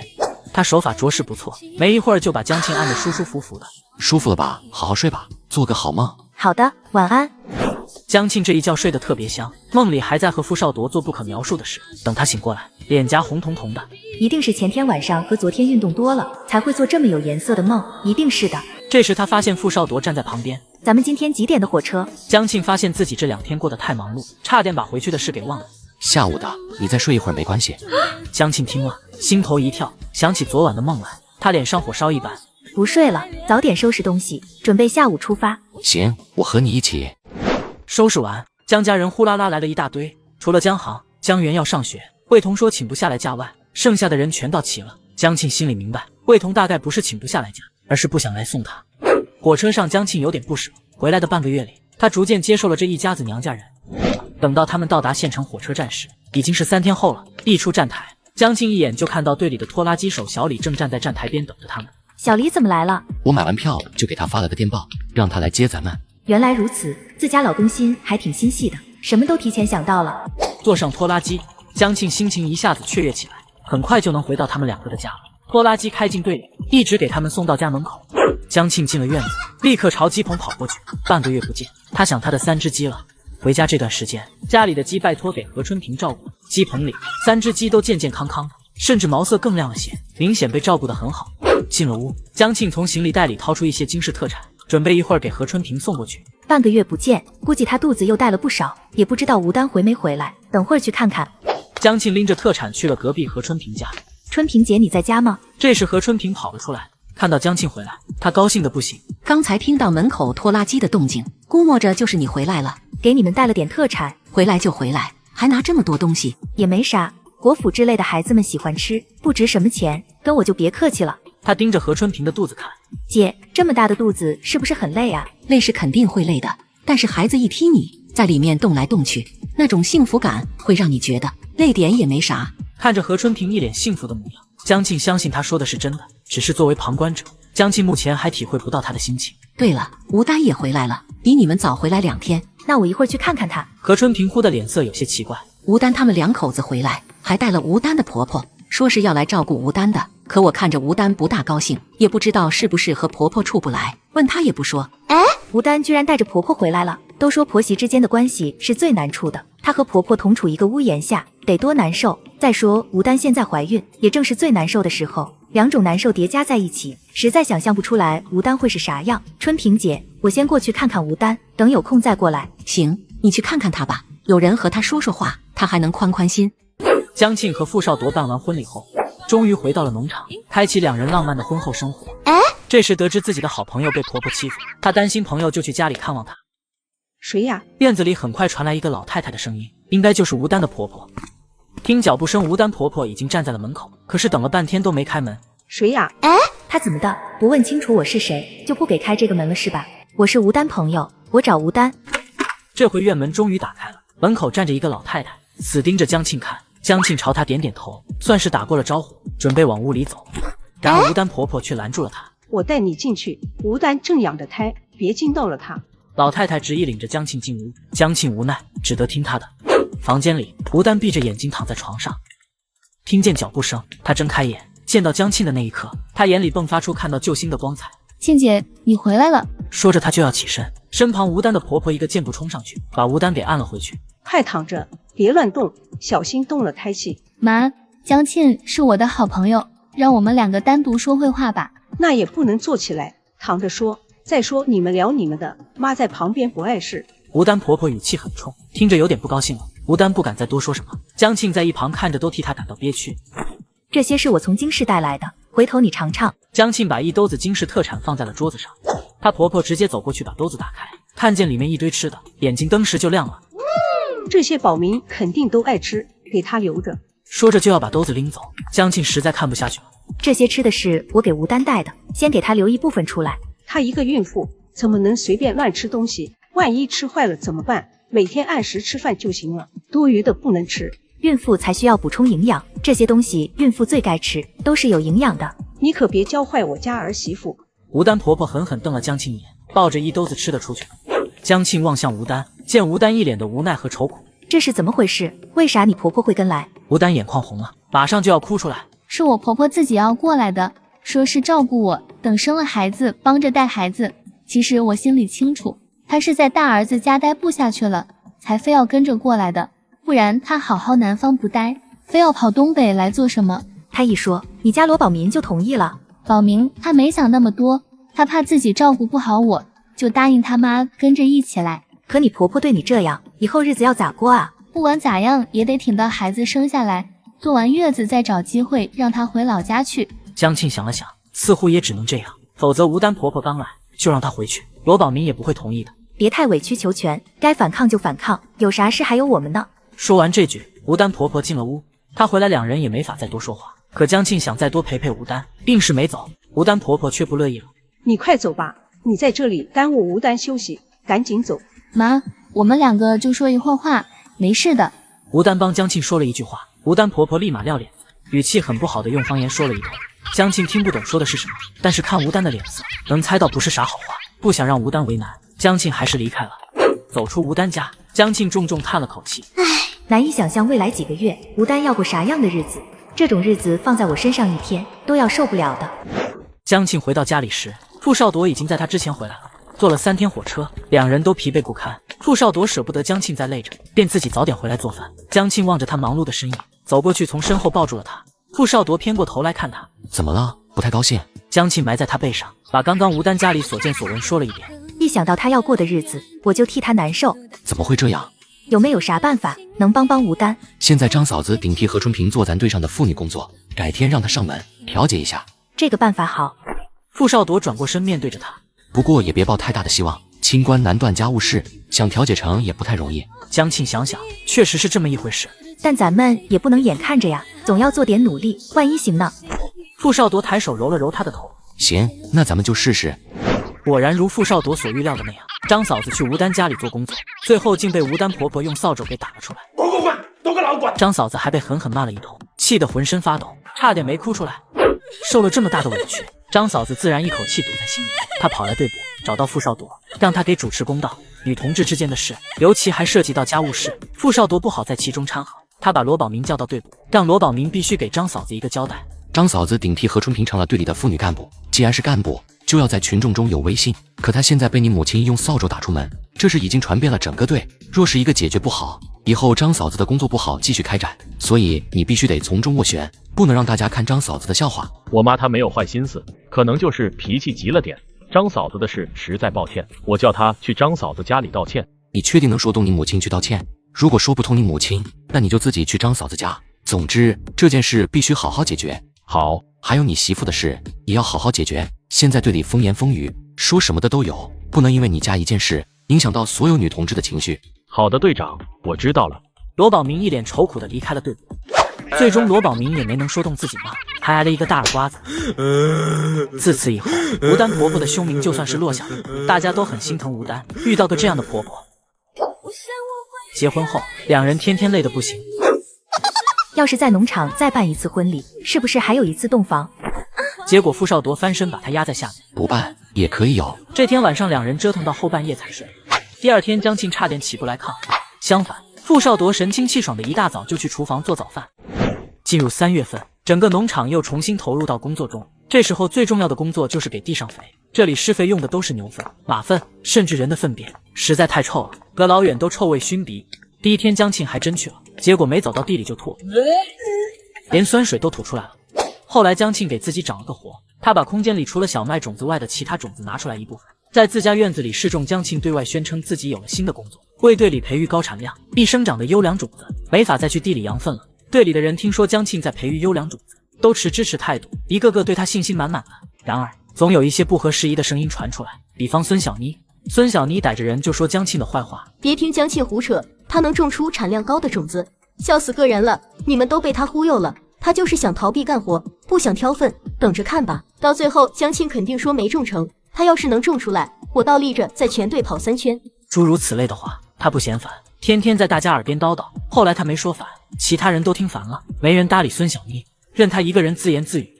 种子种上就不需要江庆管了。于是江庆白天的时间变得非常清闲，当大家都去地里羊粪时，只有他在家待着无聊。好在于凤家的邮件到了，里面是于凤家和葛明丽答应给他找的教辅书和历年试题的。江庆不光自己看，还打算让傅少铎跟着他一起看。明年年底就要恢复高考，要是我们2个都能考上大学就太好了。然而还没等他提起这件事，傅少铎已经看到桌子上放的一堆书。数理化自学丛书立体几何，你在哪儿弄到的这套书？二嫂给的，她书店里的库存，以后咱俩晚上下了班一起学习吧，多学些知识总归是有用的。好，还有这几本也是我让二嫂帮忙找的。傅少铎看到面前几本机械名，立刻激动起来。傅少铎向前一步把江庆抱进了怀里。谢谢媳妇，你真的太好了，我爱你。从那天起，两人每天回家吃晚饭就双双坐在桌边学习。有一天周东阳过来找傅少铎，被满桌子的书给惊呆了。你是不是闲的？晚上回来抱着媳妇睡觉不好吗？居然浪费时间看这些书，想拿个高考状元呢？让我咋说你？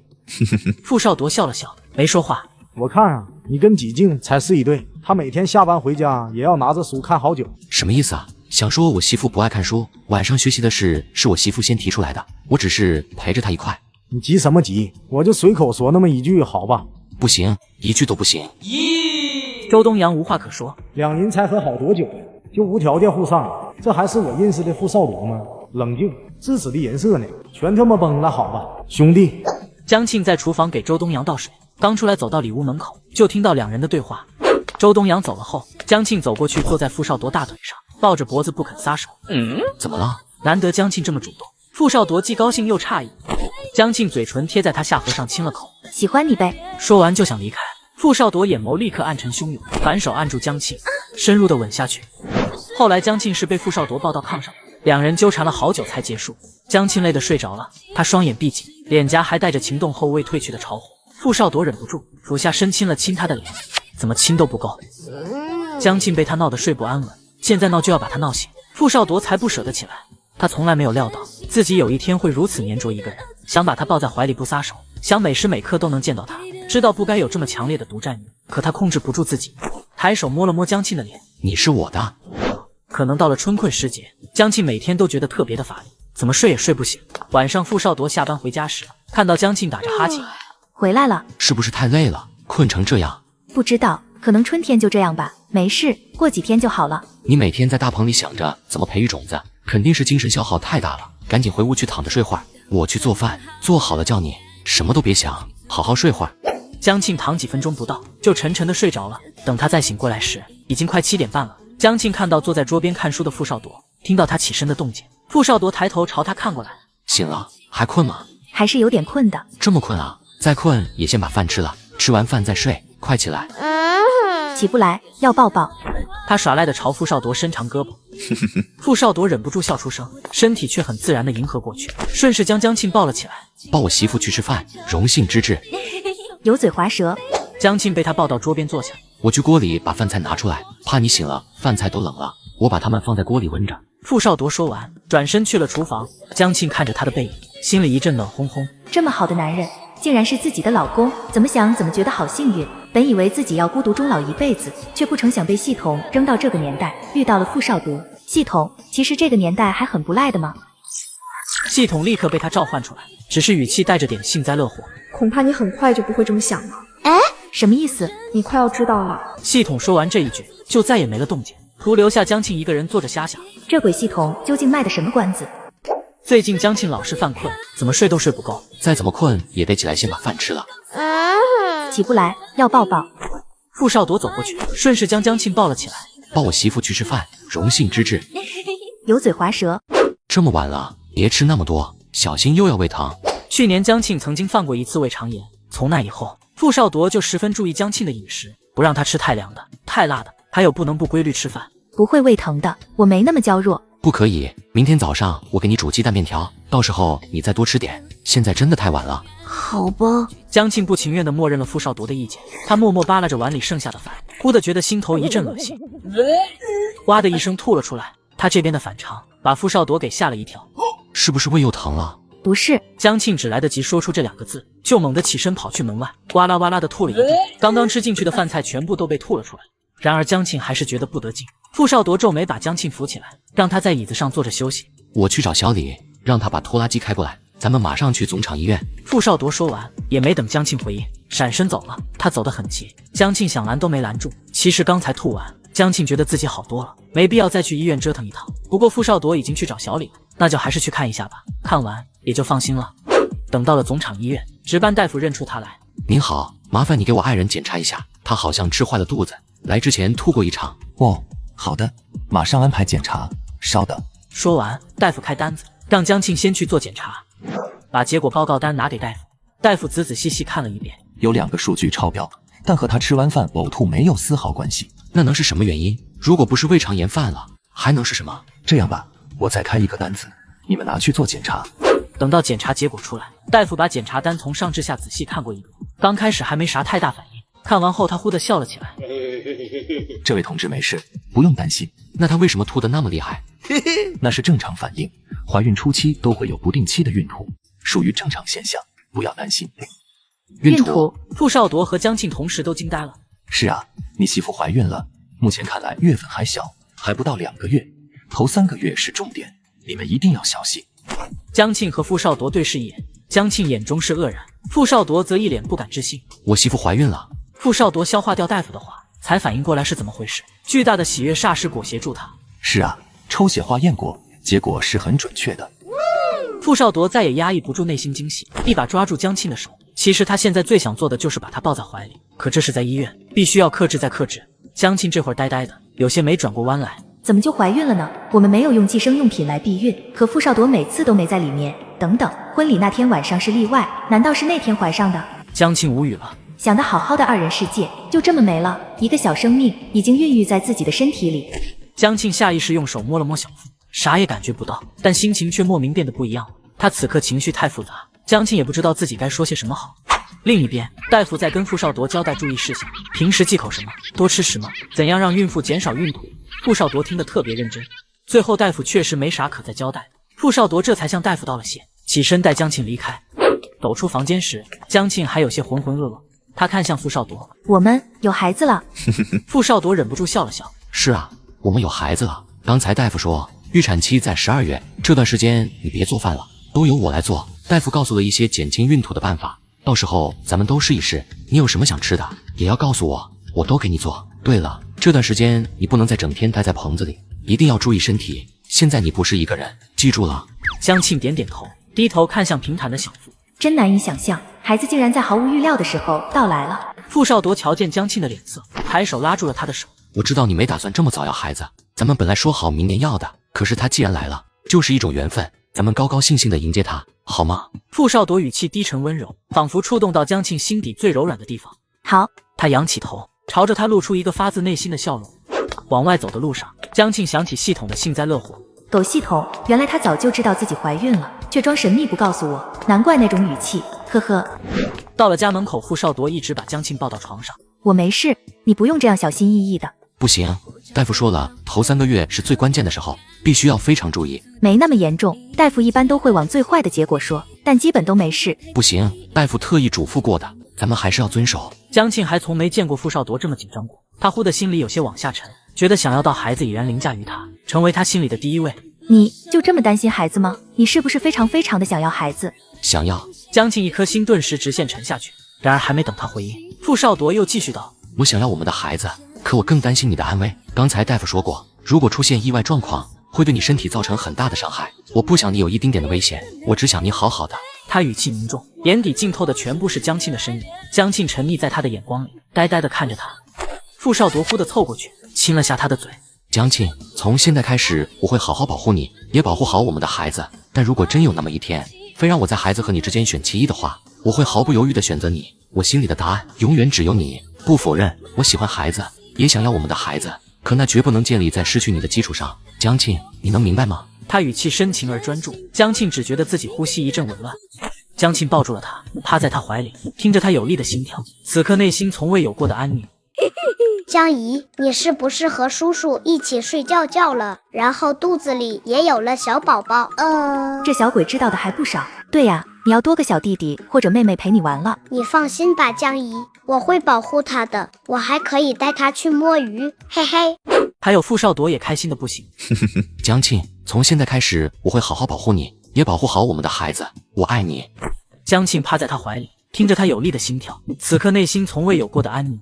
傅少铎让他躺进被窝里睡吧。说完他刚要走，胳膊却被江庆拉住了。不睡觉，你还要去干什么？想去收拾一下饭桌，把剩下的饭菜收起来，再把碗筷洗了。现在呢？现在自然媳妇的要求最大，什么都不做了，专心陪媳妇睡觉。越来越油嘴滑舌了，我要你陪我一起睡。别闹，大夫说最好不要同房，我不想伤到你。江庆故意问，还有8个多月呢，我们就一直这么睡啊？江庆知道自己刚刚的举动勾出了他的火来，眼下他正在拼命忍着，不舍得再闹他。江庆放开了傅少铎，我真的要睡了，好困，我才不会告诉他，过了3个月孕期中间是可以同房的。再说，就算不能，不是还有别的办法吗？可今晚太累了，下次再帮他。第二天一早，江庆刚起床就闻到一股浓重的饭菜香气，他走到桌边一看，桌子上摆了好几个盘子，很丰盛的一顿早饭。家里的白面好像没剩多少，得想法找个理由再从空间里拿出来点，还得再拿点大米，还有肉什么的。也不知道是心理作用还是怀孕胃口变大，江庆一口气吃了2个馒头，比平时的饭量大多了。接着他去了何春平家，何春平还有2个月到预产期，肚子大的走路都费劲，队里给他安排的都是歇在家里就能做的工作。咋这个点有时间过来，不用照顾着种子了？我有事和你说。啥事？江庆咳嗽一声，神神秘秘的小声道：我有了。啥？何春平一开始瞪大眼睛，但很快就笑了起来。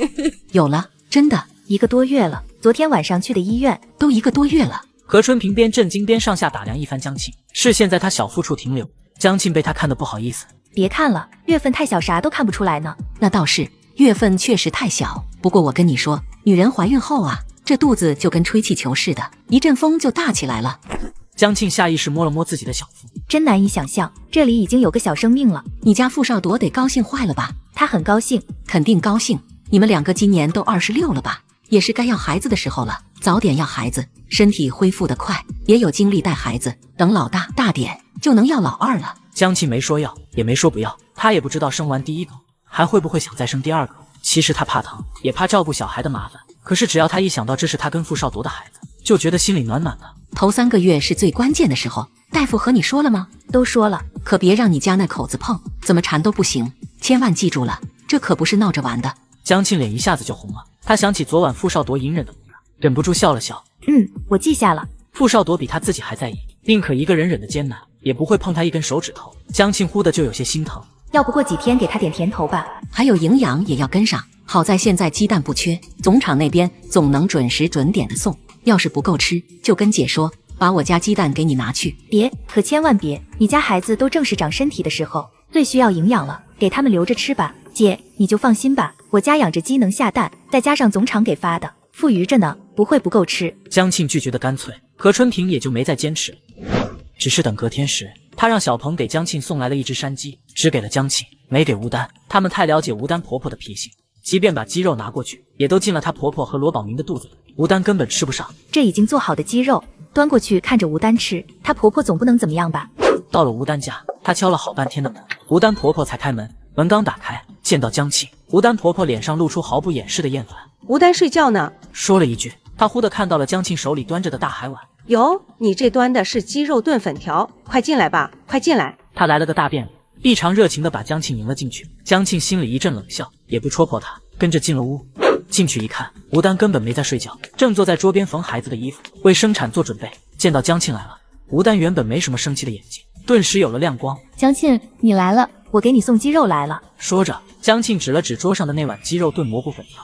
吴丹肚子里好久都没有油水了，家里的好东西婆婆都留给他自己和罗宝明吃，他压根都吃不到。说好是来照顾自己的，结果他现在过得比以前差远了。见江庆有心给自己送吃的来，吴丹一阵心酸，眼泪差点没掉下来。谢谢了，庆姐，跟我还这么客气，别缝了，先吃鸡肉。这时，只见吴丹婆婆从厨房里拿了筷子出来，坐在桌边就开始大口的往嘴里塞。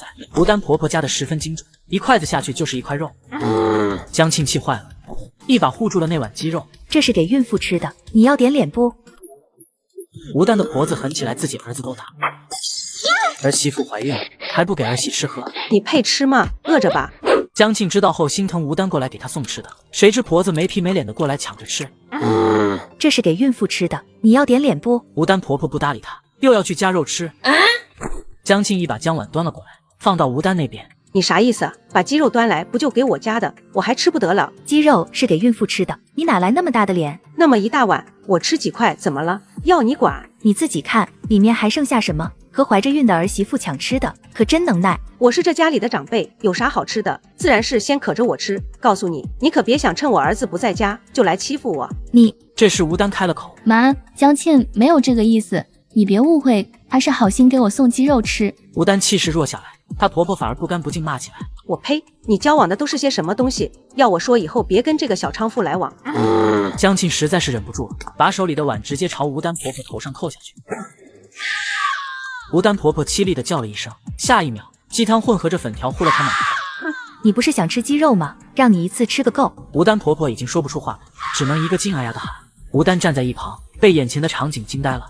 她看着婆婆被扣了一头菜，狼狈不堪的模样，有些害怕，可心里却无比舒坦。吴丹，走，先去我家待着。刚刚的事是我做的，我来解决。说完，她又看向吴丹婆婆，给你尝尝记性，以后说话别那么埋汰。江庆让吴丹在自己家待着，把门锁好，不让她婆婆过来，然后自己去队部找傅少铎。她也知道自己惹下了麻烦，如果不把事情解决好，吴丹回家必定会接受她婆婆的狂风暴怒。江庆不想自己做下的事让吴丹去承受。怎么不在家歇着？到这来了，鸡肉吃了吗？江庆过来时还气势汹汹的，现在被他柔声问了2句话，立刻怂了起来。哎，给傅少铎找麻烦了。不过他还是把事情的经过说了一遍。全部讲完后，江庆忐忑地望着他，不知道他会是啥反应。然而傅少铎听完后，忽然问了一句：他骂你了啊？吴丹婆婆。哦，江庆这才反应过来他在说什么，忙点头。可不是，要不是他说那么难听，我也不至于扣他一脸菜。不错。哎，是说我干得不错。江庆一下子支棱起来，刚才还蔫头耷脑的，这会儿眼神都亮了。傅少铎没回答，叫来队里的一个叫郭川的年轻干部。队长，您找我。总厂成立1周年的文艺汇演，咱们队报一个短剧，你去和总厂通讯员王维远联系下，把节目报给他。傅少铎话音落下，郭川一脸懵逼。队长，咱们刚才开会不是定下来要合唱吗？换这个，我刚才考虑了下，咱们队要出就出一个更新鲜、更有意义的节目，快去吧。傅少铎说的这么坚决，郭川也不再多嘴，答应一声撒腿跑了。听到他们的对话，江庆惊讶极了。啥文艺汇演，啥短剧？你不会是想……江庆心里突然有了个大胆的猜测，傅少铎不会是要用短剧的形式把吴丹家的事演出来吧？就是你想的那样，婆媳闹不和的事整个总场都有，比吴丹家闹得更大的还有。我想刚好可以借这次演出给大家做一次思想教育。傅少铎语气一本正经，可江庆越听越想笑。把吴丹家的事演出来，就等于让吴丹婆婆在全场职工和家属面前公开处刑。这招很损，但也很有效。真想不到，这竟然是傅少铎想出来的，还是在那么短的时间内。不过我不会出面，毕竟涉及到女同志之间的事，还是让张嫂子来组织的好。到时候演员也让她选，由她来组织排练。那剧本呢？剧本你想写吗？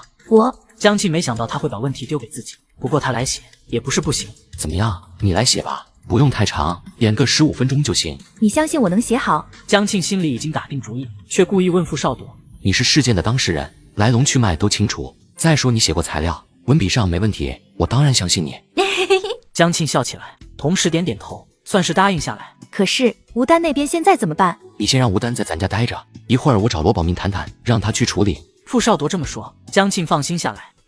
他叹口气，罗宝民原来对吴丹多好，心疼他身体不好，为了他买自行车，天天载着他。结果现在……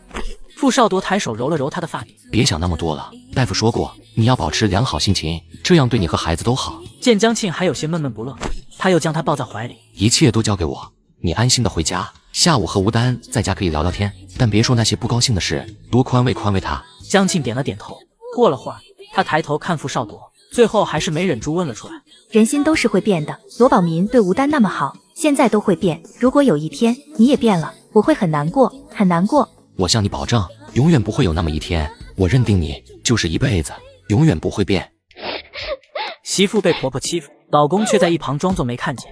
可他的朋友是一点也忍不了，直接把饭菜扣到他头上，带着朋友回了自己家。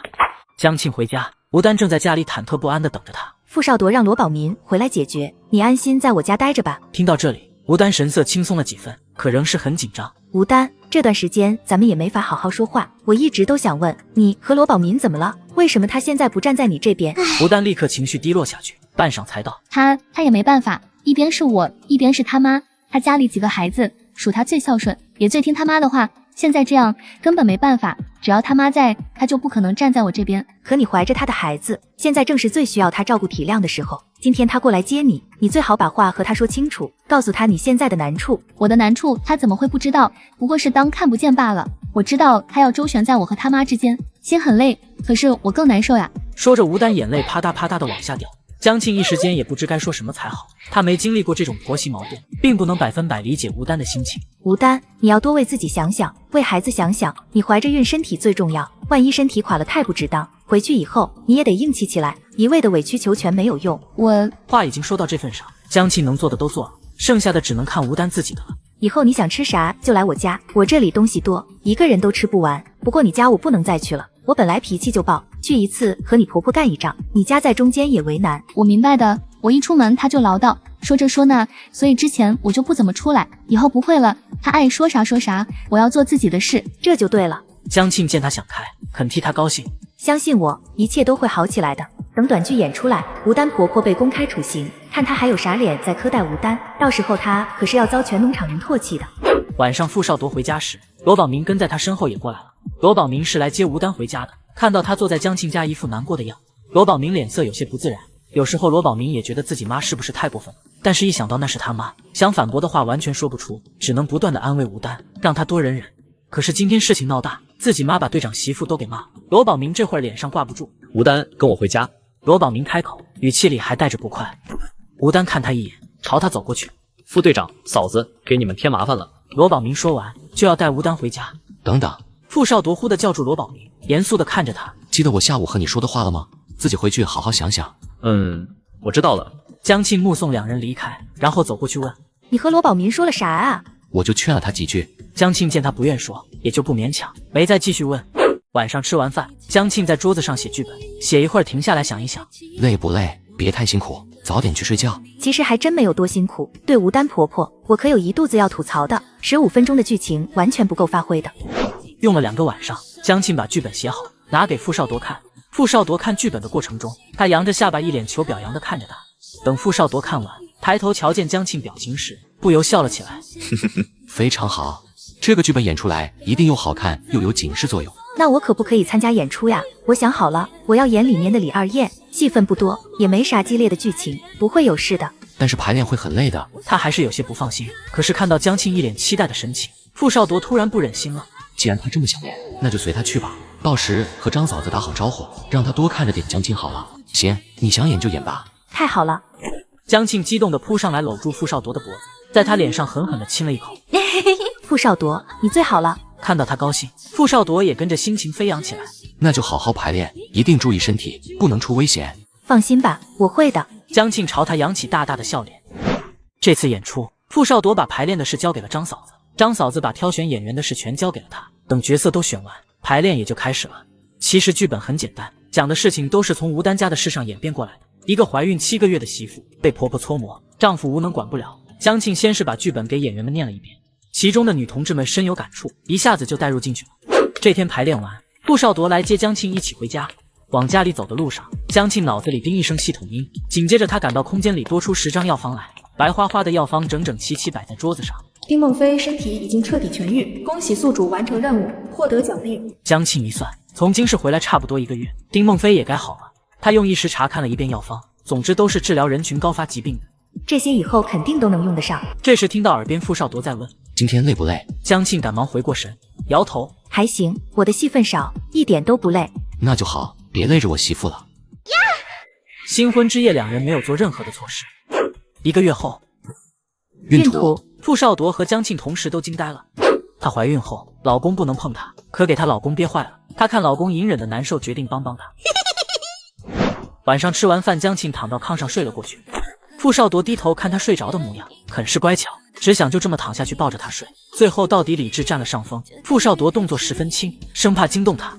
然而他刚躺下，江庆就凑了过来，钻进了他怀里，2人距离很近。江庆眼尖的看出傅少铎的异常来，算从她怀孕开始，傅少铎已经清心寡欲了好些天了。这样总憋着对身体不好，要不晚上帮帮他吧。这会儿傅少铎才意识到江庆压根没有睡。怎么还没睡？今晚不困吗？困，好困。那还不快睡？不想睡，想等你。江庆声音又娇又软，说话时把身体贴过去，和他贴得密不可分，还坏心眼的蹭了2下。江庆，他这段时间忍得很不容易，用尽所有力气在克制，却在江庆小小的举动下，瞬间溃不成军，胸腔仿佛燃起熊熊烈火。江庆又贴上去，同时伸出了手。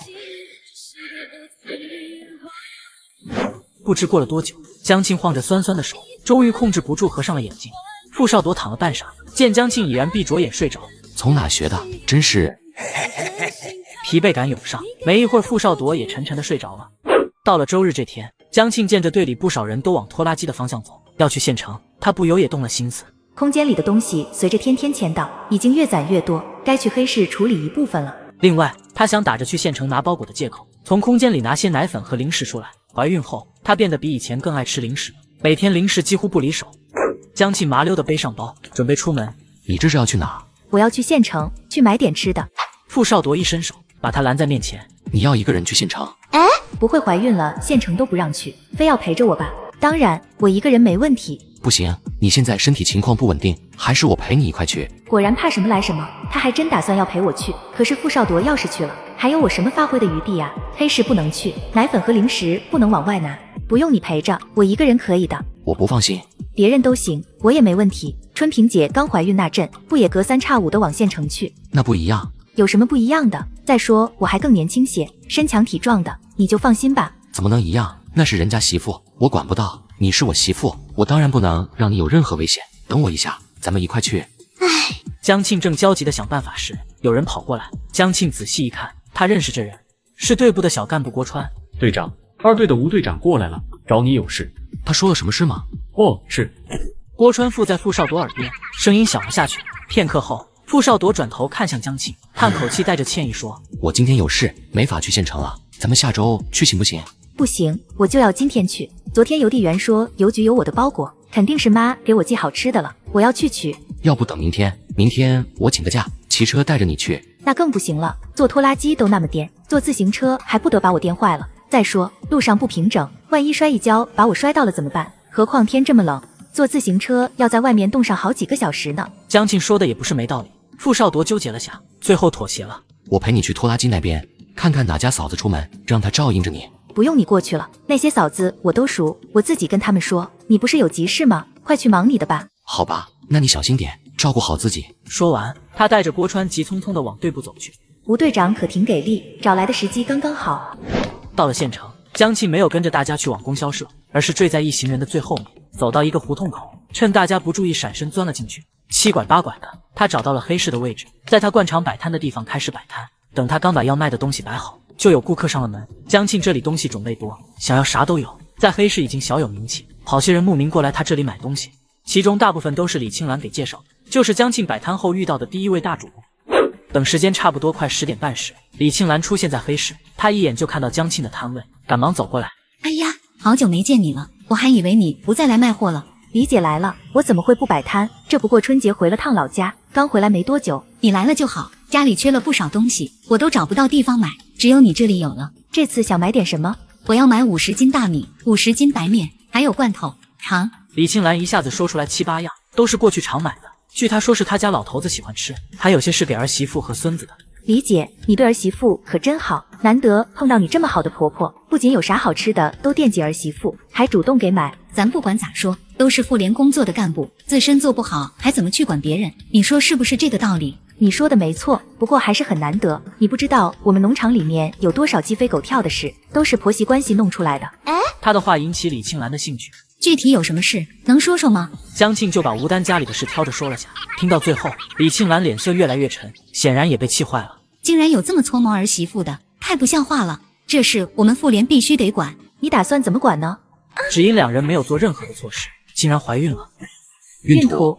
她为了买些营养品补身体，决定去黑市摆摊做生意。遇到了之前的老客户，还给客户讲了她朋友被婆婆虐待的事。竟然有这么搓磨儿媳妇的，太不像话了！这事我们妇联必须得管。你打算怎么管呢？李庆兰冷静下来一想，这事自己还真没法管。这个还不大好管。妇联的工作不好展开，每次的结果也差强人意。见她为难的样子，江庆心底忽地涌上一个念头来。其实我们自己想到一个办法，就是不知道能不能起作用。什么办法？江庆把队里排练节目、准备上台表演的情况说了一遍。这主意真不错，是谁想出来的？是不是你？这个可不是我想出来的，是我们队长想出来的。我就是在想，这是个很好的宣传机会，正好里面有个角色是妇联干部。那么如果真有妇联同志在场，等表演结束后举几个工作中遇到的事例给大家听，是不是能起到更好的作用？江庆的想法和李庆兰不谋而合。这个主意好，我回去就跟你们农场领导联系。其实这次东安农场庆祝成立1周年，县里也受到了邀请，只是没有我们妇联。不过争取一下，应该没啥问题。行，那我就等着您的好消息了。对了，李姐，要是你真来了我们农场，到时候咱们可不能说是在黑市认识的，得想个别的理由，这可是非常重要的。真把黑市说出来，那不是闹着玩的。李青兰哈哈一笑，放心吧，这点我也想到了。这样，有人问起来，咱们就统一口径，说你是来妇联咨询的时候认识的我，这样总没问题了。好的，就这么说。确认好货物后，江庆把自己身体的情况和李青兰说了下，告诉她这次自己没法送货，得麻烦她家里人取一趟。你怀孕了？李青兰诧异地看着江庆，光看江庆一张脸，以为是不到20岁的小姑娘，哪想到都结了婚，还有了孩子。那可要多注意身体，最近也别总摆摊了，万一累着流产，可不是闹着玩的。我也是这么想的，以后估计要减少来县城的次数了。等等，那我再补点东西，这次多买些。想到江庆以后不常来，李庆兰立刻一口气补了2倍的货。你的仓库在哪里？不然让我儿子直接去仓库取吧，免得你还要折腾过来。仓库？哪里有仓库呀？不用，东西都放在不远的地方，拿过来很方便的。那好的，麻烦你等一会儿，我叫我儿子过来取，一点钱，他肯定能到。吃完午饭没多久，李庆兰的儿子就来了。等李庆兰儿子取走货后，他就打道回府了。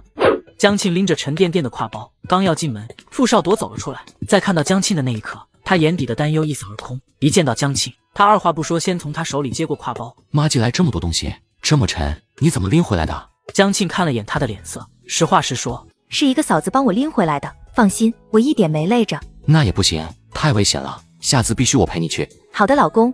回到家，江庆就去休息了，折腾一天太累了，自己的赚钱大计被意外怀孕全给打乱了。不过也没啥，10个月以后又是一条好汉。等等，不用10个月，再有8个月就够了。这么想着，江静很快便睡着了。等他睡醒，眼睛还没睁开，鼻子已经先一步动了动，闻到空气中飘散的饭菜香气。醒了，可以吃饭了。江庆迷迷蒙蒙的起来，看着一桌子好吃的，肚子立刻不争气的咕噜噜叫起来。吃完饭，江庆把县妇联主任打算看演出的事和他说了下。你怎么找到妇联主任的？江庆把和李庆兰一早编好的理由说了遍。我今天去县城，不光是为了取包裹，还去了趟妇联，把吴丹婆婆的事说了下，想着万一演出效果不好，还能让妇联的同志对吴丹婆婆做个思想教育，这不双保险吗？妇联周日也上班？江庆一下子哽住了。周日所有机关单位都休息，不可能有人上班的。不过江庆反应很快。我也知道妇联周日不上班，所以我就去门卫那里打听到了妇联主任家的住址，直接找上门了。妇联主任人很和气，听我说完就表示要来观看咱们的演出，到时顺便对婆媳矛盾做一次现场教育。怎么样，我做的不错吧？做得很不错。不过你胆子可不小，敢直接去人家里。看着吧，我胆子还能更大呢。先给傅少铎打针预防针，免得万一以后做出啥更惊人的事，再把他吓到。必须要让他慢慢习惯，习惯到不管自己做什么都能波澜不惊。你呀，傅少铎宠溺地揉了把江庆的头发。他为了让所有人都知道他朋友婆婆有多恶毒，他们准备排一出戏，把吴丹家里的事演出来，让所有人都看看。几天后，到了文艺汇演的日子，媳妇就要上台演出，老公关心她来看她。我过来看看你们。是看看我们吗？只看你。咦，这秀恩爱秀的我都看不下去了，宝贝们，你们受得了吗？一定要好好演，不能在县里干部面前拉胯。张嫂子一听，连县妇联的干部都要来看他们的演出，顿时激动起来。除了江庆外，其他5个演员都激动的不行，心里也忐忑极了。到了台上，尽量别往下看，就算看了也没啥，把那些观众当大白菜就行，千万不要怕。张嫂子在一边听了哈哈的笑起来，紧张的情绪很快消散下去，气氛顿时活跃起来。好了，大家准备吧。江庆，一个声音在后面叫他。江庆立马转过头，脸上同时漾开笑容。傅少铎在他身后不远的地方站着，正笑着看向他。江庆几步走过去，刚想挽住他胳膊，忽地想起来这里是后台，不好太亲密，伸出去的手又缩了回去。队里人都来了。都来了，在前面坐着呢。我过来看看你们。是看看我们吗？只看你。油嘴滑舌的。说完白他一眼。作为7队队长，傅少铎当然不能只来看江庆，这一趟他也得顺便看看其他人。好好演出，不要有任何心理负担。队长，我们啥心理负担都没有。刚才小江说了，让我们把下面的人都当成大白菜。当成大白菜？傅少铎朝江庆看了一眼，抿唇忍住笑，一本严肃道：“这个方法不错。”行了，你快点走吧，我们还要再排练一遍。江庆把傅少铎赶了出去，他可不想被这家伙看了笑话。等轮到他们出场时，所有人都信心满满，充满斗志的准备上台了。加油！江庆小声的给他们打气。这个短剧分为3幕，基本每一幕都是5分钟。先上台的是演女主的小媳妇和演婆婆的张嫂子，两人要先来一段婆媳矛盾，后面演丈夫的演员上台，使矛盾恶化，再有邻居们从中调和，不小心激化矛盾，剧情不断走向高潮，矛盾在一个顶点来了个大爆发。最终江庆饰演的妇联干部出场，对恶婆婆和软弱丈夫做了批评教育，安抚小媳妇。短剧的最后是个大团结的结局，短短15分钟的剧情异常精彩。演出过程中台下悄无声息，所有人都在屏息观看着台上的表演。演出结束，台下爆发起响亮的掌声。太好看了，再来一个！演出能获得成功，在江庆的预料之中，只是没想到观众们会这样热情，全都在大声喊着夸他们演得好，掌声经久不息。江庆他们要下台，然而观众们太热情了，最后刘厂长不得不站出来打圆场。干脆你们派一个人出来，给大家唱首歌吧。刘厂长话音落下，张嫂子、小媳妇以及其他3个演员齐齐往后退了一步，只剩下孤零零自己站一排的江庆。什么鬼？在众人的高涨热情下，江庆无奈答应给大家唱首歌。这个年代的歌曲他会的不多，想来想去只有一首《松花江上》。不过这难不倒江庆，当初在大学时，他曾是学校的10佳歌手，清唱什么的难不倒他。江庆挪动脚步，站到了舞台的正中央，他落落大方地站在那里，灿然微笑着面对台下的观众。下面我为大家演唱一首《松花江上》。台下爆发比先前还热烈的掌声，很快歌声响起，清脆灵动的声音盖过了下面的掌声。渐渐的掌声消失，全场只剩下一道婉转动人的歌声。松花江上这首歌所描述的正是东北，非常应景，而且在这个年代属于脍炙人口的歌曲，在场的大部分人都会唱。一曲终了，全场一片寂静，大家都还在回味着刚刚的歌声，意犹未尽。我媳妇唱的也太好听了吧！好，小江同志唱的真不错。刘厂长率先拍起手。会场里其他人这会儿也从歌声中回过神来，跟着鼓掌。这会儿江庆举着话筒，笑盈盈的朝台下说：“刚刚这首歌曲是为了感谢大家对我们短剧演出的喜爱。那么我们重归正题，我想问大家一句，我们7队的演出好不好看呀？太好看了！”下面齐刷刷的喊着。那我再问大家一个问题，刚才看到怀着身孕的儿媳妇想吃一口肉，结果被婆婆全给吃光了，一口都不留，你们啥感想？太可气了，不像话！摊上这种婆婆倒了8辈子霉，想揍她！大家义愤填膺，说啥的都有。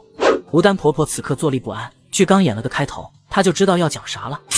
这不就是自己家里那点事儿吗？怎么给拿到台上演去了？她心肝颤啊颤，连脸都不敢抬。好不容易坚持到江庆讲完话，以为就要结束时，江庆的声音再次响起：“下面有请县妇联李主任上台为大家讲话。李主任专程前来为大家科普妇女保障及相关内容，请大家热烈欢迎。”一片欢迎的掌声中，李庆兰严肃地上了台。现在不兴以前那一套，领袖同志说过，妇女能顶半边天，咱们女同志是要在祖国建设事业中发光发热的，不是能随便被人欺负的。女同志才最该知道女同志的难处，更不应该互相为难。大家要团结起来，摆正目标，一起为建设社会主义做贡献。最后，我再郑重提醒一次，任何欺压并伤害别人的行为，都必须承担法律责任。最后一句话，李庆兰说的掷地有声。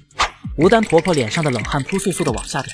李主任讲完话，刘厂长又上了台，他临场发挥。接着李主任往下讲，严肃批评农场内出现的一些欺压妇女同志的恶劣行为，连同男同志都一起批评了。用刘厂长的话说，连给自己生孩子的媳妇都护不住，还不如出去找块砖一头磕死，没用的玩意。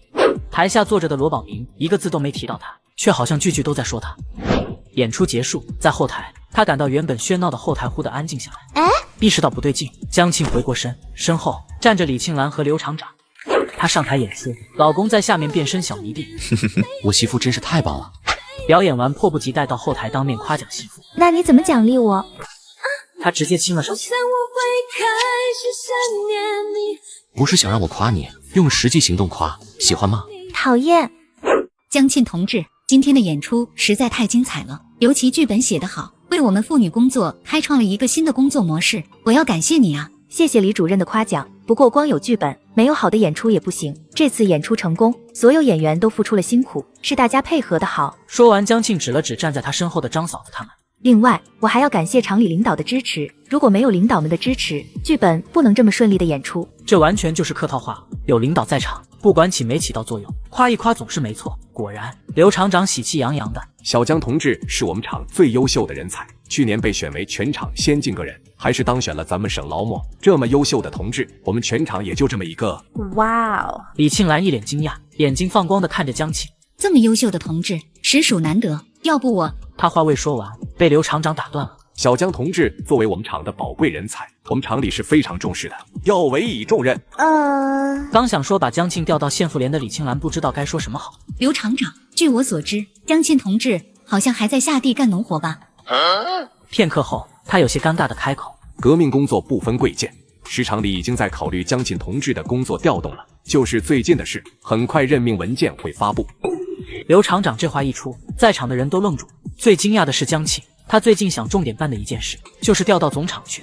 工作室里风吹不着，雨打不着的，最安逸了。工作还比下地清闲不知多少。万没想到，我还没活动呢，刘厂长就说已经在安排了，有点意外啊。刘厂长，您说的是真的？当然是真的，我让厂办那边快点下文件，最快下周一调令就下来了。小江同志，欢迎来总厂工作。刘厂长当众保证，那就没可能是随便说说，一定是真的在办调令。江庆顿时激动起来，下周我可就是坐办公室的人了，实在令人心情振奋呢。谢谢厂长，谢谢组织上对我的信任和认可，我一定会努力工作，继续为咱们厂做贡献。那个，我能问问被调去哪个部门吗？表完决心，江庆问出了最想知道的问题。宣传部。原本我还担心你能不能适应那里，不过看完今天的演出，一点顾虑都没了，你绝对能胜任这个工作，我就等着看你做出好成绩了。一定不辜负厂长的期待，宣传部好像还不错，估计就是写稿子、发文章啥的。需要画板报吗？画上我也不打怵。又说了几句，李庆兰他们就先走了。这时傅少铎过来接他回家，傅少铎一见到江庆，就扶住了他的胳膊，眼底透着紧张和关切。大家都不想在这当电灯泡，就全走了。身体感觉怎么样？有没有哪里不舒服？江庆瞧见周围没人，只剩下他俩，便往傅少铎身上靠了靠。没有不舒服，挺好的。对了，我们今天的演出怎么样啊？演出结束后，江庆已经听了太多的表扬，可他最想听的还是傅少铎的，想知道他对自己的演出是什么样的感觉。演出非常成功，你演得特别好。傅少铎毫不吝惜地夸道。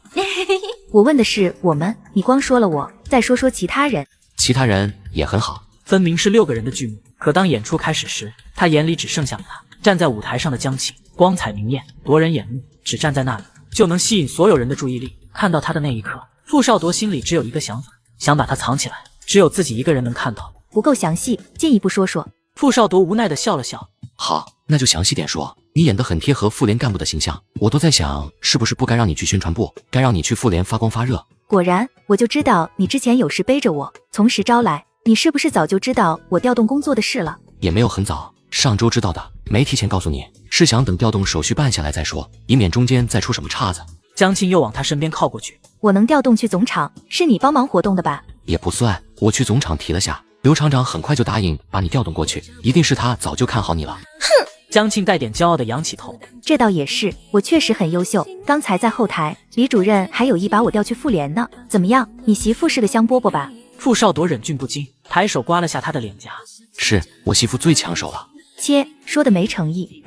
江庆傲娇地转开头，等着被他多夸几句。他还没听够呢，夸奖的话没等来，就在江庆想看过去时，脸颊上忽地传来温热的触感。傅少铎浅尝辄止，轻轻吻了下他的脸，很快离开。江庆被吓了一跳，赶紧往四周看，万一有人怎么办？这家伙怎么胆子越来越大？现在比我还大胆。我看过了，没有人。那也是你。傅少铎直接吻了上去。我想我会开始想念你，可是我刚刚才遇见了你。不是想让我夸你，用实际行动夸，喜欢吗？江庆的脸瞬间爆红。要不要这么凉？小心脏招架不住了。好了，午饭时间快过了，你肯定饿坏了吧？带你去吃饭，吃完咱们再回去。中午在总厂吃吗？我和食堂打过招呼，给咱们留2份饭出来，回去吃，担心你饿得厉害，先吃完再回家。江庆惊讶地看他，原来他一早就打算好中午这顿饭在总厂吃了，还事先和食堂打了招呼。这会儿江庆确实饿坏了，一上午都处在神经紧绷的状态，一切终于结束，他此刻感到肠胃里空荡荡的。没怀孕前，即便是肚子饿，江庆也能忍着，可怀了孕以后，江庆发现自己非常不耐饿，一饿就想吃东西，不然心里发慌。看出来他饿坏了，傅少铎领着他直奔食堂。傅叔叔，你们在做什么呀？唰的一下，两人快速分开。江庆尴尬地看了眼张嫣，又羞恼地瞪了眼傅少铎。家里有孩子，你注意点。就在刚才，他一觉醒来，竟然发现床边2颗小脑袋直直地盯着他。哎，那里坐着的好像是张嫣和张鹏，不可能吧？他们怎么会在自己家？江姨，你醒了。这是生孩子之前让我感受一下带孩子的感觉吗？江姨，张鹏出声，打破了屋里的沉静，也把江庆拉回到现实里。他这回实实在在地清醒过来，终于意识到何春平的一儿一女此刻正坐在自己家里。哥哥，江姨醒了，我能说话了吗？可以了。张鹏小大人似的点点头。江姨，我妈妈去生宝宝了，爸爸陪妈妈去医院，傅叔叔带我们过来的。一句话，信息量十分巨大，江庆顿时就懵住了。春萍姐去医院生孩子，明明下午还看见她生龙活虎，一点不像要生孩子的样子。你妈妈啥时候去的医院？我妈下午肚子疼，她说要生了，得去医院，让我和妹妹来住一晚。傅叔叔就把我们带过来了。原来这么回事，这也太突然了，说发动就发动，之前一点征兆都没有。张鹏，你看着点妹妹，阿姨出去一下。江庆嘱咐张鹏一句之后去了厨房。傅少铎正在厨房里做饭，此刻整个厨房都弥漫着浓郁的菜香。这么香，你做了什么好吃的？醒了，看见张鹏和张嫣了吧？看见了，他们说春萍姐要生了，去了医院。是啊，就1个小时前的事。张哥领着孩子过来，说今晚让他们在咱家住一宿。好突然啊！下午回来我俩还说话来着，他状态可好了，一点不像要生了。说到这里，江庆忽的就担心起来，月份到了说生就生，一点没有预兆，要是到时候身边没人，可是挺危险的。江庆往傅少铎身边靠过去，挽住他的胳膊。傅少铎，等我到快生那时候，你一定要天天陪在我身边，听到了没？听到了，我肯定陪着你，寸步不离。你说的，不许骗我。傅少铎回身抱住江庆。我什么时候骗过你？好了，快进屋去，厨房油烟大。两人正说着话，厨房门口忽地冒出1颗小脑袋来。张嫣不知什么时候跑到了厨房门口，大眼睛滴溜溜正看着他们两个。傅叔叔，你们在做什么呀？唰的一下，两人快速分开。江庆尴尬的看了眼张嫣，又羞恼的瞪了眼傅少铎。家里有孩子，你注意点。江庆领着张嫣回了里屋。吃晚饭时，家里一下子多出来2个孩子，顿时热闹起来。看着小小的身影坐在那里很乖的吃东西，江庆心底柔软的一塌糊涂。等我和傅少铎的孩子出生，也会这样一家3口和乐融融的吃晚饭，想想就觉得美好。在想什么？安心吃饭，我来照顾他。傅少铎的声音打断了江庆的想象。没想什么。江庆低下头开始往嘴里扒饭。晚上张嫣和张鹏就睡在这里，他把傅少铎给远远的安排到了炕梢，一觉到天亮。张鹏早上要去总厂那边上学，江庆刚好也想去看何春平，跟傅少铎说好了，带着张嫣一起去送张鹏上学。终于坐上拖拉机，江庆才算是放松下来。令江庆惊讶的是，吴丹也在其中。吴丹，你身体能行吗？看见他挺着肚子，江庆有些担心。吴丹月份也大了，下个月就是预产期，拖拉机一路颠簸，万一有个什么闪失可不好。没事，我的身体我自己清楚，注意点没啥的。你自己多注意。吴丹答应一声，忽地凑到江庆耳边，小声说：“我婆婆今天下午走。”她要走了？这么快？昨天才刚用短句教育了吴丹婆婆，今天人就要走了，这么有效果吗？要不是下午才有车，她恨不得一大早就走。昨天从总厂回来，她整个人都蔫呆了，也没顾上再为难我。晚上他把罗宝明叫出去，嘀嘀咕咕说了半天，后来就说要回老家去。昨天你们排的短剧一演出来，咱队上所有人都知道是在说我家的事，我婆婆哪还有脸接着呆？吴丹说着，神情轻快起来。我总算熬出头了，多亏你，庆姐，要不是演那一出戏，我还不知道要被我婆婆搓磨多久。再那么下去，我真受不了，肯定要跟罗宝明大干一架，到时啥情况就说不好了，说不定我俩就此闹掰。江庆笑笑。哪有那么严重？你和罗宝明感情那么好，咋可能闹掰？感情再好，也经不起这么消磨。这段时间我也想了很多，过去我和宝明没经历过啥大风大浪，也就没啥矛盾。这次我婆婆过来，一切都变了。我才发现罗宝明软蛋一个，啥事都只听我婆婆的，一点都不敢替我做主。要不是为了这孩子，我真想……江庆惊讶地看着他，你想啥？想离婚啊？吴丹迟疑了下，接着重重点了点头。想离婚。江庆挺吃惊，没想到他竟会有这种勇气。这个年代离婚率极低，大家都把离婚视为非常羞耻的事情，尤其对女人而言。人无完人。江庆劝了一句，后面的话说不出来。庆姐，我想明白了，为了孩子，我会继续维持这段婚姻，以后怎么样我也不知道，但我和罗宝明肯定是回不到过去了。瞧着他苍白的脸色，江庆内心很是复杂。记得刚穿越到这个年代时，他还一度觉得吴丹和罗宝明两口子恩爱来着，哪曾想短短时间会变成这个样子。你婆婆走了，月子谁来照顾？我自己一个人可以。那不行，还得找个人来照顾。月子里得好好养身体，否则身体坏了不是闹着玩的。我给家里写封信，看看能不能让我妹过来照顾1个月，至少照顾你出了月子，后面就好办了。讨论完吴丹的事，江庆忽地想到自己月子里谁来照顾。一直以来他都没想过这个问题，怀孕的事他还没和詹玉敏说，想着等过段时间也来得及。以詹玉敏对他的宠溺程度，得到信儿第2天就得坐火车过来。他英挺俊朗，身姿挺拔，站在那里很是吸引眼球。不错啊，挺受欢迎的。他调侃，语气有些酸溜溜。那可不，走吧，回家吧，时间不早。他说完，握住江庆的手准备走。你们两个怎么回事？是不是忘了什么？还有你这个小可爱了呢，差点忘了。到了总厂医院，傅少铎不方便去，江庆领着张嫣进了医院。等进了病房，江庆一眼看到病床上躺着的何春平，以及躺在他旁边襁褓里的孩子。张嫣一晚没见到何春平，激动的不行，一下子要扑过去。妈妈！江庆眼疾手快，拉住了他。你妈妈现在不舒服，你过去看她可以，但不要碰好吗？张嫣懵懵懂懂，但还是很听话的，没再往何春平怀里扑，而是好奇的看床上的襁褓。男孩还是女孩？是个女孩。其实我自己猜到了，怀孕时的反应和怀着小嫣那时候一样。女孩好，女孩贴心小棉袄，你现在可有2个了。何春平眼底透着浓浓的母爱，朝旁边的女儿看去。江庆注意到她的眼神，把自己带入一下，瞬间有些母爱泛滥。如果这么可爱的宝宝是我家的，一定天天抱起来举高高，太可爱了。大家又各自说了几句话。江庆留意到何春平脸色有些疲惫，便张罗着回去，让何春平好好休息。小江，2个孩子这几天就麻烦你照看了。没事的，跟我客气啥？江庆离开了病房，等他从医院里出来，傅少铎在门口等着。傅少铎英挺俊朗，身姿挺拔，站在那里很是吸引眼球。江庆笑了笑，迎着他走过去。不错啊，挺受欢迎的。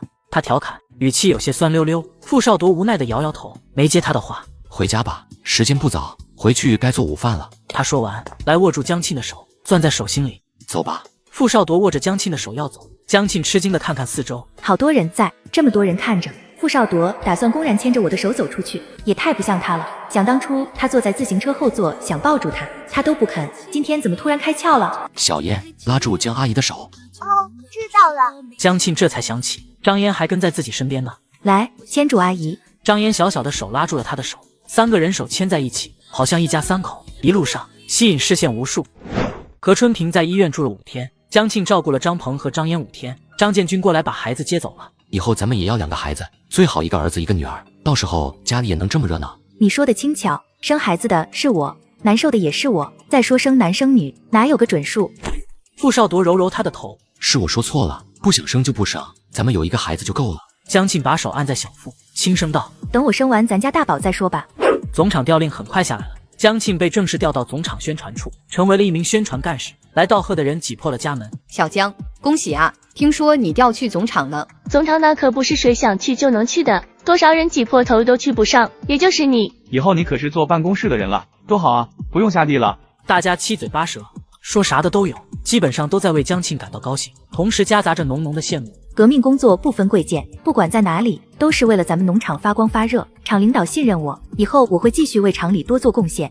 正式报道这天，江庆本来要自己骑自行车去总场，奈何傅少铎不同意，一定要亲自送他。江庆坐上自行车后座，等车子驶出7对大门，他看看四下无人，抬手抱住傅少铎，将脸贴在他后背。也不知道宣传处的人好不好相处，那边的同志都挺好的。对了，王维远也在宣传处，他是那里的通讯员。王维远也在？是的，他是通讯员，可不就属于宣传处吗？不过江庆并不想跟他走太近。上次许知秋挑拨他跟傅少铎时，曾污蔑过他们2人。尽管他们啥事都没有，但男女同事之间还是得保持距离，免得被人说闲话。他一个男同志，不好多打交道。宣传处有没有女同志？有，好像有2个。那就好，办公室里有女同志，能待得更舒服些。傅少铎把江庆送到地方后，就回去了。江庆敲响了宣传处周处长办公室的门，请进。里面传来一道中年男声。江庆走了进去，周处长见到进来的是江庆，立刻走了过来。江庆同志，你好，欢迎来宣传处工作。我们这里可是很需要你这样的人才。周处长，您过奖了，我初来乍到是新人，还要和宣传处各位前辈们多多学习。江庆谦逊的态度赢得了周处长的好感。周处长本来还担心江庆是厂里名医，获得过那么多荣誉，万一自视甚高不服管，那可难办。这会儿见他态度放得很端正，周处长放下心来。走吧，我带你去见处里其他人。周处长领着江庆去了隔壁办公室，屋里一个年轻姑娘，一个30、40的中年女人。江庆朝屋里扫了一圈，全是陌生面孔，并没有王维远。看来那张没人坐的办公桌是他的，还有一张空着的，估计是给我办公用。办公室里人从座位上站起来。这位是调到咱们宣传处的江庆同志，大家欢迎。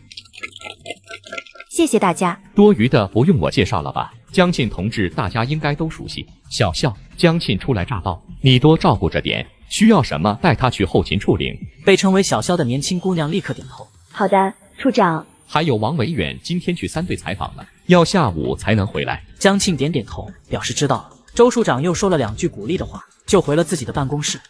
江庆调到总厂办公室上班，老公怕她辛苦，天天接送她上下班。老公，你真好。小肖很热情地给江庆指了他的位置。桌子抽屉里有本子、钢笔还有墨水，都是提前给你领出来的。谢谢了。这不算啥，江庆同志，以后有啥需要的你就和我说，千万别客气。不用叫的那么正式，叫我江庆就行。然后给江庆介绍了其他2个人。中年女人叫陈美琴，小肖自己的全名是肖雨。我出生那天下小雨，我爸就给我起了这个名。肖雨不大好意思地说完，便回了自己座位。肖雨只是看起来有些腼腆，其实性格挺开朗的，不然也不会主动介绍自己名字的来历。挺可爱的一个小姑娘，应该好相处。年轻人就是眼皮子浅，巴巴的凑过去，有啥好巴结的？江庆听见后面传来一道小声嘀咕，他微微偏头，眼角余光看到说话的人是陈美琴。江庆顿了一下后，继续收拾东西，没搭理他。每天是几点上班，几点下班？早上7点半上班，下午5点半下班，和队里上下工的时间是一样的，区别在于以后每天要在路上耗费1小时的时间，等于无形中增加了时间成本。不过和干活比起来，这算不了什么。你们都住在总厂吗？他想知道有没有人和自己一样，也要来回奔波着通勤。陈姐、王维远还有我们3个都住在总厂。快点工作，上班时间别老闲磕。肖雨很无奈地看了他一眼，然后小声对江庆道：“我去干活了，有事叫我。”等等，那我今天要做什么？处长没安排，我去问问吧。萧雨一溜烟去了周处长的办公室，等再回来时告诉江庆，他的任务是写稿子，至于主题，宣传东安农场的就行，内容自选。这个自选就很微妙，写过作文的都知道，无命题作文才是最难写的，因为谁也不知道出题者的心思，不知道自己会不会写跑题。江庆对着稿纸想了半天，一个字都没写出来。江庆环顾四周，思绪停留在陈美琴身上，分了神。这人怎么变脸那么快？明明周处长在的时候，他满脸笑容，结果转脸就各种酸话一大堆，也不知道这人就这样，还是有意针对自己。反正慢慢总归会知道。江庆没再把更多的心思放在陈美琴身上。江庆琢磨着宣传东安农场，从大的方向上能写，从小的方向也能写。江庆又在座位上坐了半天，忽的灵光乍现，想到一个点子。以小见大，以个人见整体，而且写普通人的事迹也非常有新意。整个东安农场2000多名职工，可写的内容多了去了。要是第一篇稿子反响好，后面完全可以弄成一个专栏。当然，这个是后话了。有了想法，江庆拿起笔记本和笔，走出办公室。他刚走出门口，脑子里叮的一声，消失了许多天的系统突然上了线。宿主对新的工作还满意吗？他咋突然出现了？隐隐有点不安呢。别绕弯子，有话快说。虽然目前做了办公室，但请宿主不要忘记绑定的可是农场系统哦。下面发布新一轮任务，进阶任务1，请将超级种子播撒在农场黑土地上，每多播种1亩，任务奖励叠加1份。进阶任务。江庆记得原来都是成长任务，这么看来，自己好像成功进入下一阶段了。任务奖励是什么？任务奖励智慧的种子。当超级种子播撒在黑土地时，智慧的种子也会播撒进宿主的大脑。怎么样？这个奖励很不错吧？江庆没说话，这会儿他在吃惊。没想到这一次的奖励不再是物资，而是虚拟的东西。看来任务阶段升了级，任务奖励也更加多元化。系统，我可不可以理解为，只要多播种超级种子，我就会变得更聪明？不光变聪明，而是全方位的提升。现在说了你也不明白，到时候就知道了。系统说完这句就下了线，没了反应。全方面的改变会是什么样的呢？江庆突然产生了兴趣。算一算，现在是4月初，到5月份就可以播种，那事后就知道了。想起自己还有正事，江庆没时间再耽搁，赶忙去了总场边上的农田。总场的农田是最多的，一眼望去看不到头，这里的职工也最多。江庆拿出笔记本，往本子上刷刷的记着。大爷，您在部队待了一辈子，快退休了，安排您过来建设北大荒，要干这么繁重的活，你有没有啥想法呀？啥想法都没有，我们过去打仗是为了能让老百姓过上好日子，现在来北大荒种地，一样是为了让老百姓过上好日子。只要能为国家、为人民做贡献，啥苦我都不怕。大爷，您思想觉悟真高。老大爷一脸骄傲。那可不是，我天天背语录，看文选，学习绝不落后。后面，江庆又问了老大爷关于他家里人的事，详细的记下来后，他叫住了下一个人。时间过得很快，江庆采访完第3个人后，已经快要到中午吃饭时间了。大爷大娘，要是这篇稿子能上报，我一定告诉你们。老同志们都挺高兴，其实就算上不了报纸也没啥，有人愿意听他们说这么多话，已经很满足了。江庆回到办公室，小肖看见他赶紧跑过来。你去哪了？我找你一圈没找到，该去吃中午饭了。我去采访了，一上午收获不小。肖雨看看江庆手里拿着的笔记本，好奇地问：一上午你干啥去了？这么晚才回来？我去采访了，想多采访些优秀的人物事迹，写一篇稿子。肖雨先是怔了一下，接着犹豫道：是这样的，咱们厂的先进人物早都写过一遍了，再想发同样的事迹不太容易。不是厂里的先进人物。肖雨又是一怔。我去了地里，找到一些老同志，采访了他们，他们一辈子都为国家为人民在奉献。我想从他们这些普通人身上寻找闪光点，从另一个角度诠释奉献的意义。肖雨听呆了，好半晌才回过神。你去采访了老同志，这确实是一个非常新的角度，我们从来没写过。他看江庆的眼神都变了。难怪周处长点名要把江庆调过来，原来优秀的人在哪里都优秀。瞧，人家才刚来1天，不，一上午就发掘出了不一样的东西。怎么了？肖雨的眼神太过直勾勾，看得江庆鸡皮疙瘩都起来了。不至于吧？这么崇拜我？江庆，我才知道处长为什么一定要把你调过来，你知道吗？他为了调你过来，直接去找了厂长，跟厂长拍板要你的。有这回事？他以为是厂里定下来把他调过来的，没想到竟然还有这种隐情。正想着，一旁肖雨道：咱们先去吃饭吧，别人都走了，耽误你吃饭了，真抱歉。没事，食堂啥时候都有饭菜，又不是去晚了就吃不上饭，怕啥的？说完，两人往食堂走。两人结婚没多久就怀了宝宝。老公为了让她能坐办公室上班，求领导把媳妇调到了办公室，真是好老公。总厂食堂吃饭时，江庆一直在思考一件事，在想什么呢？不怪他问。从坐下没多久开始，江庆就一直愣愣地盯着饭盒，整个人都走神了，被萧雨一句话拉回注意力。江庆笑了笑，我在想用演出来做长期宣传的可行性。你打算继续做短剧？是啊，上次演出效果很好，说明这种形式受到大家的认可。如果固定成一种宣传模式，应该很有效果。萧雨点点头，上次演出真的特别好看，大家都很喜欢。如果用来做宣传，确实很不错。我再好好想想，然后跟周处长商量下，看看可行性如何。江庆深知自己只是个才上了1天班的职场小菜鸡，啥决定都下不了，再好的想法也必须得周处长拍板才行。中午吃完饭，江庆回到办公桌后，开始整理上午记下来的故事，需要他再加工，把这些故事串联起来，润色后成稿。你中午不睡一会儿吗？你怀着孕，更得好好休息。知道他关心自己，江庆笑了笑，我不累，晚上睡得早，每天都睡10个小时以上，中午实在睡不着，正好我趁着刚采访完，把素材整理一下。说完，江庆又埋头继续写。萧雨此刻对江庆佩服的不要不要的。明明她一个孕妇，不需要这么拼命，然而江庆却拿出10分的努力，难怪人家又是先进，又是省劳模的，这么拼，拿什么荣誉都不过分。跟江庆一比，萧雨顿时觉得自己是不是太松懈了。他转过身，也开始认真工作，一直写到下午3点，江庆才把稿子写完。他把3位老同志的事迹穿插在一起，分成3个部分，逐渐升华，最终写出来一篇2000字的文章。江庆拿着稿子来到周处长办公室，把稿子给他看了一遍，同时说了自己写这篇稿子的初衷。周处长看完整篇稿子，激动极了。小江啊，这个思路非常好，是个非常新颖的角度，完全没问题。这周的报纸上就把这篇登上去。没想到你在写稿方面也这么有才华，把你调过来了，算是调对了。见周处长主动提起来这个话题，江庆刚好顺着说下去。处长，我还没来得及谢谢您，感谢您把我调到宣传处，让我有了一个全新的工作环境，我非常喜欢现在的工作，会继续努力下去的。你别感谢我，要感谢就感谢傅少铎吧。傅少铎？是啊，要不是他来找我，让我一定把你调过来，这次调动的事可不会这么顺利。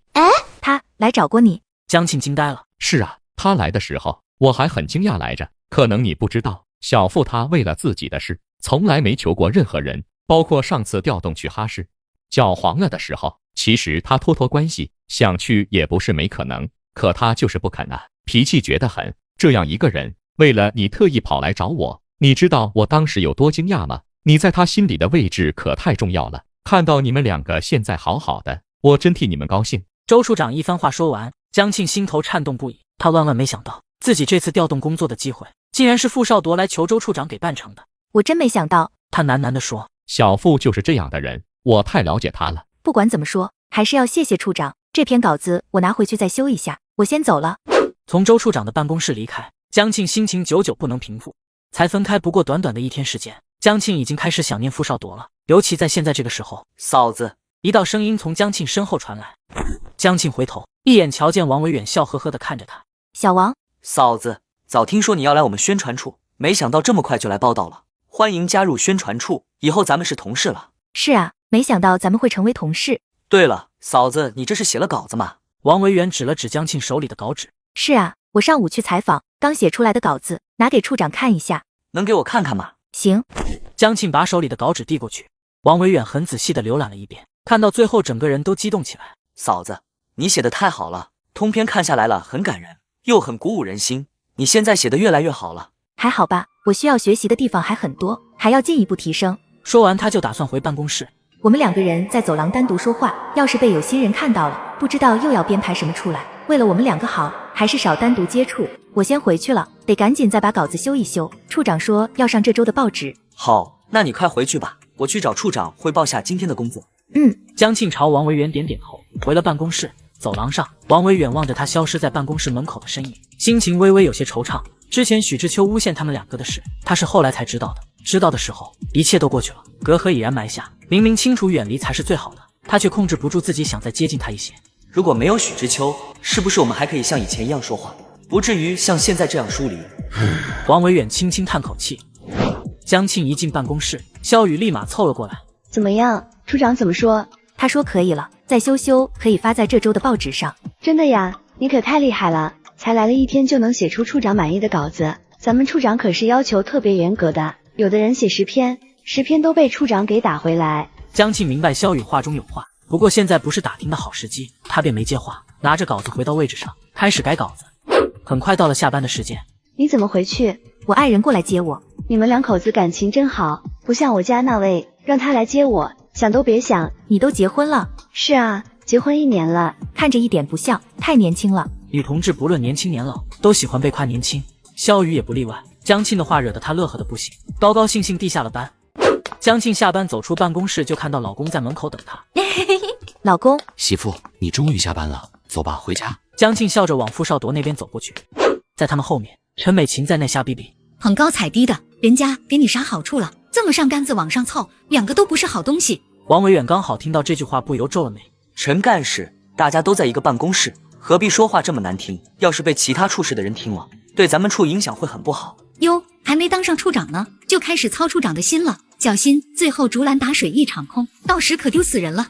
陈美琴说话怪腔怪调的，听的人特别不舒服。我没想过当处长的事，只是想认真做好本职工作。厂里所有任命都是厂领导考量的结果，不是某个人意志能左右的。你污蔑我可以，污蔑领导可就要犯思想错误。王维远把这件事上升到思想错误的高度，陈美琴立刻哑巴了，转身就走了。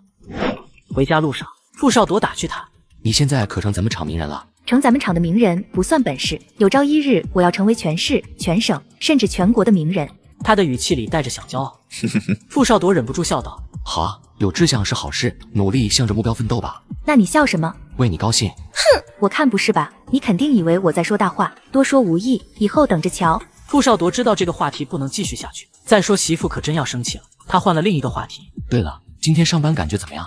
挺好的，办公室气氛还不错，周处长人也很和蔼。我今天上午去采访，下午写了1篇稿子，周处长说那篇稿子写得很不错，可以上这周的报纸，第1次写稿就能通过，我自己是挺满意的了。那你真是很厉害。周处长为人特别严格，尤其对稿件要求很高，你才刚去就能让过稿，不容易。你和周处长以前认识？认识，周处长过去是我的老领导，我俩共事过3年，相处得很好。周处长和你说的？他还说我能调去宣传处，是你去找周处长托他办的，是有这回事吧？是我去找了周处长，不过我是带着你发表在报纸上的稿子去的，他看完以后很满意，决定把你调过去。其实我只是去说了一声，关键还是你足够优秀，周处长才同意调你过去。如果你过不了他那关，即便我们2个关系再好也没用的。江庆听出他话中的小心翼翼，不由笑了。我没那么玻璃心，只是不想你为了我违背原则。玻璃心？傅少铎抓住重点。玻璃做的心易碎。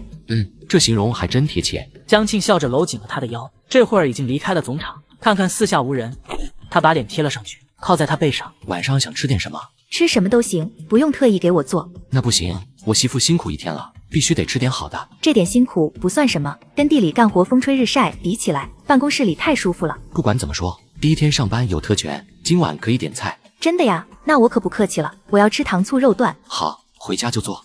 回到家，傅少铎正站在案板前切菜，江庆走过去，从饼干袋子里拿出1块曲奇饼干，塞进了他嘴里，冷不防的一下，弄得傅少铎一愣。你快回屋去，一会儿我要切肉了，闻到生肉的腥味，你该不舒服了。你快回屋自己吃去。上了1下午班，不饿才怪，你吃了我才走，不然不走。江庆举着饼干不肯妥协，傅少铎无法，只得吃下他手里的饼干。这才对嘛，零食就得2个人一块吃，一个人吃不香。好，你说的都对，去等着，我一会儿要切肉了。这回江庆乖乖的回了里屋。傅少铎做好了饭，招呼江庆吃饭，到糖醋肉段的香气，江庆立刻食欲满满，端起饭碗开吃。太好吃了，是我想吃的那个味道。那就多吃点。你也吃，别管我。傅少铎看着他吃得香，比自己吃心情还要好，看着他又吃了2块下去，他才开始吃饭。这段时间他一有空就过去看何春平家的小女儿。春平2口子给小女儿起了个小名，叫丹丹，大名就叫张丹。这么小我都不敢抱，下个月我家孩子就出生了，一想到他也这么小，就心里软乎乎的。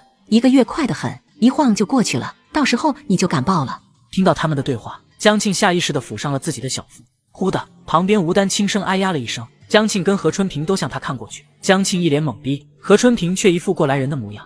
是不是踹你了？踹得厉害不？吴丹用手抚住肚子，刚才那一脚踹得可狠了。你家这孩子看来是个活泼的孩子，还在肚子里就这么活跃，好神奇啊！再有3个月你也能感受到了。是啊，还有3个月，在他在我肚子里就是个小豆芽。江庆又摸了摸小腹，何春平冲他一乐：“这什么急？现在是你们两口子最后的消停日子，好好珍惜吧。等孩子一出来，有你们累的。”可不是，我现在已经能预见到下个月该是多么兵荒马乱的场景了。庆姐还能再自由几个月。江庆早就做好了思想准备，各年代都是休完1个月产假就上班的，没有人搞特殊。他想着提前给两边打个招呼，看哪个老太太要过来照顾他。最好是詹玉敏，毕竟是自己娘家妈，有啥事都好说。不过她还在上班，估计也就能照顾个月子，就得回去。后面大概率还得婆婆过来照顾。父母不是个多事的老太太，脾气温和，挺讲道理，一起住应该能相处得来吧。江庆正在胡乱想着，旁边吴丹还有何春平问他今天上班怎么样。还不错，一个办公室里有4个同事，其中3个都挺好，有一个爱说酸话。我们处长人很好，业务能力强，人也和善。你说周处长和善？何春平诧异地睁大了眼睛。挺和善的。那估计是对你是不了解他。他那个人要求非常高，对自己高，对别人也高。要是让他不满意，那脾气大的吓人。真的呀？这回轮到江庆诧异地睁大了眼。我还能骗你不成？你以后跟他接触多留意着点，千万别惹他不高兴。何春平不放心地嘱咐。江庆哦一声应道，心里还有些不敢相信。